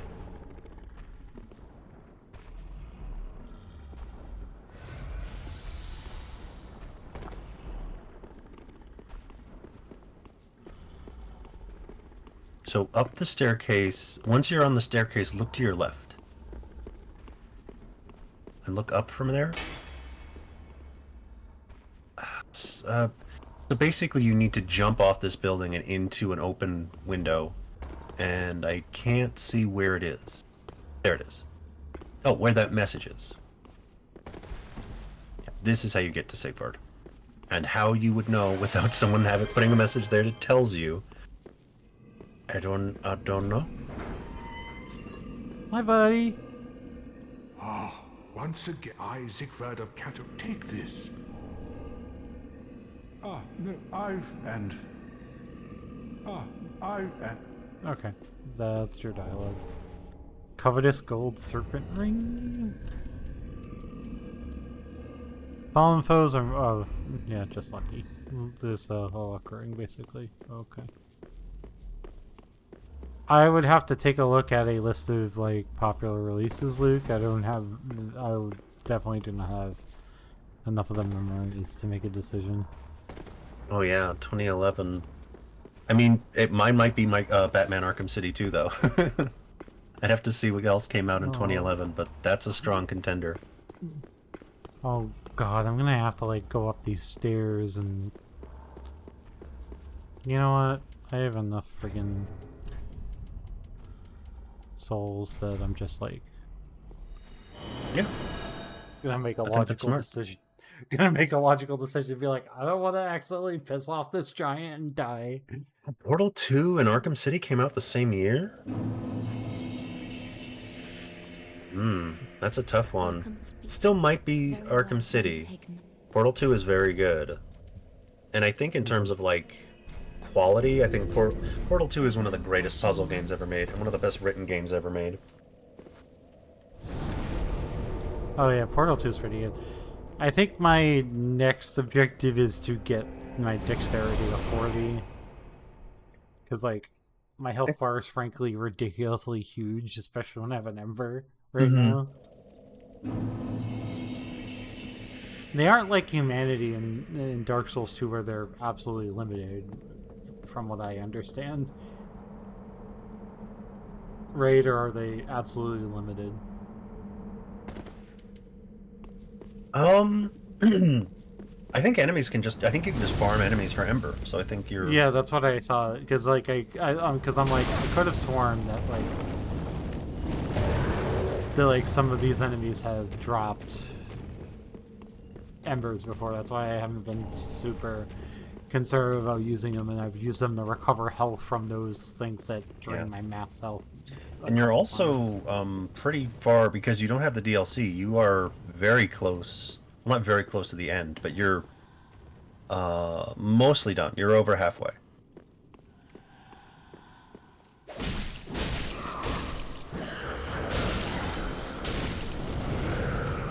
It depends on, like... Because you don't have the DLC, I'd say the only, like, miserably tough boss is Nameless King. He's the only one that's like, oh god, Dark Souls. I think you shouldn't have too much trouble with really anyone. Oh, do you know the Yorm gimmick, right? I know there's a sword in his chamber that like absolutely fucking wrecks him. Yes, it's basically, I mean, you can kill him without it, but you're supposed to kill him with it. But like, I legitimately don't know if I'm actually able to handle it because like my strength is like 10, and I assume there's some requirement to be able to actually wield it and do what you're supposed to do with it. That would suck if that's true. Let me look that up. Or, like, my other assumption would be maybe that's part of the reason you bring Sigvard with you is so that he can do it for you? That's also true. But that... I don't know, I don't know that for any sort of certainty, I just kind of assumed that. No stat requirements for the weapon. Okay. So you can, it's at the end of the room. So if you, you can either protect Sigvard and, like, you can either, like, abandon him and break to the end of the room, or you can stick with him until the fight sort of leads to the end of the room. Either way. Because you're going to be doing a ton of damage. If you wait for Sigvard to do his thing, you're going to do a ton of damage when he actually gets Yorm knocked down. Oh, it's like literally right here. Mm-hmm. This is a very small area.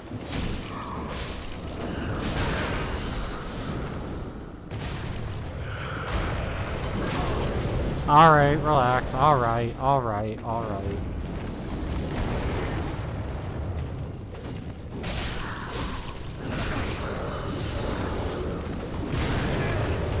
This area makes me wonder if, like, there was supposed to be more. Because, like, the Anor Londo area is quite small. This is, like, very small. I feel like they might have wanted to put more to these areas. I don't know.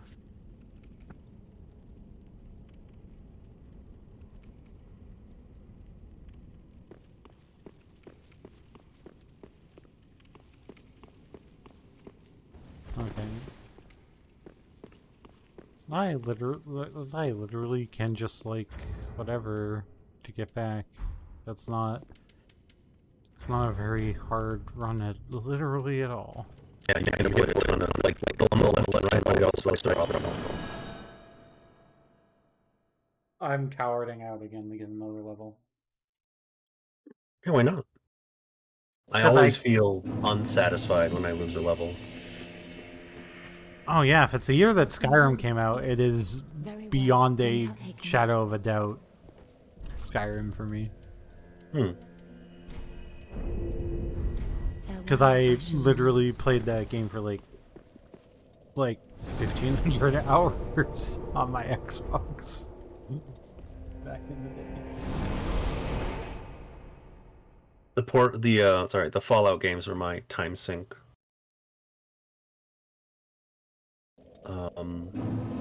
Still might have. I'm a huge Batman fan, and Arkham City was just absolutely my jam. I played Arkham Asylum, but never played any of the other ones. But recently, WB had a bundle on Humble Bundle, which was like a bunch of their games for like $15, and that included both Shadow of War games, all like 4 Batman games, and like a bunch of other stuff.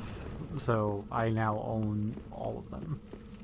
I So, like- I don't think this is a hot take to say.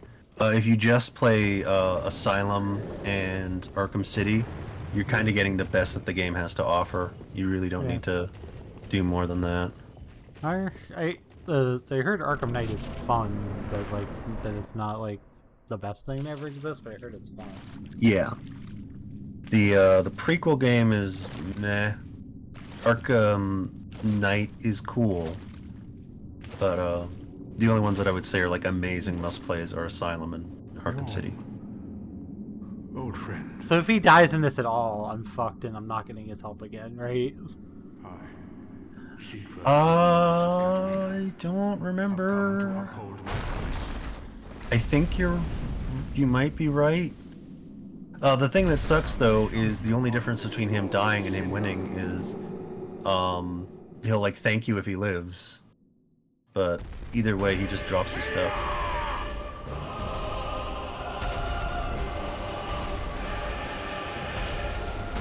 If you can aggro him to you, yeah, that's the Storm Ruler.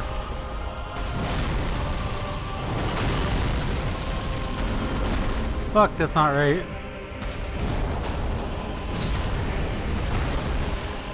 You have to enter two-handed, and then I think it's his weapon art. So like, two-hand the weapon and then use L1.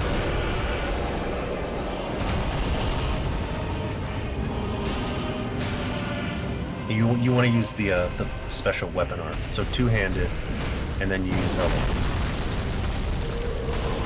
And then once that charges.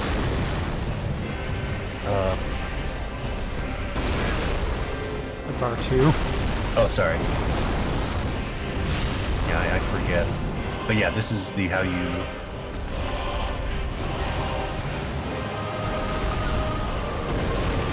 And now you can just use it. I forget how.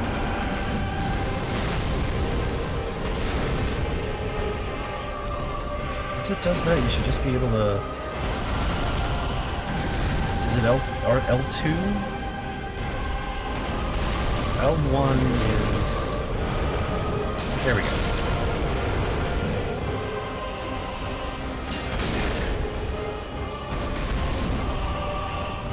Oh my god, I think Yorm pushed him out of the arena. If it did, he probably just survived the fight then. That's fine. I think as long as he's alive, he'll come back. I think the only outcome that get him dead is he dies, you live.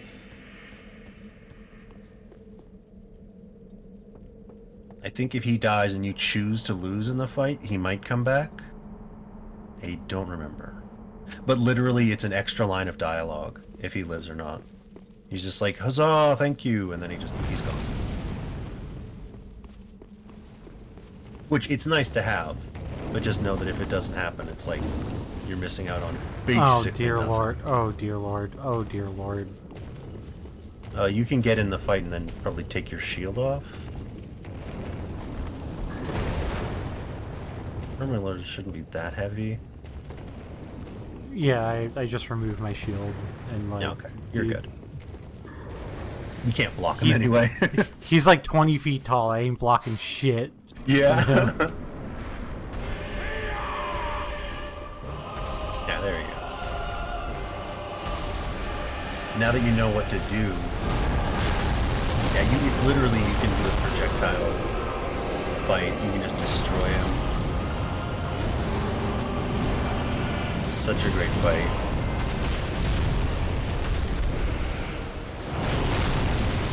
It makes me so happy that that Onion Knight gets. I literally need my entire fucking stamina bar. Yeah. I forgot about that. I think that's why it wasn't happening. Just because I was charging it again immediately.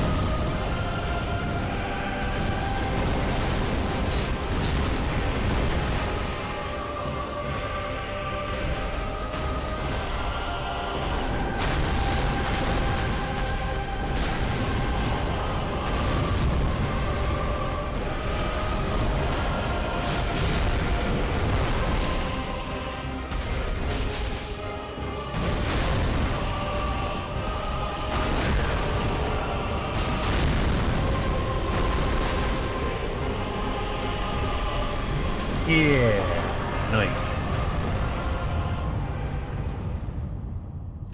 Oh, and the other thing is, if you beat this fight second, the way that I'll let you do this first. It seems I am in your debt once again. That was like the easiest fight in this game. I have not kept my promise without Yeah, you. it's That was- very easy without him, but together it's For the a easiest final fight. toast. To your valor. But it's cool though. You save this guy, and he shows up, and the power of friendship. You destroy him. Because it is a gimmick fight, ultimately. Yeah, like I can't imagine that's hard without him with the Storm Ruler. You just have to be very careful. But that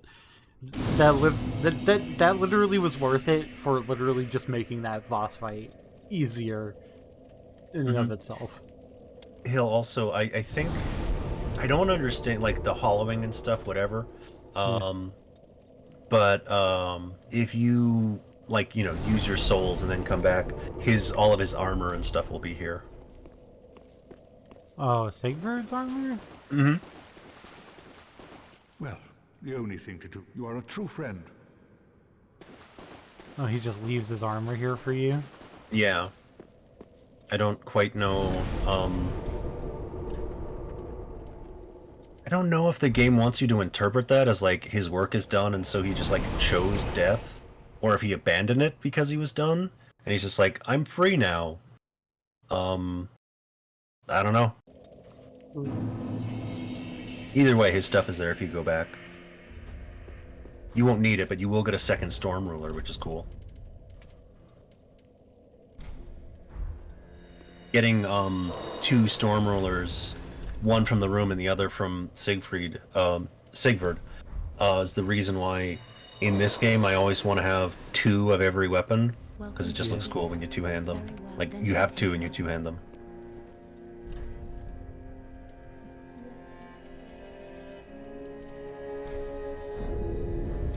Farewell, Ashen One.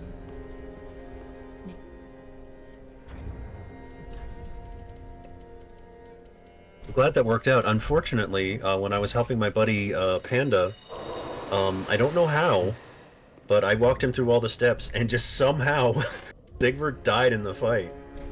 Just bad RNG.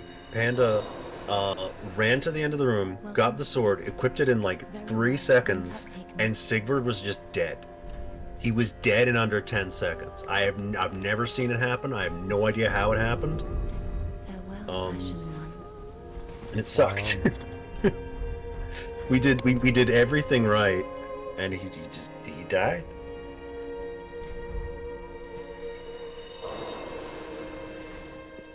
It should Welcome, be Sp- enough for Very well, a then fourth Tut level. Hagen. Nope, just barely. Farewell, Ashen One. I wish you could access items in that screen. Yeah, it's a little annoying. Welcome. Very well. Now this then game take does let you see, like the third one will let you see how many souls you need to level up on your character status sheet Hello, Ashen One. screen. Yeah, but I'm already looking at the Yeah, other exactly. thing, so like Hmm. I just wanted to get to 40 dexterity before I did anything else. I think I'm gonna do more I think I'm gonna do more endurance.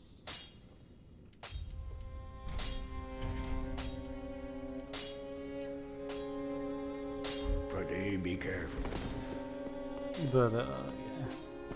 Oh, and it... Oh, well, GG's again. Yeah, after this, there's only two things.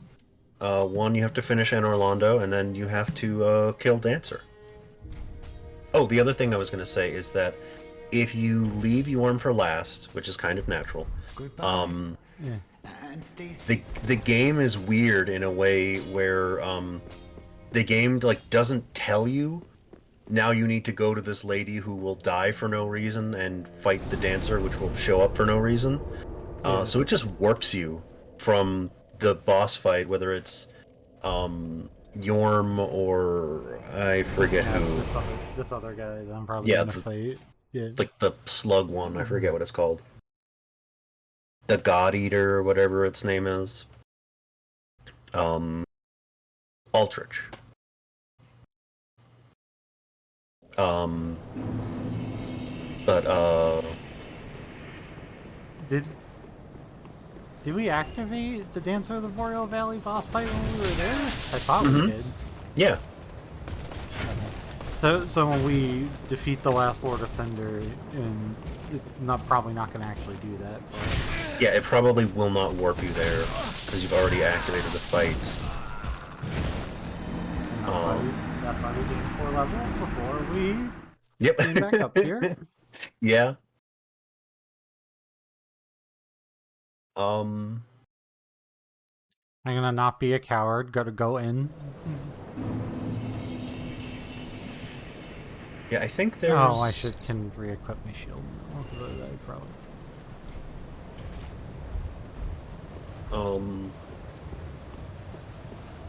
Yeah, I think all the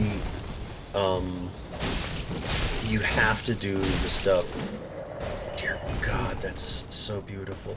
Yeah, now that I figured out the two-handed moveset, I'm just like, I figured I must have been doing like I wasn't sure if I was doing something wrong. It was like, this doesn't seem that good. I don't know why I kept saying the moveset's really good, because it was like it just seems kind of bad. It was like I'd have to like go like this and then this and then this, and it was like it doesn't seem very good. And then like no, the start of the session, I just started pressing just L1, and it's working out way better. And I'm like, oh, okay, this is what I was supposed to do the whole time. It was a me problem, not a game problem. Yeah, I never do anything other than quality builds, so I couldn't give you any advice there. Yeah, no, it's fine. And also I'm used to not being like super dangerous in terms of damage. Quality build damage is fine, but this weapon with the dex build is like I've never seen damage like this. I'm usually just like give me a longer reaching weapon and let me like I just prefer playing mid-range. I am probably gonna have to do some stupid bullshit to get in here, aren't I? Not really, you just have to go up the staircase where the giant is dead. No, I thought this. I'm stupid. I thought the staircase was destroyed. I mean, it kind of is. No, I looked at it and I was like, "Oh, that's a destroyed staircase. I gotta find another way to go." Like I would have already went up here if I realized it wasn't working. I literally would have been up here already if I realized it was a working staircase. You can Be weary of up. Yeah. Okay. I don't think you can actually fight that from here. Well, that'd be interesting.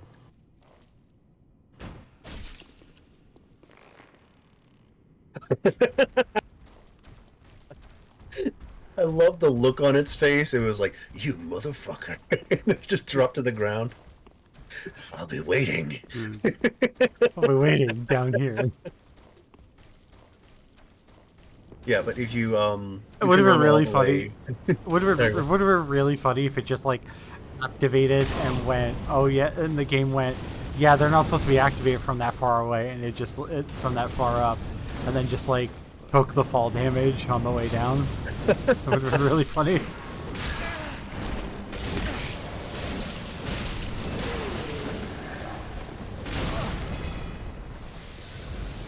So you can open up the door at the end of the hallway if you want.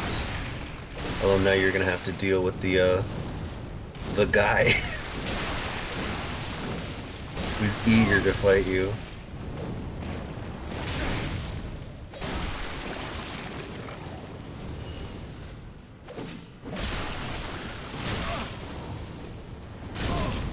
God damn it.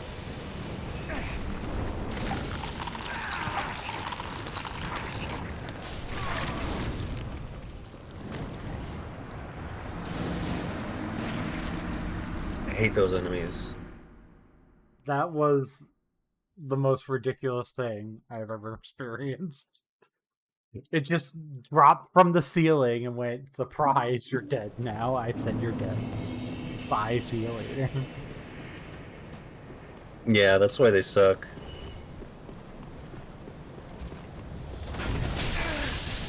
Okay.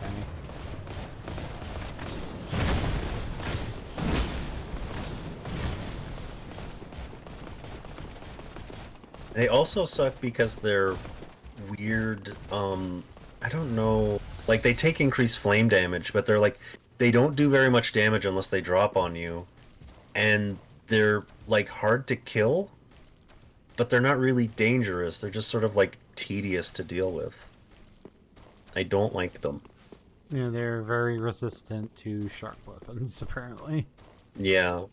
I think they're resistant to like everything but fire. And even fire they don't take huge damage from. They're just like, they're not very dangerous, and also they have a lot of health.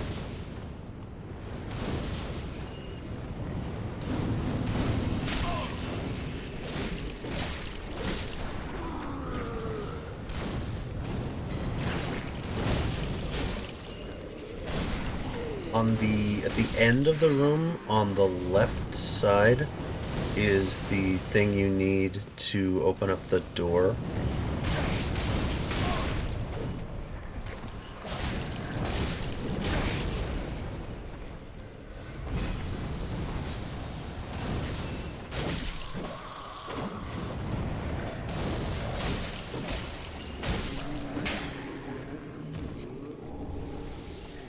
So if God, you just...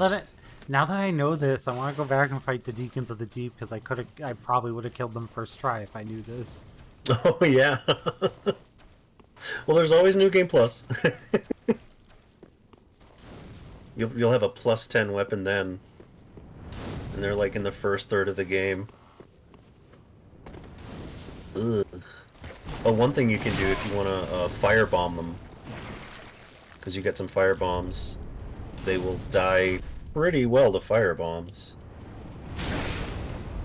Fucking those fucking Deacons, fucking.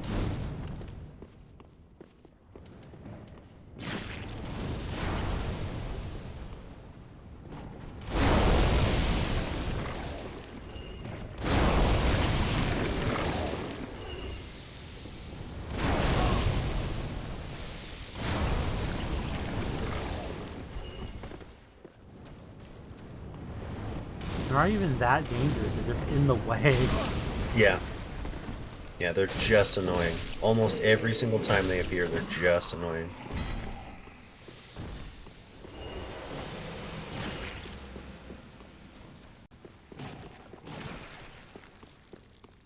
You want to stick to the left side of the room, because the handle is there. And I think if you just right under the door, the thing might just drop on you.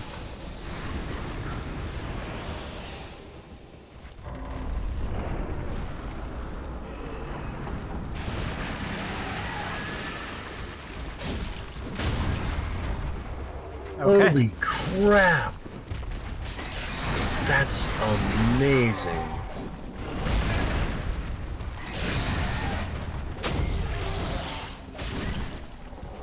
It must be really weak to bleed. It do so much damage. It's so beautiful.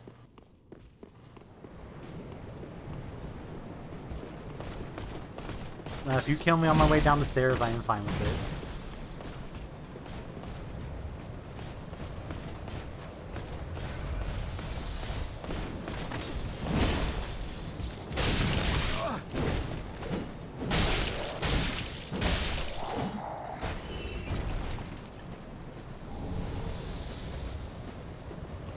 I know you probably don't want to change your equipment because you probably have to increase your...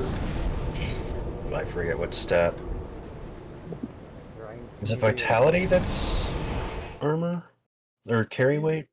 It's either strength or endurance or something. I don't remember. Well, that's in Dark Souls 1. I think vitality is... Carry weight is a stat Welcome, host. in this game. Very well, then take Just making it, I think endurance Ashen one. was your carry weight in Dark Souls 1.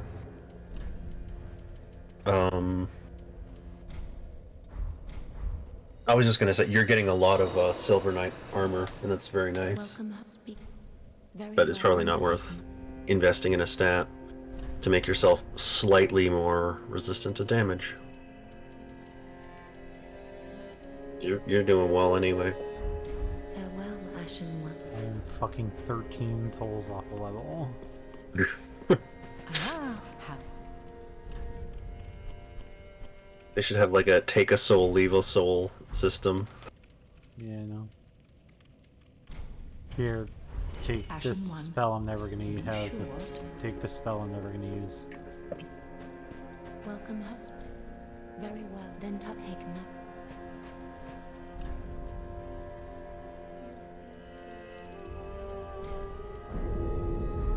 Farewell, Ashen one.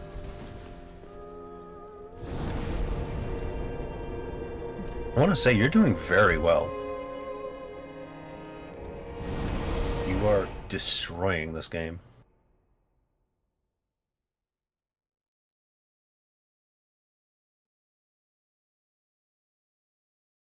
Out of curiosity, I did look. There's I figured out there's 2 DLCs for this, and together they're $25. And I'm like, that's like just enough money for me to be like, well, I don't know if I really want to buy that or not. Fig Leaf, I will literally buy them for you if you want them. Just to watch you play them. I was considering getting it. Yeah, if you're on the fence, I'll buy them for you. I don't think I can buy them for you on PS5, so I'll just donate you the money.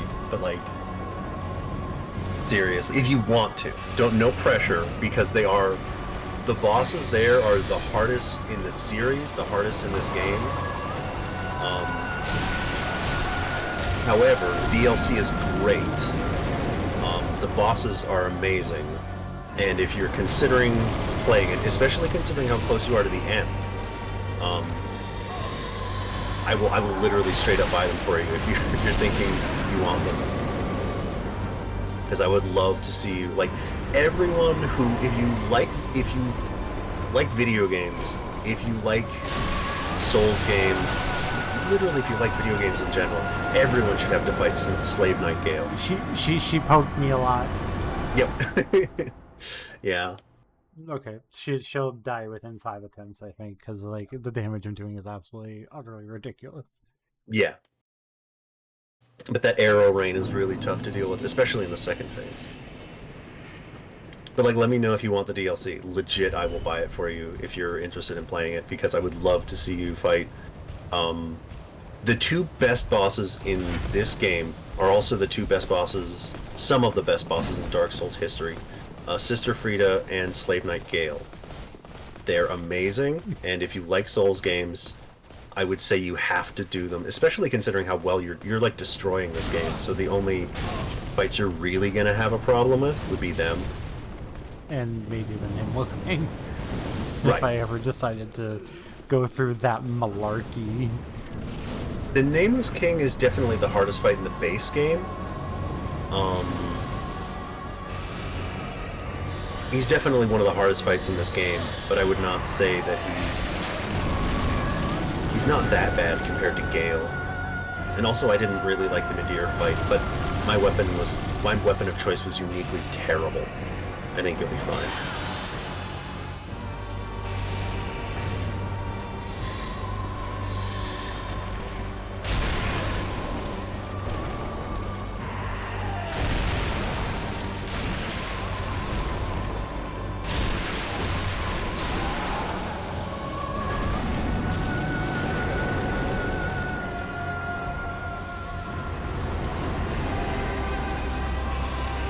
Oh, wow, you're already in the second phase.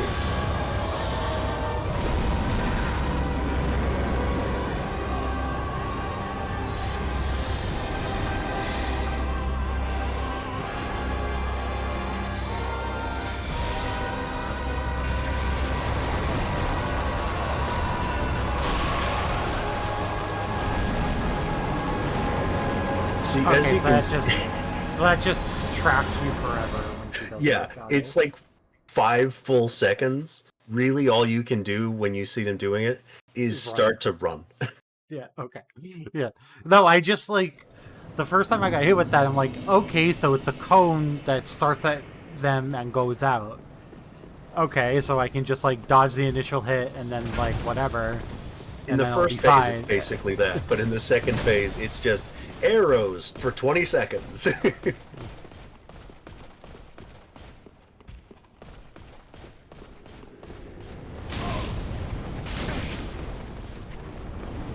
That's really the only thing in this fight where it's like, really? Sometimes their attacks are like a little, it's like, really? I got hit by that? But the arrow thing is like, Jiminy Christmas.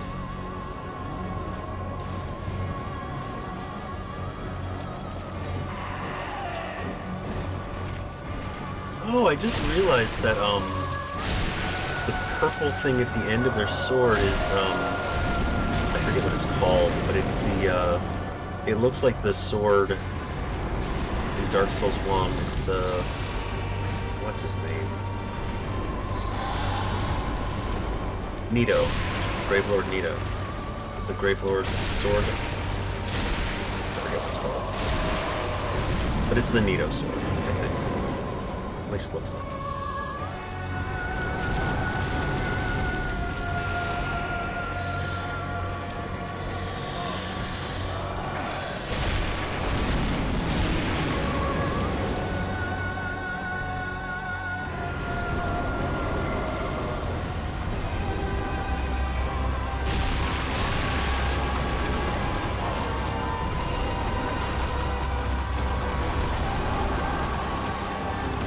Yeah, the arrows are so terrible that the best way to deal with them, because you can see how often, like, a lot of the time it will the enemy will spawn across from you. Like, Yeah. it won't spawn on top of you to just let you have some extra hits. It'll spawn away from you. It's sometimes good to, like, wait and see if it's going to do the arrow thing, because you want as much distance as you can get. The arrows are BS.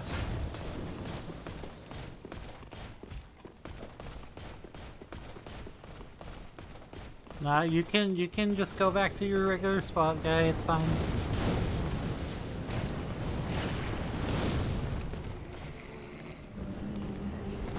We're cool. If they had chased you all the way, I would have been astonished.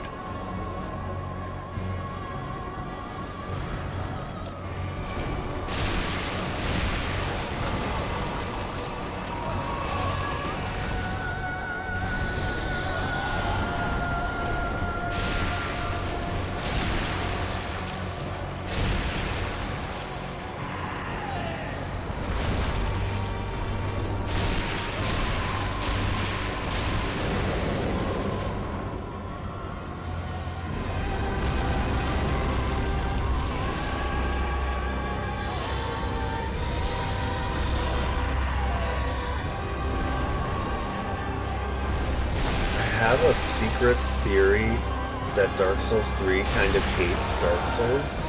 Because that's the arrows. No, it's like, okay, Everyone, sorry. I lied. I tell a lie.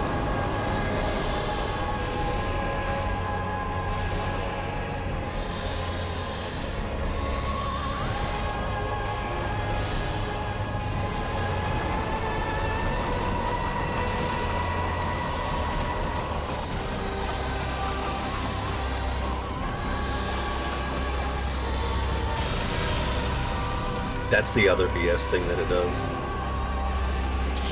Huge hitbox on that. It's very hard to react to.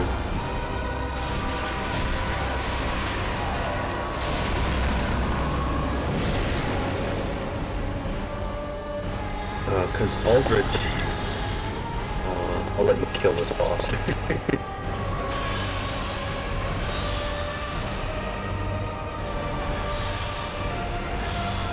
Fuck! Oh. That was tricky! I didn't... It shot 4 in a row.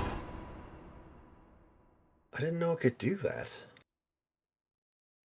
It literally did shoot 4 of those beams in a row. Yeah.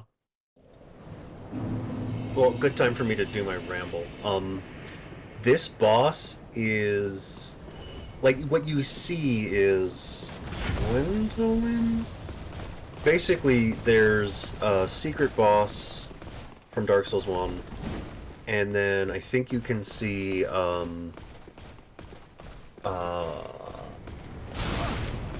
Nito's sword. It's basically Aldrich Devourer of Gods is just that. It's been eating people. Dark Souls 1 bosses. And the thing about that is, like, Anor Londo, this is like a reference to all these things, and you would think that in this room, they would maybe have, like, a reference to the fight that everyone loved that happened in this room. But instead, you see this horrible abomination that is the corpses of Dark Souls 1 bosses masquerading, it's just like, it's the least possible loving reference to Dark Souls 1. And I can't help but feel that Dark Souls 3 is just us, as a game, it's about how Dark Souls needs to die as a franchise. And I don't think I'm the first person to have said that, but just like... Definitely not. I think It's that's really- a fairly, I think it's a fairly agreed upon, like, modus operandi. Which, it bugs me so much that people are like, Dark Souls 3 is like bland or soulless or whatever. It's like, Dark Souls 3 is a game about how they want the franchise to end very explicitly. That's the most, like... It's like, they ended the franchise by saying, fuck this franchise, we're moving on. I love that. How can you not love that? How do you not see what there is to love about that? That's amazing. It's such a bold... Yeah, it's like, to literally, like, throwing it in the trash. Not as, like, you know, this thing sucks, but just as, like, we need to move on. We're done. We finished and it's done.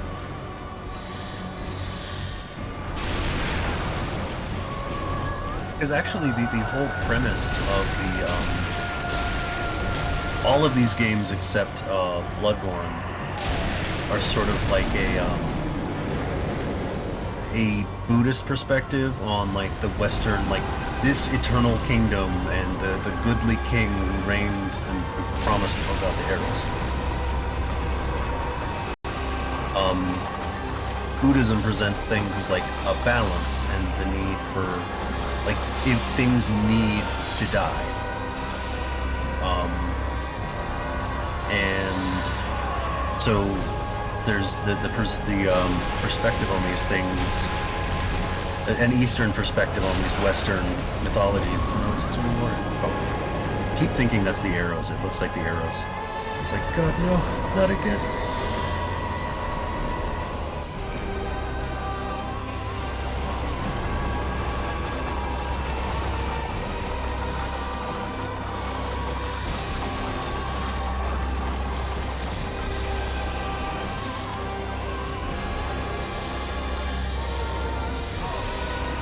perspective that Dark Souls needs to die is, I think, an interesting one and a healthy one, and also a creatively fruitful one.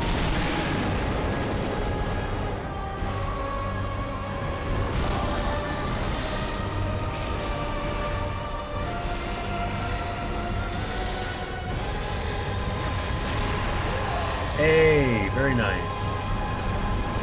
I don't know if that was within 5, but that definitely was within 10. I think it was within 5. Oh, it does warp you. Huh. Unkindled one. Yeah, you can see it just... Wait! You killed her! The fire What? flames and awaits its one. What? Is she gonna be alive in the cutscene? What's gonna happen? Prince Lothric is in your hands.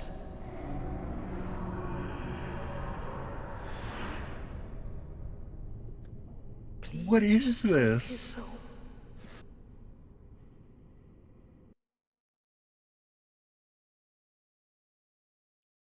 It literally brings me straight into the Dancer of Boreal Valley. I think it fight. doesn't put you in the room. I think it puts you right in front of the room. Just in case something like this would happen. So you can just go behind you. That would be a and- massive fuck you. Like, Yeah, no, it puts you right in front of it. Which is still not great, because you have 50,000 souls, and you have several knights between you. Okay. coward strat. Coward strat. I mean, you got 2 levels. I completely agree with it. That's what I would do. I have all these homeward bones. I'm not going to get used otherwise, so might as well. Yeah, that's wise. That's the pro gamer strat. Pro coward strat, pro gamer strat. I know I'm going to need like 60k souls to hit 2 levels, so... Welcome. That was more than I thought it was, but... Very well, then take note.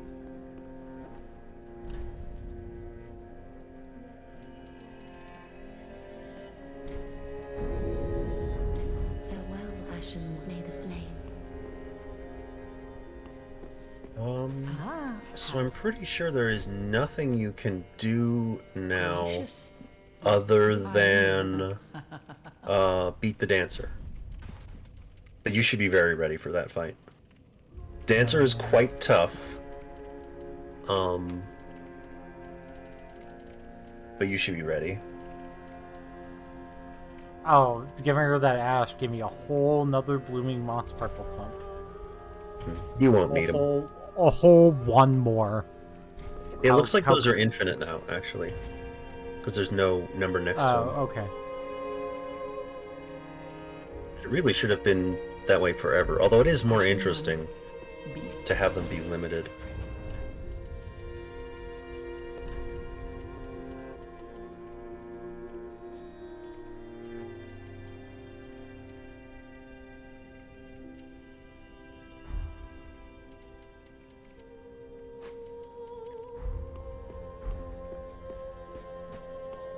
Okay. I'm gonna warp to... Vort. Get a quick bathroom break in and...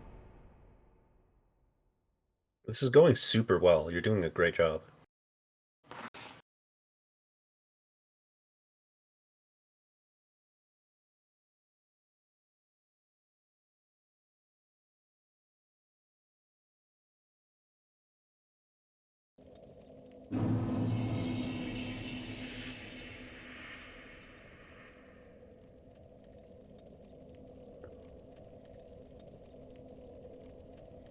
Popping some hype emotes in the chat. For Fegleaf. He's destroying this game. In case people haven't played Dark Souls 3 or just don't play these games in general, Figleaf's doing a great job. I want everyone to know. The world must know.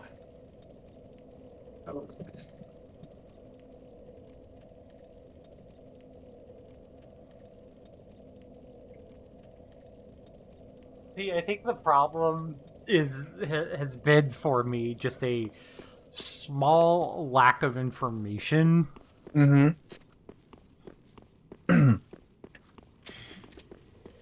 Yeah, definitely. Because, like, honestly, like, this is giving me, like, a brand new perspective on this game. Like, I was just like, I would have never figured out half this stuff without somebody being like, oh yeah, dude, you're supposed to do this. Yeah, these games will make you pay for information, typically with either pain or death. But at the same time, they're not very forthcoming with information. Yeah, you got this.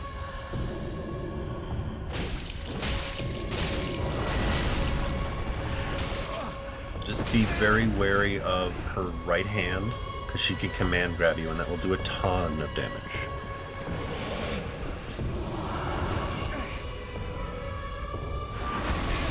I was fucking mid-roll. I was mid-roll when she grabbed me. Yeah, I don't, there's some jank to this fight, but it's one of my favorites in the game.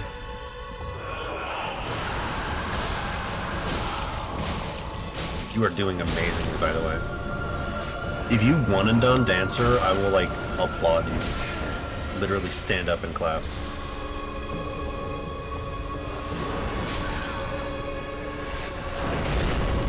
No pressure, though.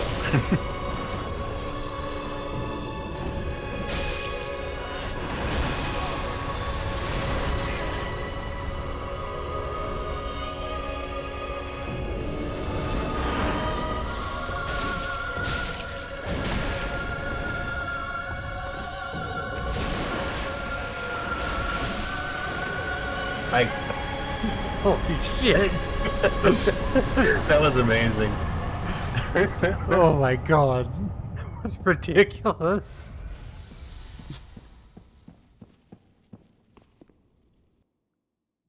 Very well fought. I was like, oh yeah, this will take 5 different tries, probably. Like, nope, first try.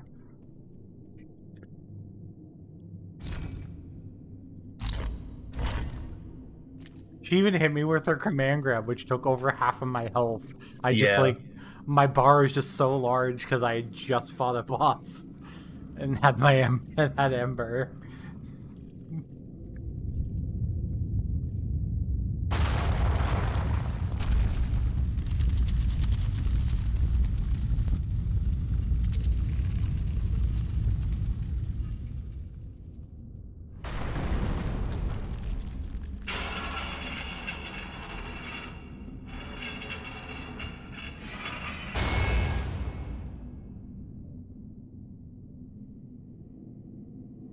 Yeah, that Anor Londo section felt like it was supposed to be bigger than that, than like Yeah.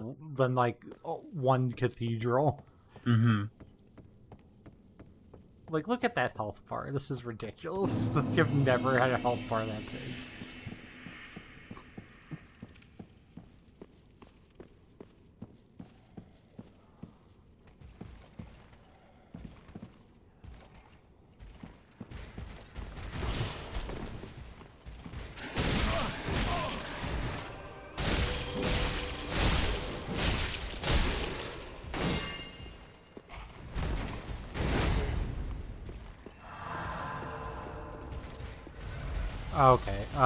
Okay.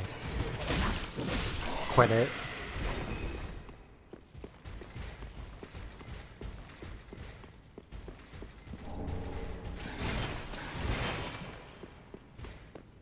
Okay, there's no more.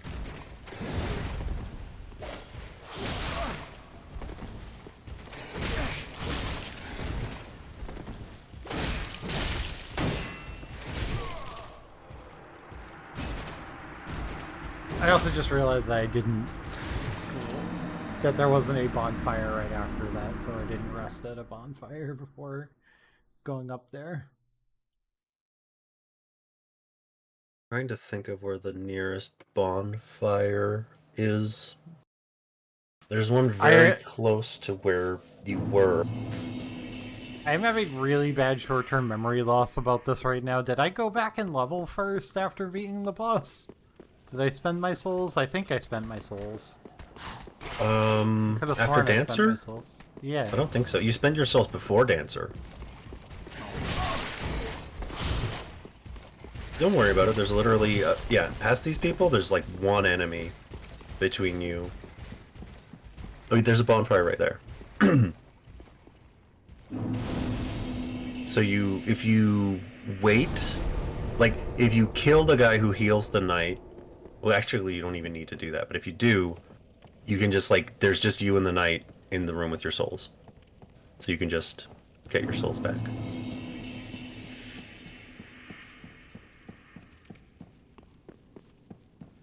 No, I just got so hyped over that I just like, oh yeah, fuck this. That was perfectly reasonable. I just got so I just got so into myself for being Yeah. the boss first try. I was like, oh yeah.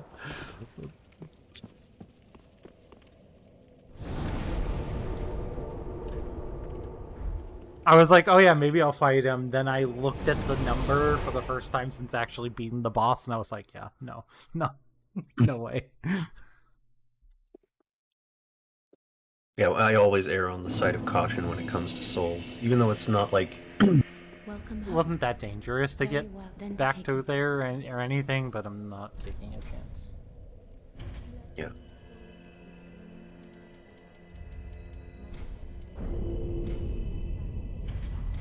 Farewell, Ashen One.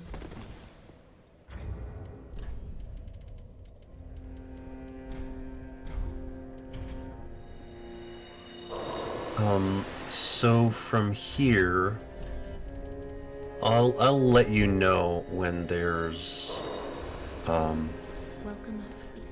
basically there's a sequence of optional areas. There's an optional area with an optional boss, leads to an optional area with an optional boss, that will let you go to the optional area with, the Nameless King.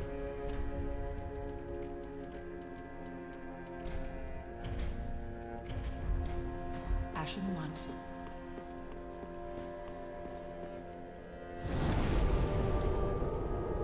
And actually, the optional area, the second optional area, is one of my favorite bosses. It's not super hard, but he is really cool. He's just very fun mechanically. You can even parry him, some of his attacks.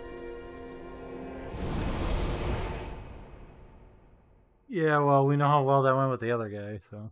Yeah. Yeah, parrying is much easier in Dark Souls 1.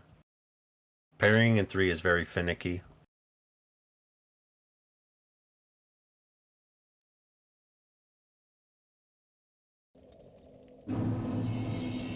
I feel like my biggest level up moment was literally like knowing that pressing L1 was what I actually wanted to be doing this entire time.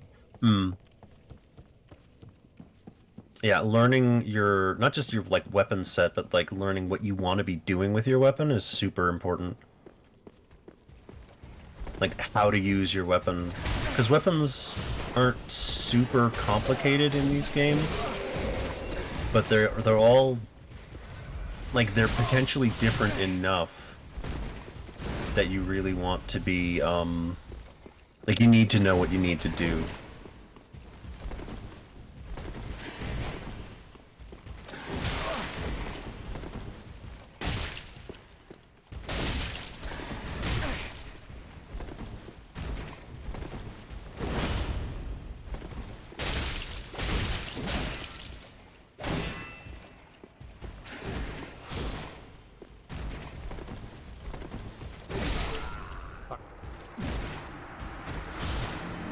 I think it's funny how the game, I was noticing how, like, you beat the, we were talking about this, how you beat the Abyss Watchers, and then you have to deal with the Catacombs.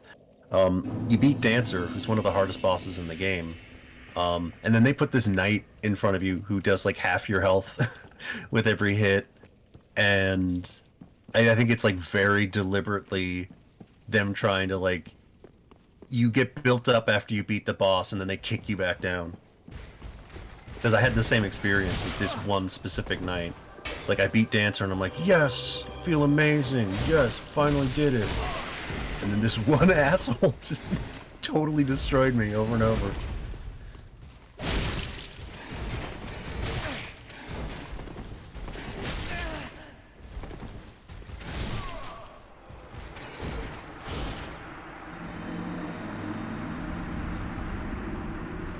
Okay.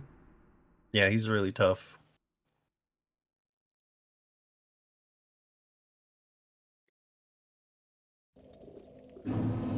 Being able to kick open shields and parry helps, but he's just really tough. Because he, all the knights are pretty tough. There's not really like a, oh, this is the secret. Other than, like, you know, the way that this guy fights. You know, like, you can backstab him if you just, like, wait.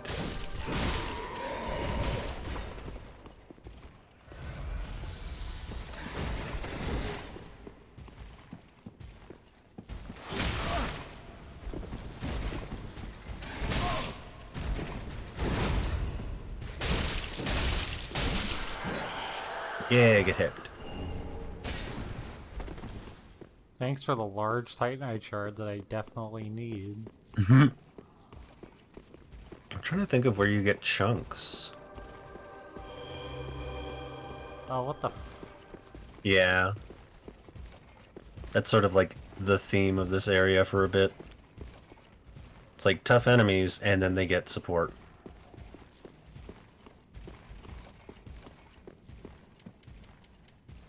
Oh, this guy isn't as bad as the other guy, I think.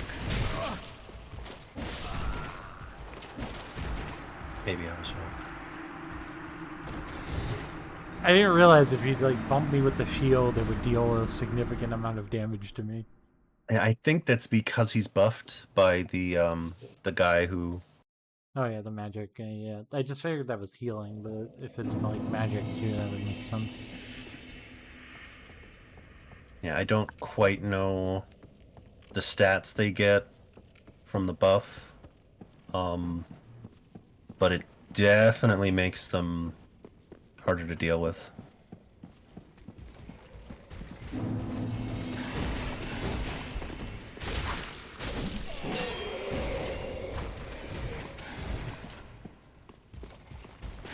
Yes, if you could actually lock onto him, I would appreciate it, game.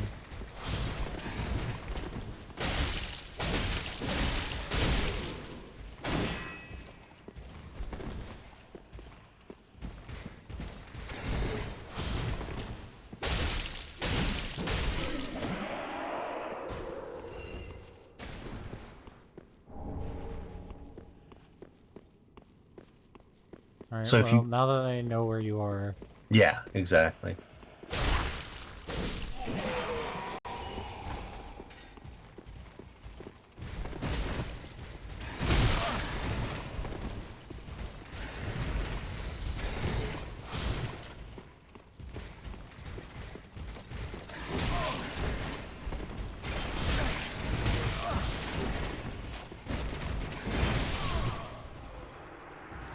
That was some... I watched the tracking. I saw it attack you and you roll, and then the move ended. Like... It's like That they is- fired a bullet, and then you dodged, and then this, like, the bullet was like, actually, I fired here. That's some class A bullshit.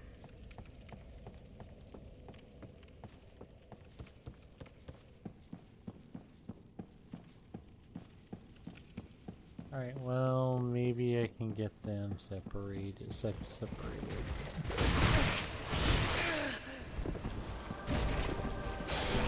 Stop it.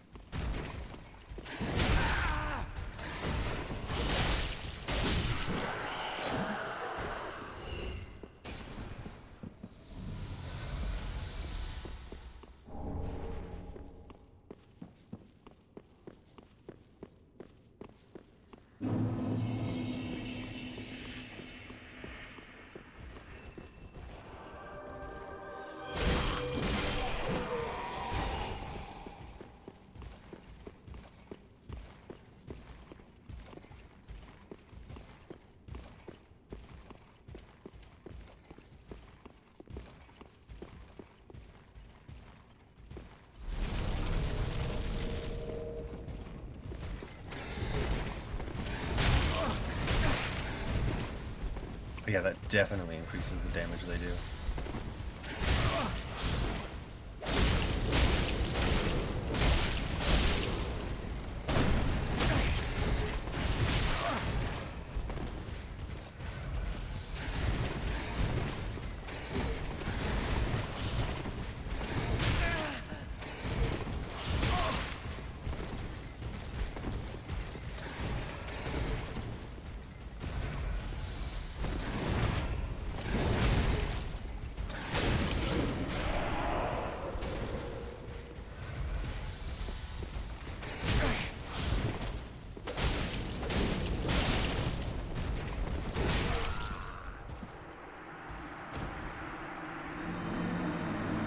Okay.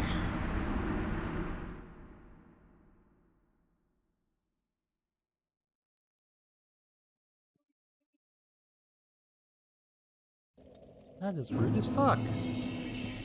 Yeah, I really don't have any advice other than at a certain point in this game, some enemies can just like two-shot you, and it's the game like at a certain point, the game stops getting easier because of your level, and it's all down to like don't get hit or you're dead. Like if this guy hits you with 3 attacks, you're just gonna die like every single time.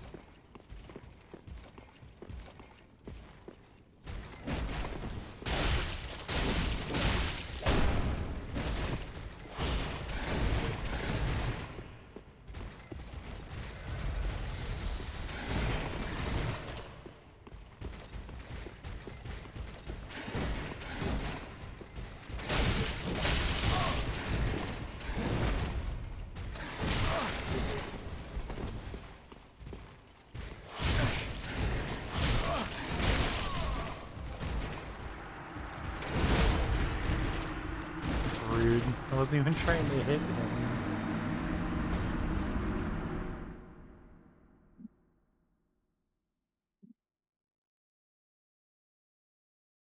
Because Bosses are easier because there's only one of them.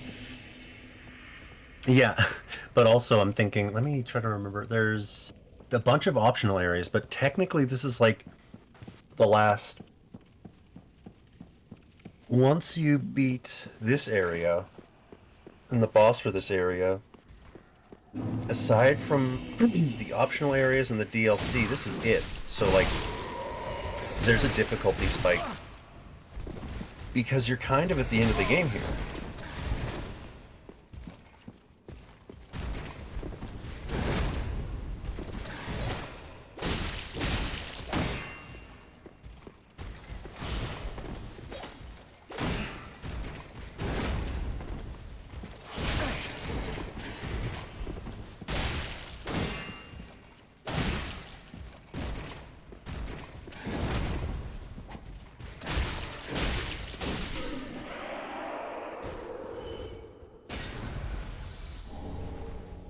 You would think I would be closer to +10 on my weapon if we're that close to the end of the game. Well, you already have the slab you need, so it's really just getting the chunks.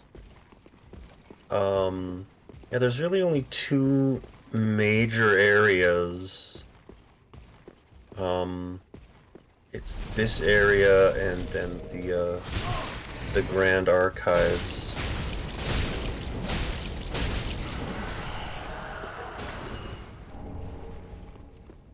Once you kill these guys, there's a bonfire basically right after them.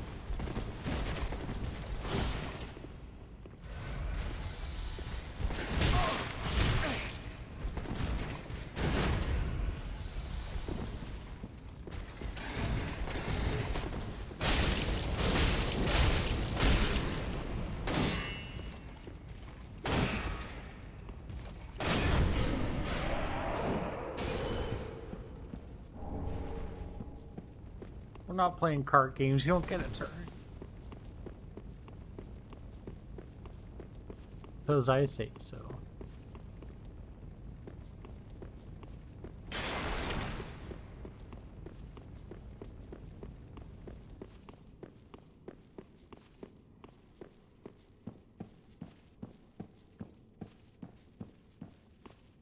It's like they knew.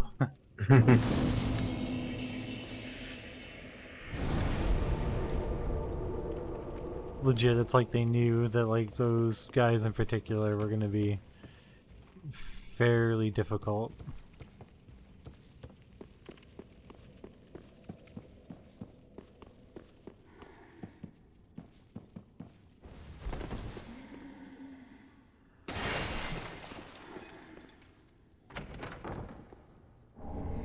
That's a miracle. Where's Jumbus?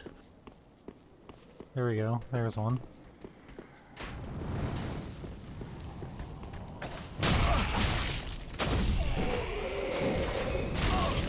Actually, that was a little bit more lame than I thought. But you're still at the end game.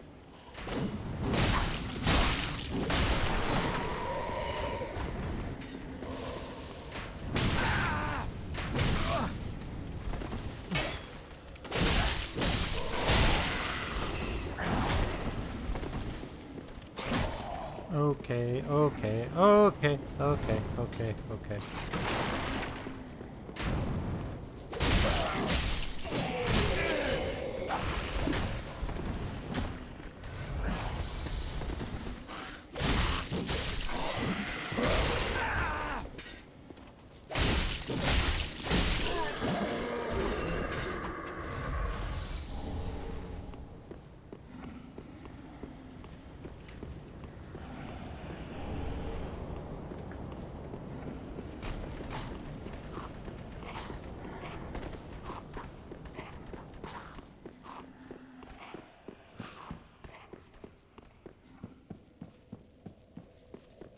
No, that's a level plus an upgrade, so...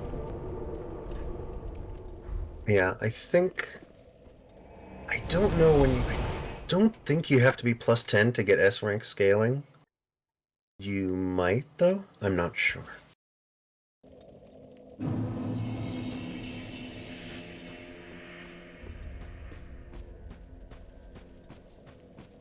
Welcome to speak. Very well. There's then plenty talk. of, especially with the optional areas, there's plenty of, you'll get all the chunks you need, just naturally. Because I think you need 2, then 4, then 6. And that'll get you to 7, 8, 9, and then you already have the slab you need. Pretty be careful. Ah.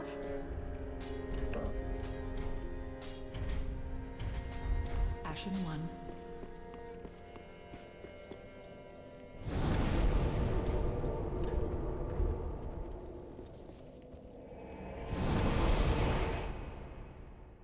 Considering the difference between 1 or 2 volleys on those main knight guys is the resin, I am going to be liberally using it. No reason not to. I think that fire is, generally speaking, the best general damage. Like, the least number of enemies resist it, the most number of enemies are weak to it, I think. Yeah, because I just did it on those knights to check it, to see if it would do more damage, to see if it would be worth it, and it did like... Oh god, I'm not too hinting. And it did, like, enough more so, like, I could uninterrupted, like, reduce my stamina bar to 0 and kill them with 1 hit, so... Oh, I would back off. That mist stuff makes it so you can't heal. For a little while. You just wait and it'll come back. What was I gonna say? I was gonna say something. I already said the thing about fire damage. Oh, what I was gonna say is, so So the Nameless King is the hardest enemy by, like, if you can beat the Nameless King, you can beat the final boss maybe not pretty easily, but like, in the base game, Nameless King is the hardest boss, and the final boss is the second hardest boss. But it's kind of not a close second. It's like... Yeah. Oh.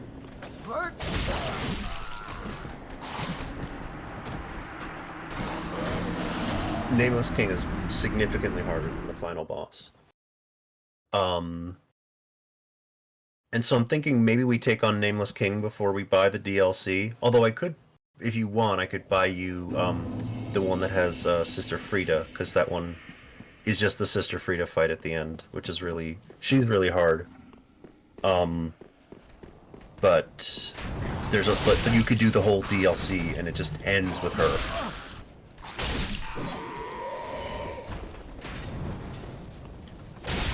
And actually, the other thing is, the Ringed City is like literally at the end of the game. It's like, before you go to the final boss, here's some DLC.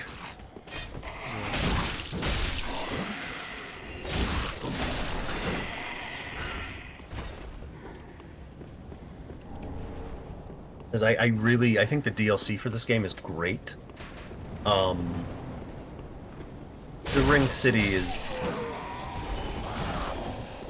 better. But Sister Frida saves the other DLC. The Painted World is good, but it wouldn't really be great without Sister Frida, who's one of the best Dark Souls bosses.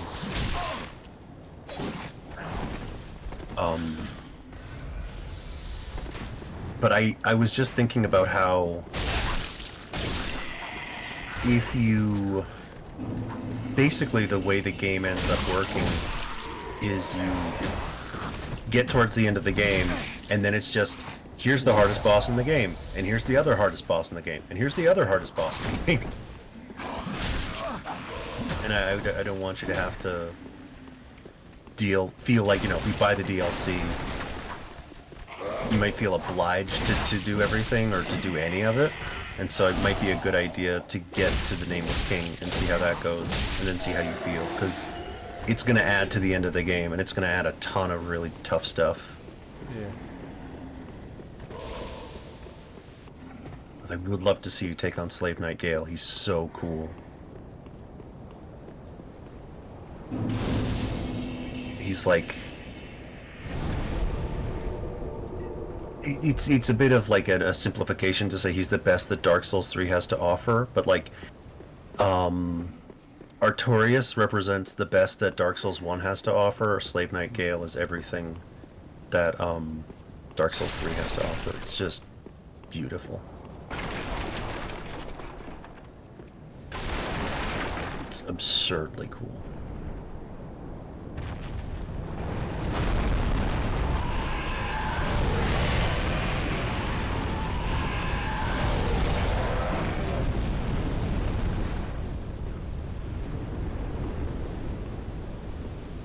Sure.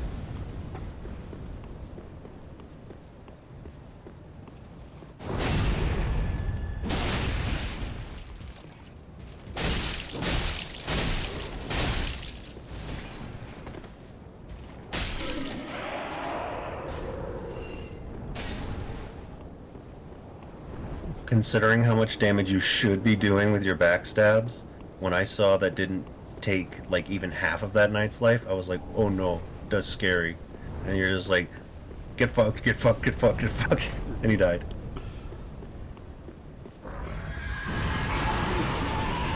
So I don't remember what to do about this.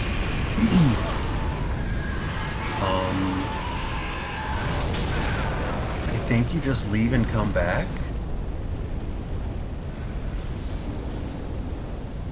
You can also drop down. You can also, yeah, you could do that too. That'd work eventually.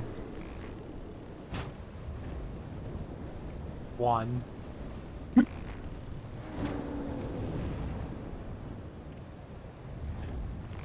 Yeah, they don't really want you to do that. They have an intended experience, and for the life of me, I don't know what you're supposed to do it.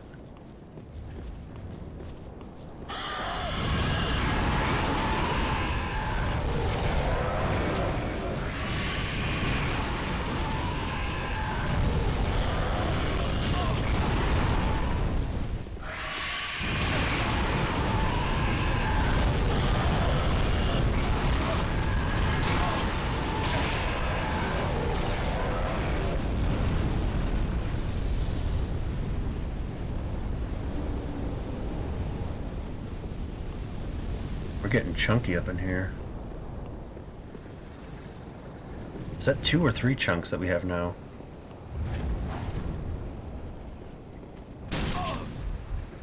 Oh god. I think it was 3. I didn't get to look. The game punished me for looking. I know.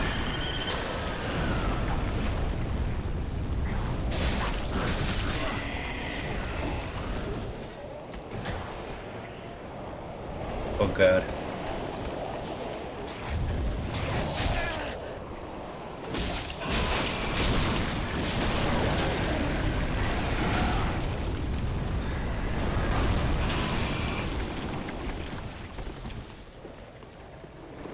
I'm not over here, person with the, okay.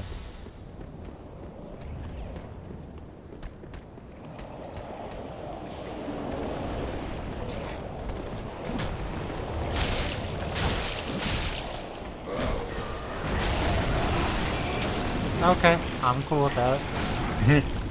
That somehow hit them, but not me at all, so I'm not gonna complain.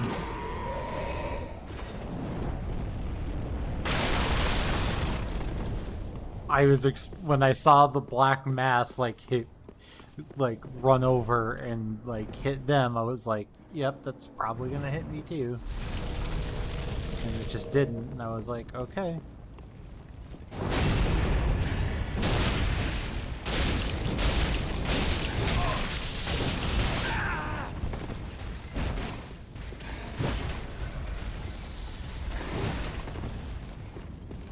That's a big old sword.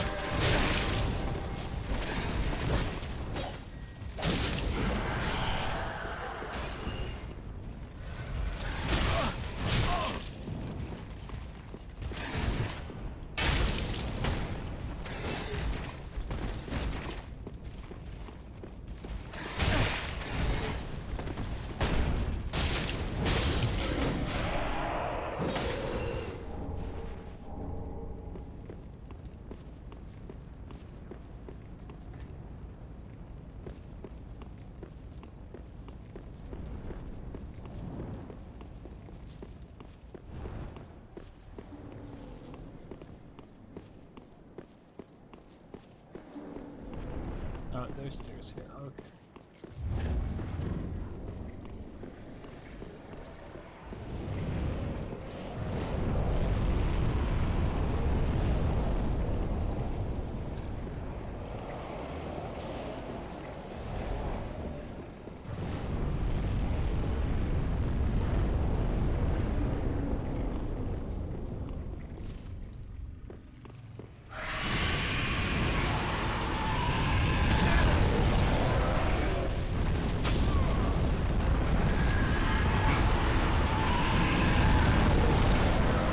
That's fair.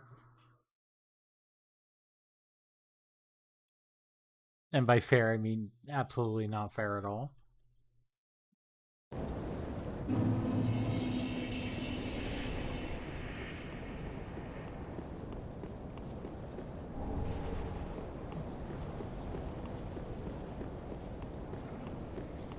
Well, they just did there, just doesn't feel like that's what I'm intended to do. But,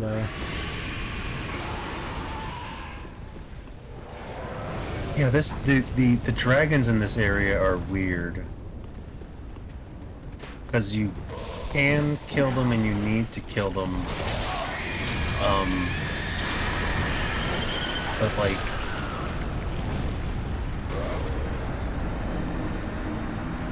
It's weird. They will let you get over the bridge, and I don't know why.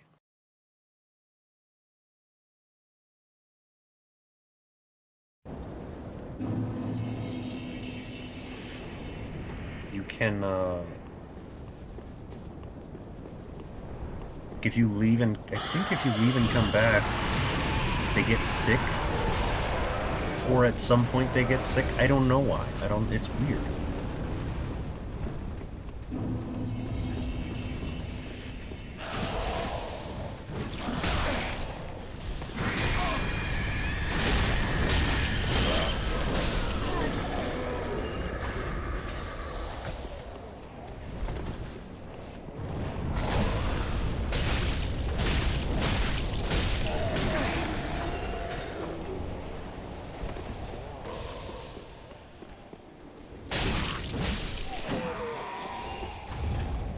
You somehow missed me all that time with no healing juice, so like, I don't... Is there like another fucking night that's doing it? No healed? Yeah, there is, okay.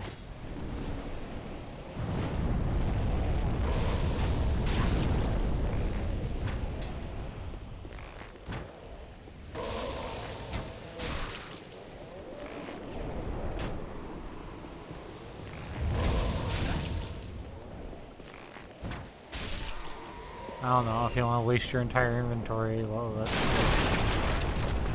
no heal juice that doesn't deal actual damage to me, I'm cool.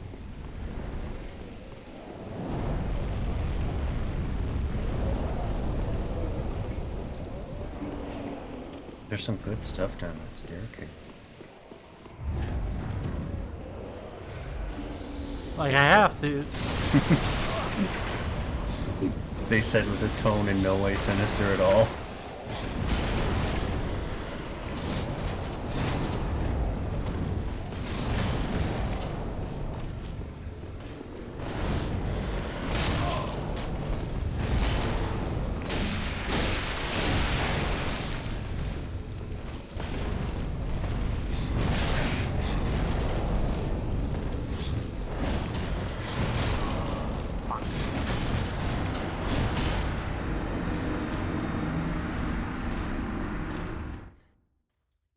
Mini Vort.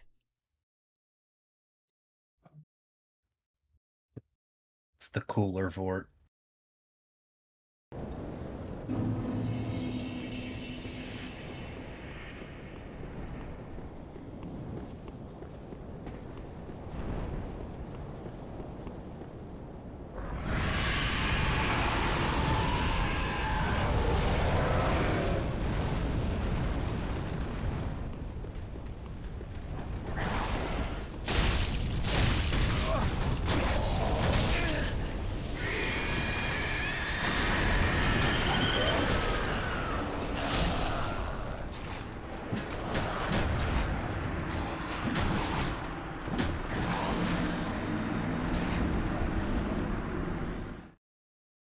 This is rude.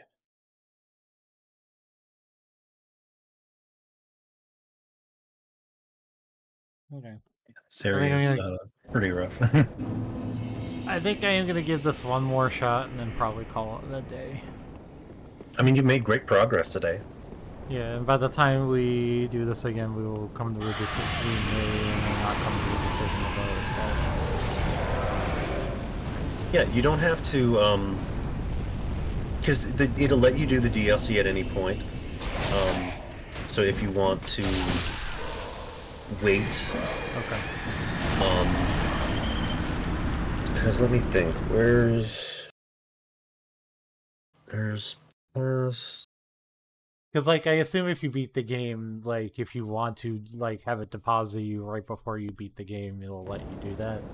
I assume that. Yeah. Basically, in order to get... I mean, I mentioned it before, I think, when we were in the cathedral area. There's that church that leads to all the other places. Slave Knight Gale just shows up there. And he leads you to the DLC. And the other one is basically the final boss has his own area that you warp to, and that area is connected to the DLC.